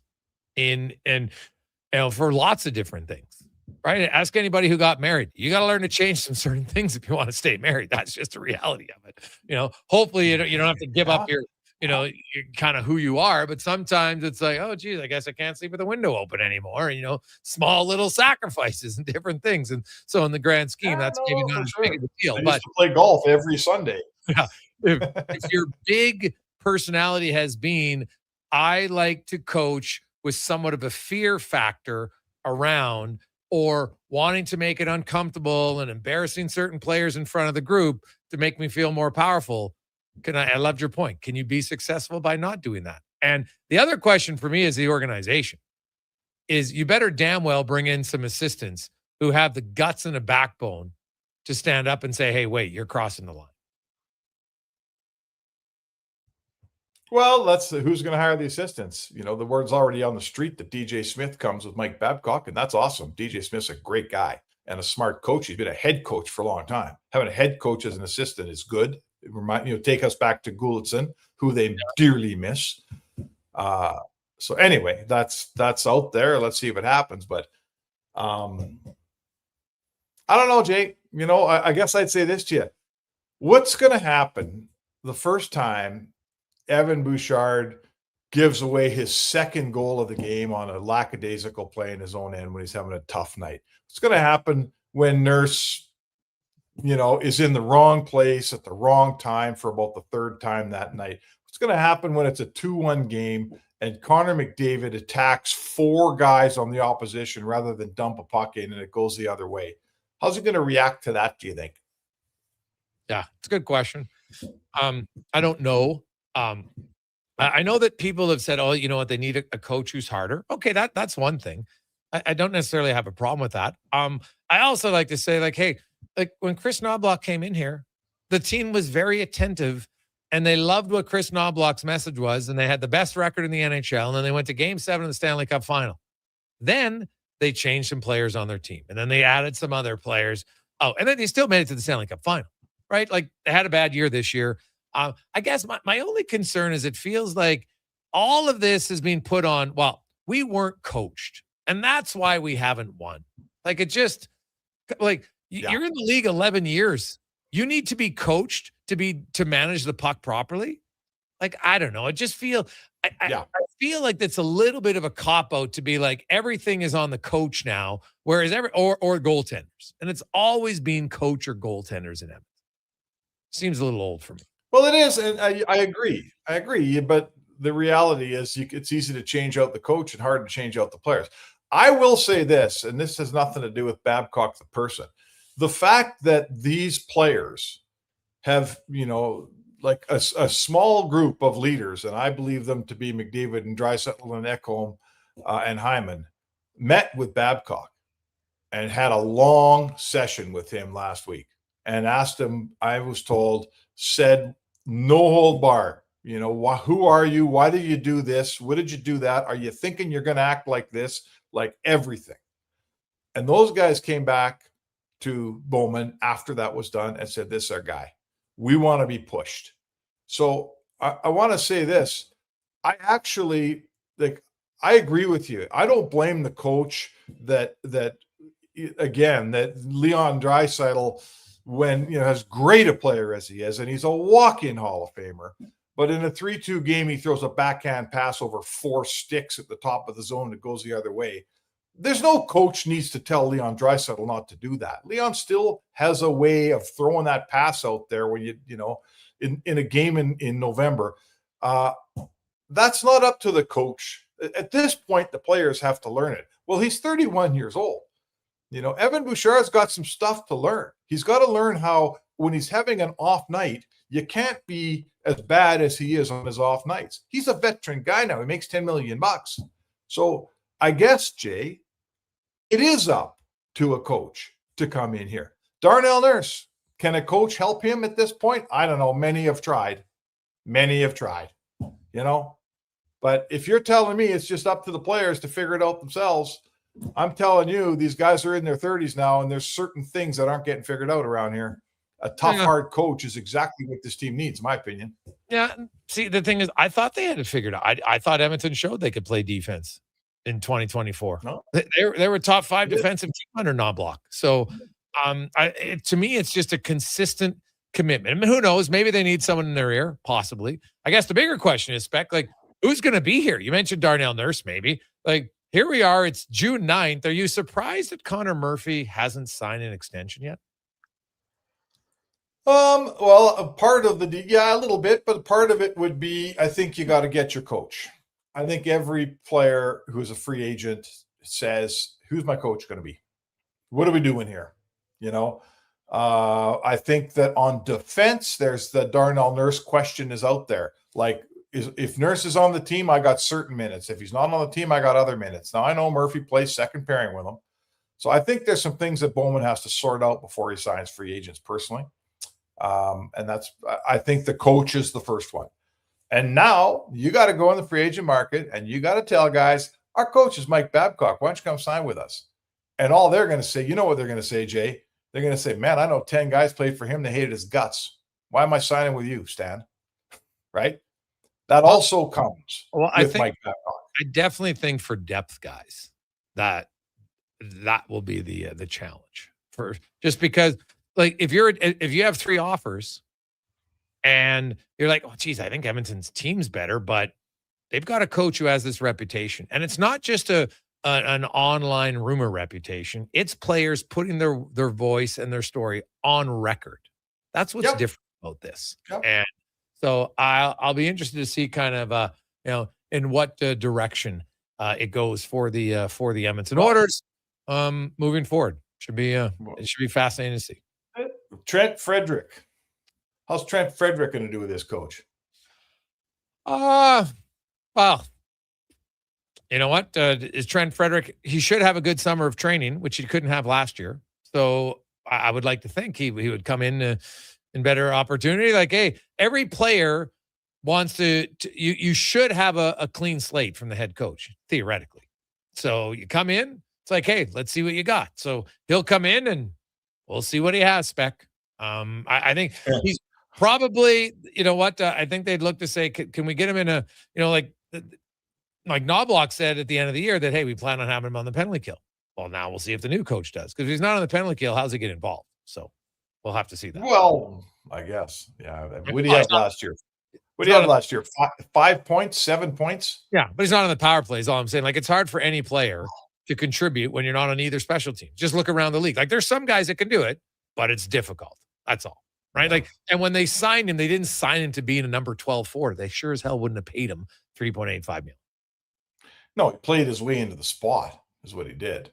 Right. Yep. So anyway, my point would be there's a guy that could use a coach that doesn't, when you have 4 bad shifts in a row, it doesn't sit well with them. There's been too much. I think this team got a little comfortable. And again, there's 2 questions here. I'm going to say it again. There's Mike Babcock, the coach. I think, and I wrote this today, I think the Oilers got the right coach. I don't know if they got the right man. And that's the 2 sides to this tale. I think they got the right coach. I think they need a hard, tough coach that's willing to tell the guy at the top of the lineup to play differently and tell the guy at the bottom lineup to play differently. Did they get the right man? Time's going to tell on that one. Yeah. Spec, good stuff, buddy. We'll talk to you tomorrow. It's Mark Spector, the Spec Report, brought to you by GS construction. We'll come back. We got Tam Tate, also the head coach of the Elks. Mark Gillum on the Gregor Show, presented by PlayAlberta.ca. With Play Alberta, backing the home team goes beyond the bets. That's because your picks have provincial impact. Play Alberta is the only app in the province that puts all revenue directly back into supporting programs and services that Albertans rely on every day.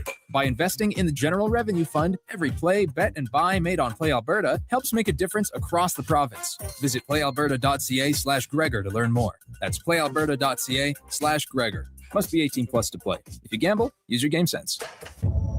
Are you looking for safe and reliable transportation solutions for your wedding, corporate retreat, or golf trip? Look no further than Silent Rides, Alberta's premier charter bus company. Whether your group is big or small, Silent Rides has you covered. We offer 3 different sizes of units to cater to your needs, and we provide first-class service at affordable rates. Get your quote today. For more information and to request a quote, contact sales at 877-748-0991 or visit silentrides.ca. Our new McCafe crafted sodas just drinks or something more. Like Sprite Berry Bliss, Creamy Strawberry Coke, and Orange Dream. All swirled with fizzy flavor and topped with silky cold foam. Only at McDonald's. At participating McDonald's So who restaurants sets the in gold Canada. standard for sports fandom? Just in The time for the faithful. big game. Score big savings at the Brick. Save up to $1,300 off sofas, up to 25% off bedroom and dining packages, plus save up to 40% on select mattresses. And buy 2-minute more, warning. save more. This is Cam Tate, $1,000 off Sports select major 1440. Watch Team Canada score big on a big screen TV, up to 50% off open box electronics. See in-store for details and exclusions. The Brick, saving you more. And here comes Action Electrical Service Team sprinting onto the scene. These are your first responders for any electrical emergency. That's right. With their fleet of service vans and specialized gear, they assess, they service, and maintain electrical lighting and automation systems. They're all about rapid response. Quick diagnostics and repairs to restore power and safety fast. Hire the Action Electrical team to bring home a win for your project. Visit actionelectrical.net. Cattail Crossing Golf and Winter Club. Fun and friendly with morning rates Monday to Thursday. Just $65 for 18 holes with cart. $55 for seniors. Includes a $5 food voucher for dining at Cattail's Out of Bounds restaurant. There's early bird golf Saturday and Sunday. $50 for 9 holes with cart and snack voucher. 9 and dine Fridays after 4. $130 per pair for 9 holes cart and a $40 Out of Bounds gift card. Plus, Glow Golf every second Friday and bring your dog golfing on Mondays. Visit cattailcrossing.ca. Hi, Edmonton. Are you ready to serve up some summer fun? Join Subaru at the Edmonton Expo Center on June 13th from 11 a.m. to 2 p.m. for a free family-friendly tennis event designed for all ages from 3 to 83. Whether you're a seasoned player or have never picked up a racket, come to have fun and celebrate the start of tennis season in a comfortable indoor space. Register today at edmontontennis.ca. Make some memories and welcome summer with Subaru. Welcome to Uncommon. The puck is passed up through the neutral zone, and here's a breakaway. He's coming in hot. He shoots it. Oh no, a broken stick. When it comes to performance, quality parts matter. Napa Auto Parts has all the reliable parts, tools, and more to keep your vehicle running like a playoff contender. With over 85 locations in Alberta, visit your local Napa store today or shop online at napacanada.com. That's Napa know-how.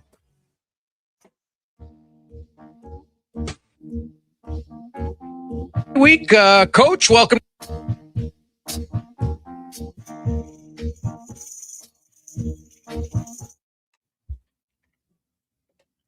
Portions of this hour brought to you by Sherbrooke Liquor, the best place for wine, cocktails, and beers from all over the world. Also, a variety of excellent non-alcoholic options. See more at SherbrookeLiquor.com. The Jason Gregor Show, the best of Edmonton sports talk and beyond. This is Sports. Coach, welcome to the show. How you doing? Presented by PlayAlberta.ca, Alberta's only regulated online gambling website.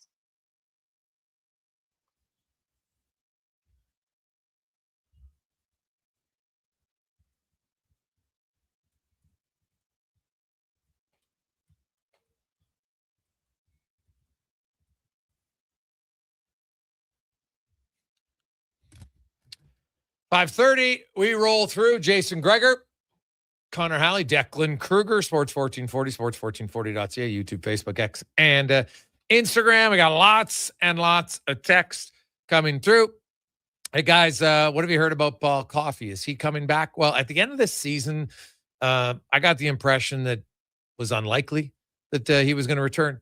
Now, that was when for the first few days we thought Knobloch was still here, right? But Paul Coffey and Mike Babcock have no connections. Now, I know Knobloch didn't either, but Knobloch was a rookie head coach. And so they came in kind of together. I don't think that if Babcock's the head coach, that they would force him to have Paul Coffey as an assistant. If he wanted to, I guess they could have a discussion. But my gut would say probably not. But I can't say that with certainty. That's just kind of what I think. So, hey, Gregor, does Babcock still demand a premium salary? Does he come at a redemption discount? James. Fascinating question, James. I honestly don't know. I don't think he'll get paid what he got paid. Well, there's no chance I think he's getting paid what he got paid in Toronto.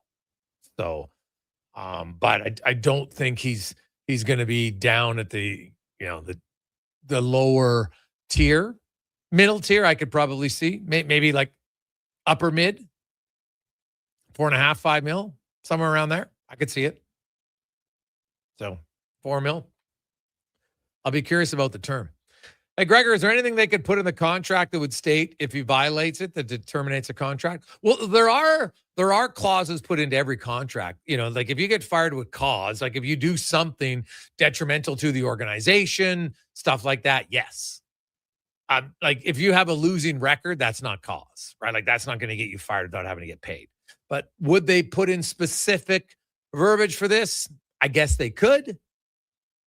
But if you're hiring him, it's almost like you're saying that stuff doesn't matter because that's why you're hiring him. Because he's told you he's changed.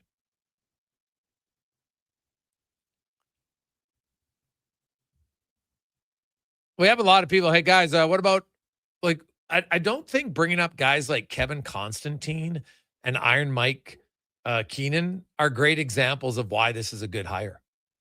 It's probably the opposite. Right? That's because things like there's lots of things in society that has changed because they realized it wasn't good. Okay? You can be a hard coach. You can be demanding. Belittling players and bullying players it's not synonymous with being a hard coach. Not at all. You can come in and, hey, I expect a worth ethic. You can come in and say, this is what we expect from you. And you can hold players accountable to that.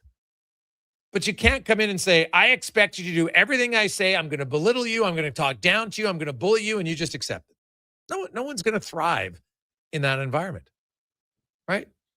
Hey, guys, the saddest thing about this is allowing players to make the decisive input. They should have impact, but senior leadership must have the judgment to protect the players from their own misapplication of intention. They want strength of character, but not play well under fear. Babcock will patronize the big guys and crush anyone he thinks is expendable. The automatic moment of truth is how Babcock treats support staff. All you need to know. And bullies hire for frailty, not strength. From Lauren. Hey, guys, Kate's decision. So this is about money. Bone was damaged goods, discount. Babcock damaged goods, discount. Casty for $6 million in 5 years. If Vegas says yes, Babcock's for $3 million or 2 or 3 mils. That's what he's doing. JP on the island. Well, we'll see. Interesting angle. Hadn't really thought of it that way at all.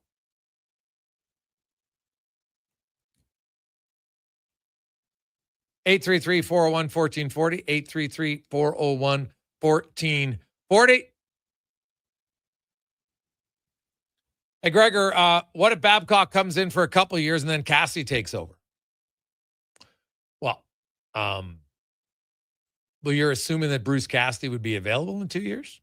I guess that's possible, but I don't see how that would be the strategy here. That would seem like that's a pretty big thinking ahead, trying to put all the pieces in a puzzle that's kind of always like that's like a puzzle that's moving constantly. Because honestly, we don't know what's going to happen in 6 to 8 months in sporting world for teams, right? Or what's going to happen even next year. So I don't think the plan is say we hire Babcock now and then we hire Cassidy in 2 years. At least I wouldn't think so. That seems like a very ill-advised plan. Let's get to Cam Tate's 2-minute warning, brought to you by Legacy Heating and Cooling, where the rates never change. No overtime charges. That's how you build a legacy at legacyheating.ca. Here is the man, the myth, the legend, Cam Tate, and his 2-minute warning. So who sets the gold standard for sports fandom? Consider the cathedrals of devotion. Argentina, where stadiums become symphonies. Celtic, loud enough to rattle the finest players alive. Montreal, with a hockey wisdom passed down like an heirloom. The Green Bay Packers, community-owned, with a season ticket waitlist measured not in years, but in generations. And Boca Juniors, where the very ground trembles beneath the faithful. A worthy company.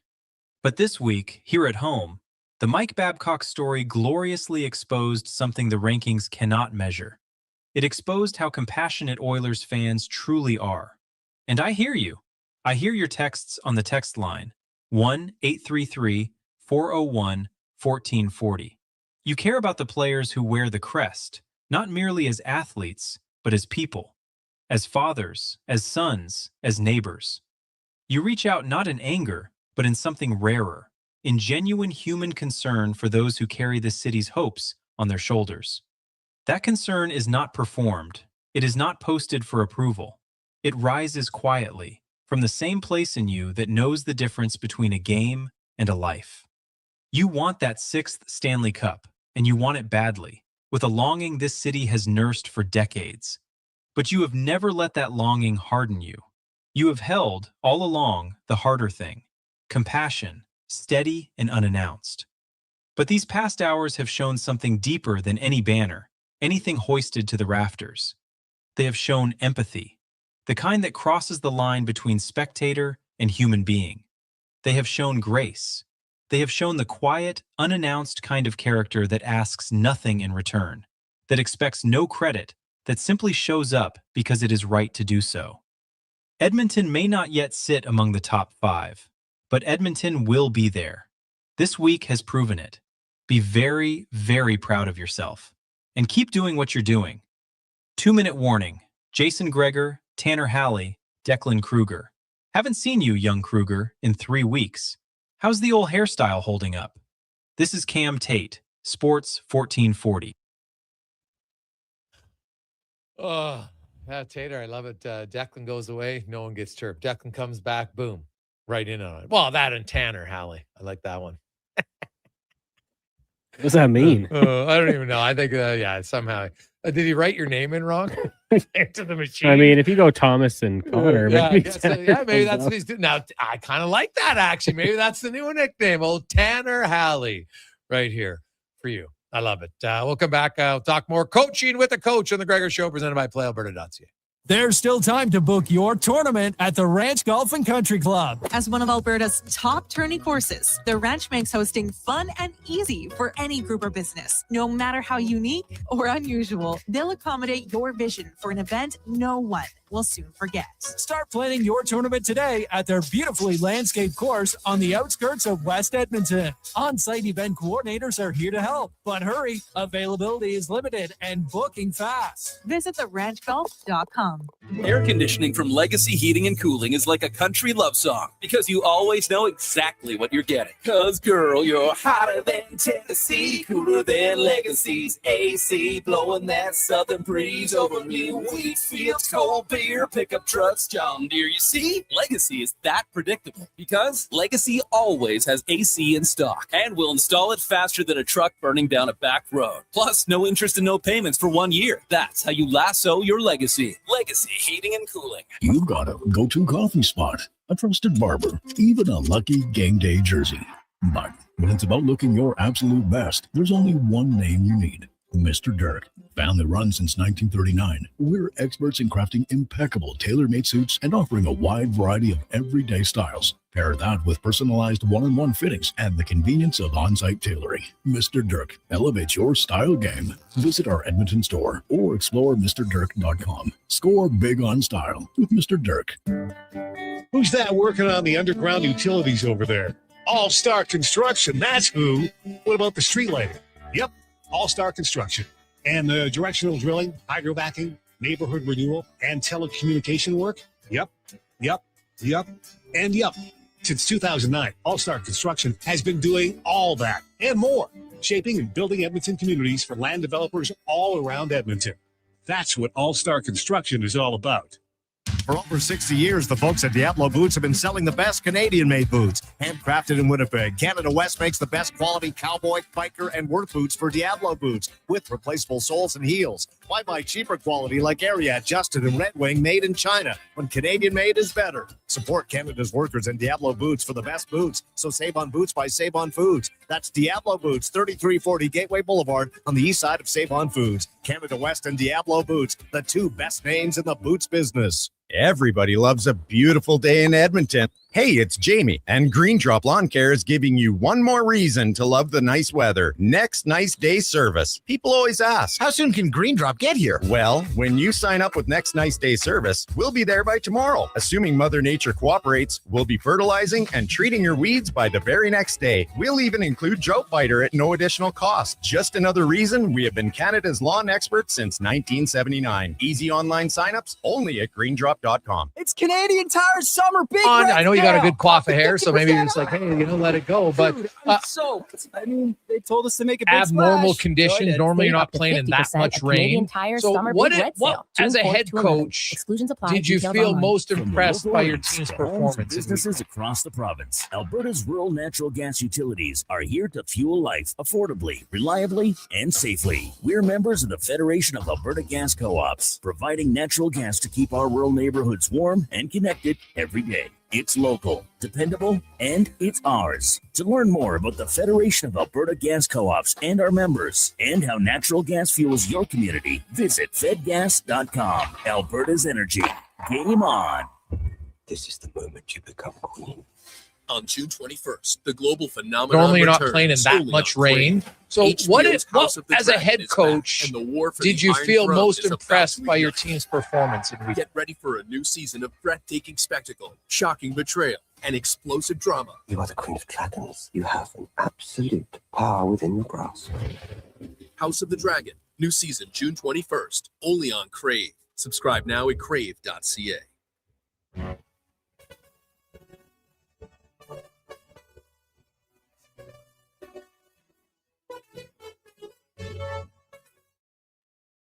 Portions of this hour brought to you by Crystal Glass, your clear choice for residential windows, locally manufactured and installed. Crystal Glass provides a beautiful product and incredible customer services for all of your residential needs. Call 310 Glass or visit crystalglass.ca for a quote. This is Sports 1440, where Edmonton talks sports. On YouTube, Facebook, and X. Here's Jason Gregor. Brought to you by playalberta.ca.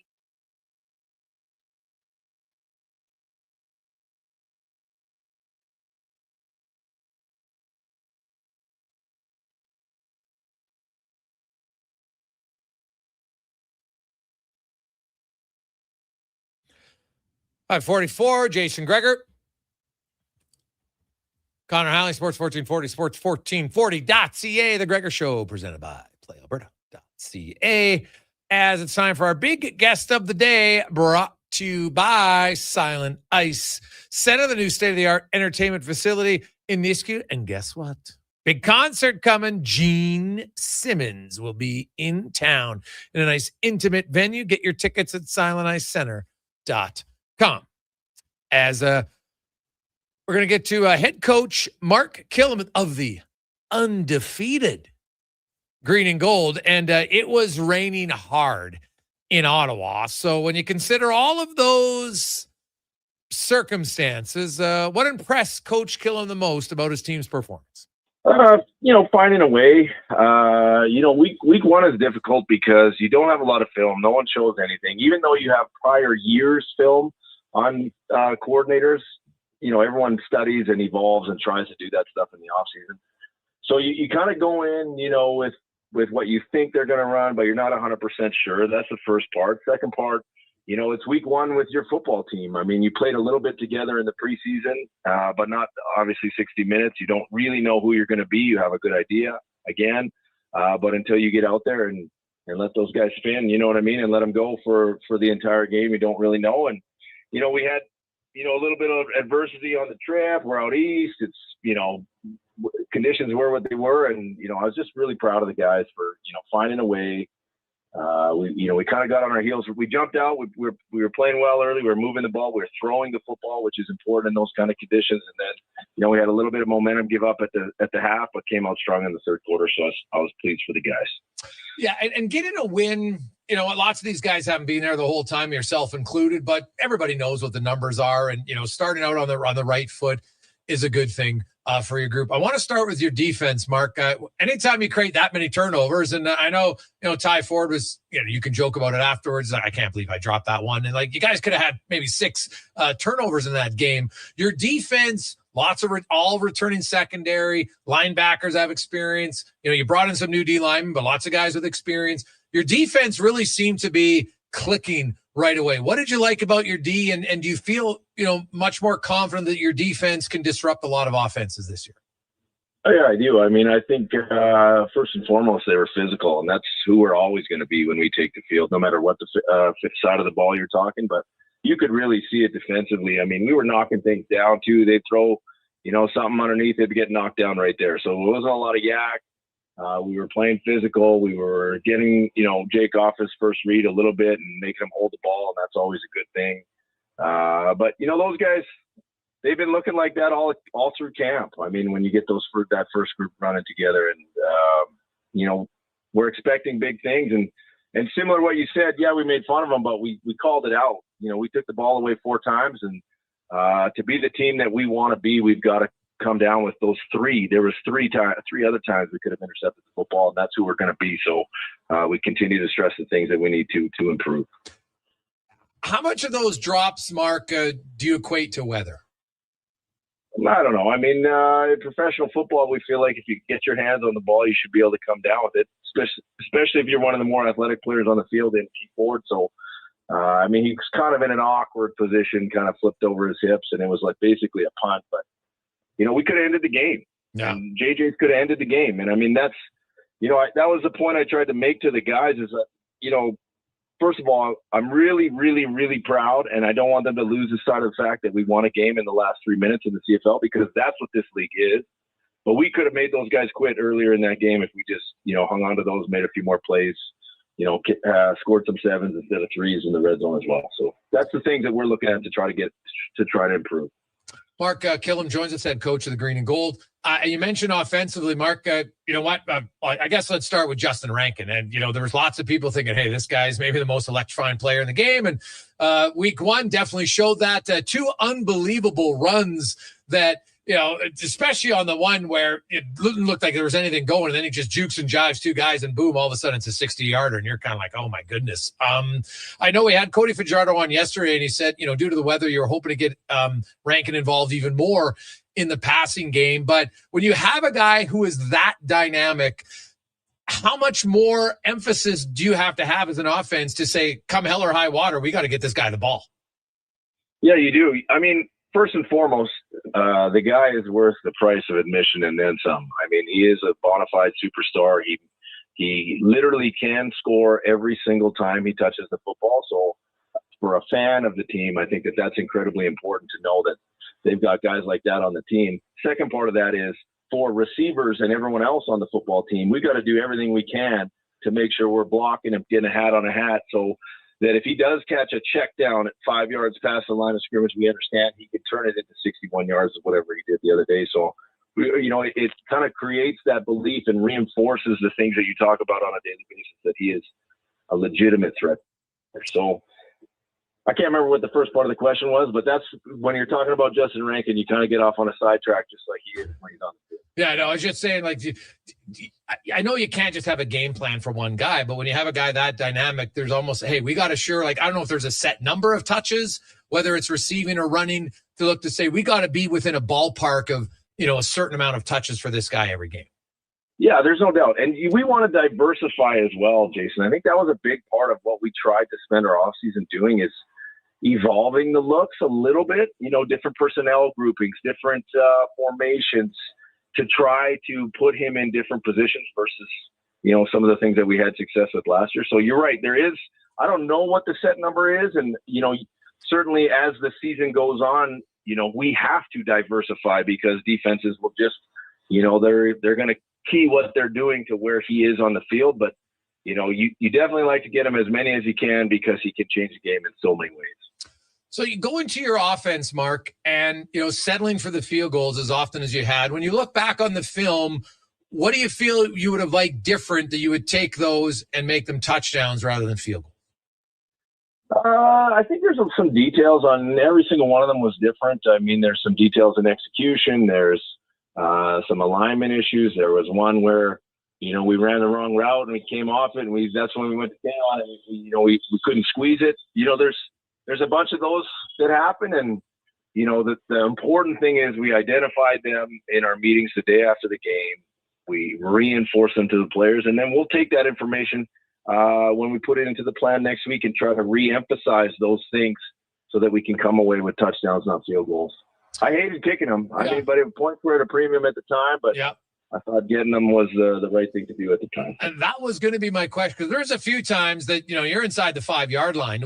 What's the thought process there to say sometimes maybe we'll go for it? Obviously, you never want to turn down points, but there is the potential of being that close for a 7. Kind of take us through the mindset. Is that a split-second decision, or are those some things, Mark, that you've kind of thought of as a coach, in every scenario possible leading up to a game to say, okay, if this happens, we're going to try this. If this happens, then we're going to do it. Does time of the game impact that at all? Yeah, and I think opponent does as well. I know, we have to score 7s to beat teams like BC, who we know are going to score points. Okay. I think that's all part of how we prepare during the week. I'll sit down with Jordan before the game, and we'll go through all of, what do we like? 2nd and 2, 2nd and 1, 3rd and 2, 3rd and 3 to 5. How many plays do we feel like we have? How many 2-point conversions do we feel like we have? If it's a gotta have it, what's our down and distance? So we go through all that stuff. Me just personally as philosophy wise is that I feel like if we're inside the 10, we should score touchdowns. And, conditions most certainly played into my decision making in the last game. The way that our defense was playing, I thought was good, but I also knew that points mattered, and we were trying to do whatever we could to come away 1-0 in that game. Mark Killam. If you want to hear the rest of that interview, you can go to jasongregor.com or listen anywhere where you get your podcasts. Have yourselves a wonderful Tuesday evening. Enjoy it. Brandon Bussey starting. Freddie Anderson isn't even dressed. Clearly, he is banged up from that collision in Game 3. So it'll be the Bussinator tonight for Carolina. We got the Jays game coming up after Connor Halley's Sports 1440 update. You can listen to it. The Jays in action against the Philadelphia Phillies. Cease on the mound. Thanks to Connor and Declan. As always, thanks to all of you for listening. If you missed any parts of the show, kill him, Mike Commodore, and more. Go to jasongregor.com or listen to the podcast or watch it on YouTube. Let's get to the Con Man and a Sports 1440 update brought to you by Fountain Tire. You need to have tires? They'll help you out. But guess what? Your vehicle maybe not working the way you want it. They can show you with their digital vehicle report, fountaintire.com. Good night.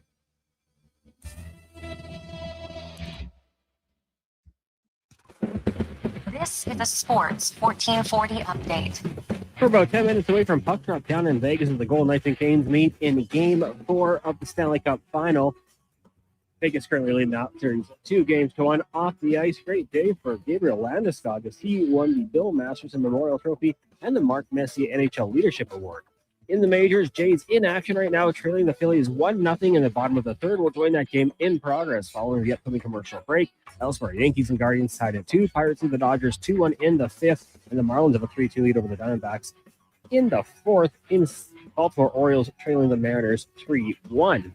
Later tonight, Cubbies taking on the Rockies, Angels host the Astros, Reds get the Padres, Giants host the Nationals, and the Brewers and Athletics meeting in Las Vegas. In our city, you got the Riverhawks back in action, hosting Victoria. First pitch, 7:05 down at Remax Field. And World Cup news, as Jaden Nelson will replace injured midfielder Marcelo Flores on the Canadian roster. Flores was ruled out of the tournament after suffering a serious knee injury on May 30th. That'll do it for us here on the Jason Gregor Show. Coming up next, Blue Jays baseball on the AM dial. If you're streaming, it's Fox Sports Radio. I'm Connor Halley. This has been a Sports 1440 update. It's Sports 1440, a Stingray radio station broadcasting on Treaty 6 territory. Download the free iHeartRadio app and listen to CKJR wherever you go. Legacy Heating and Cooling is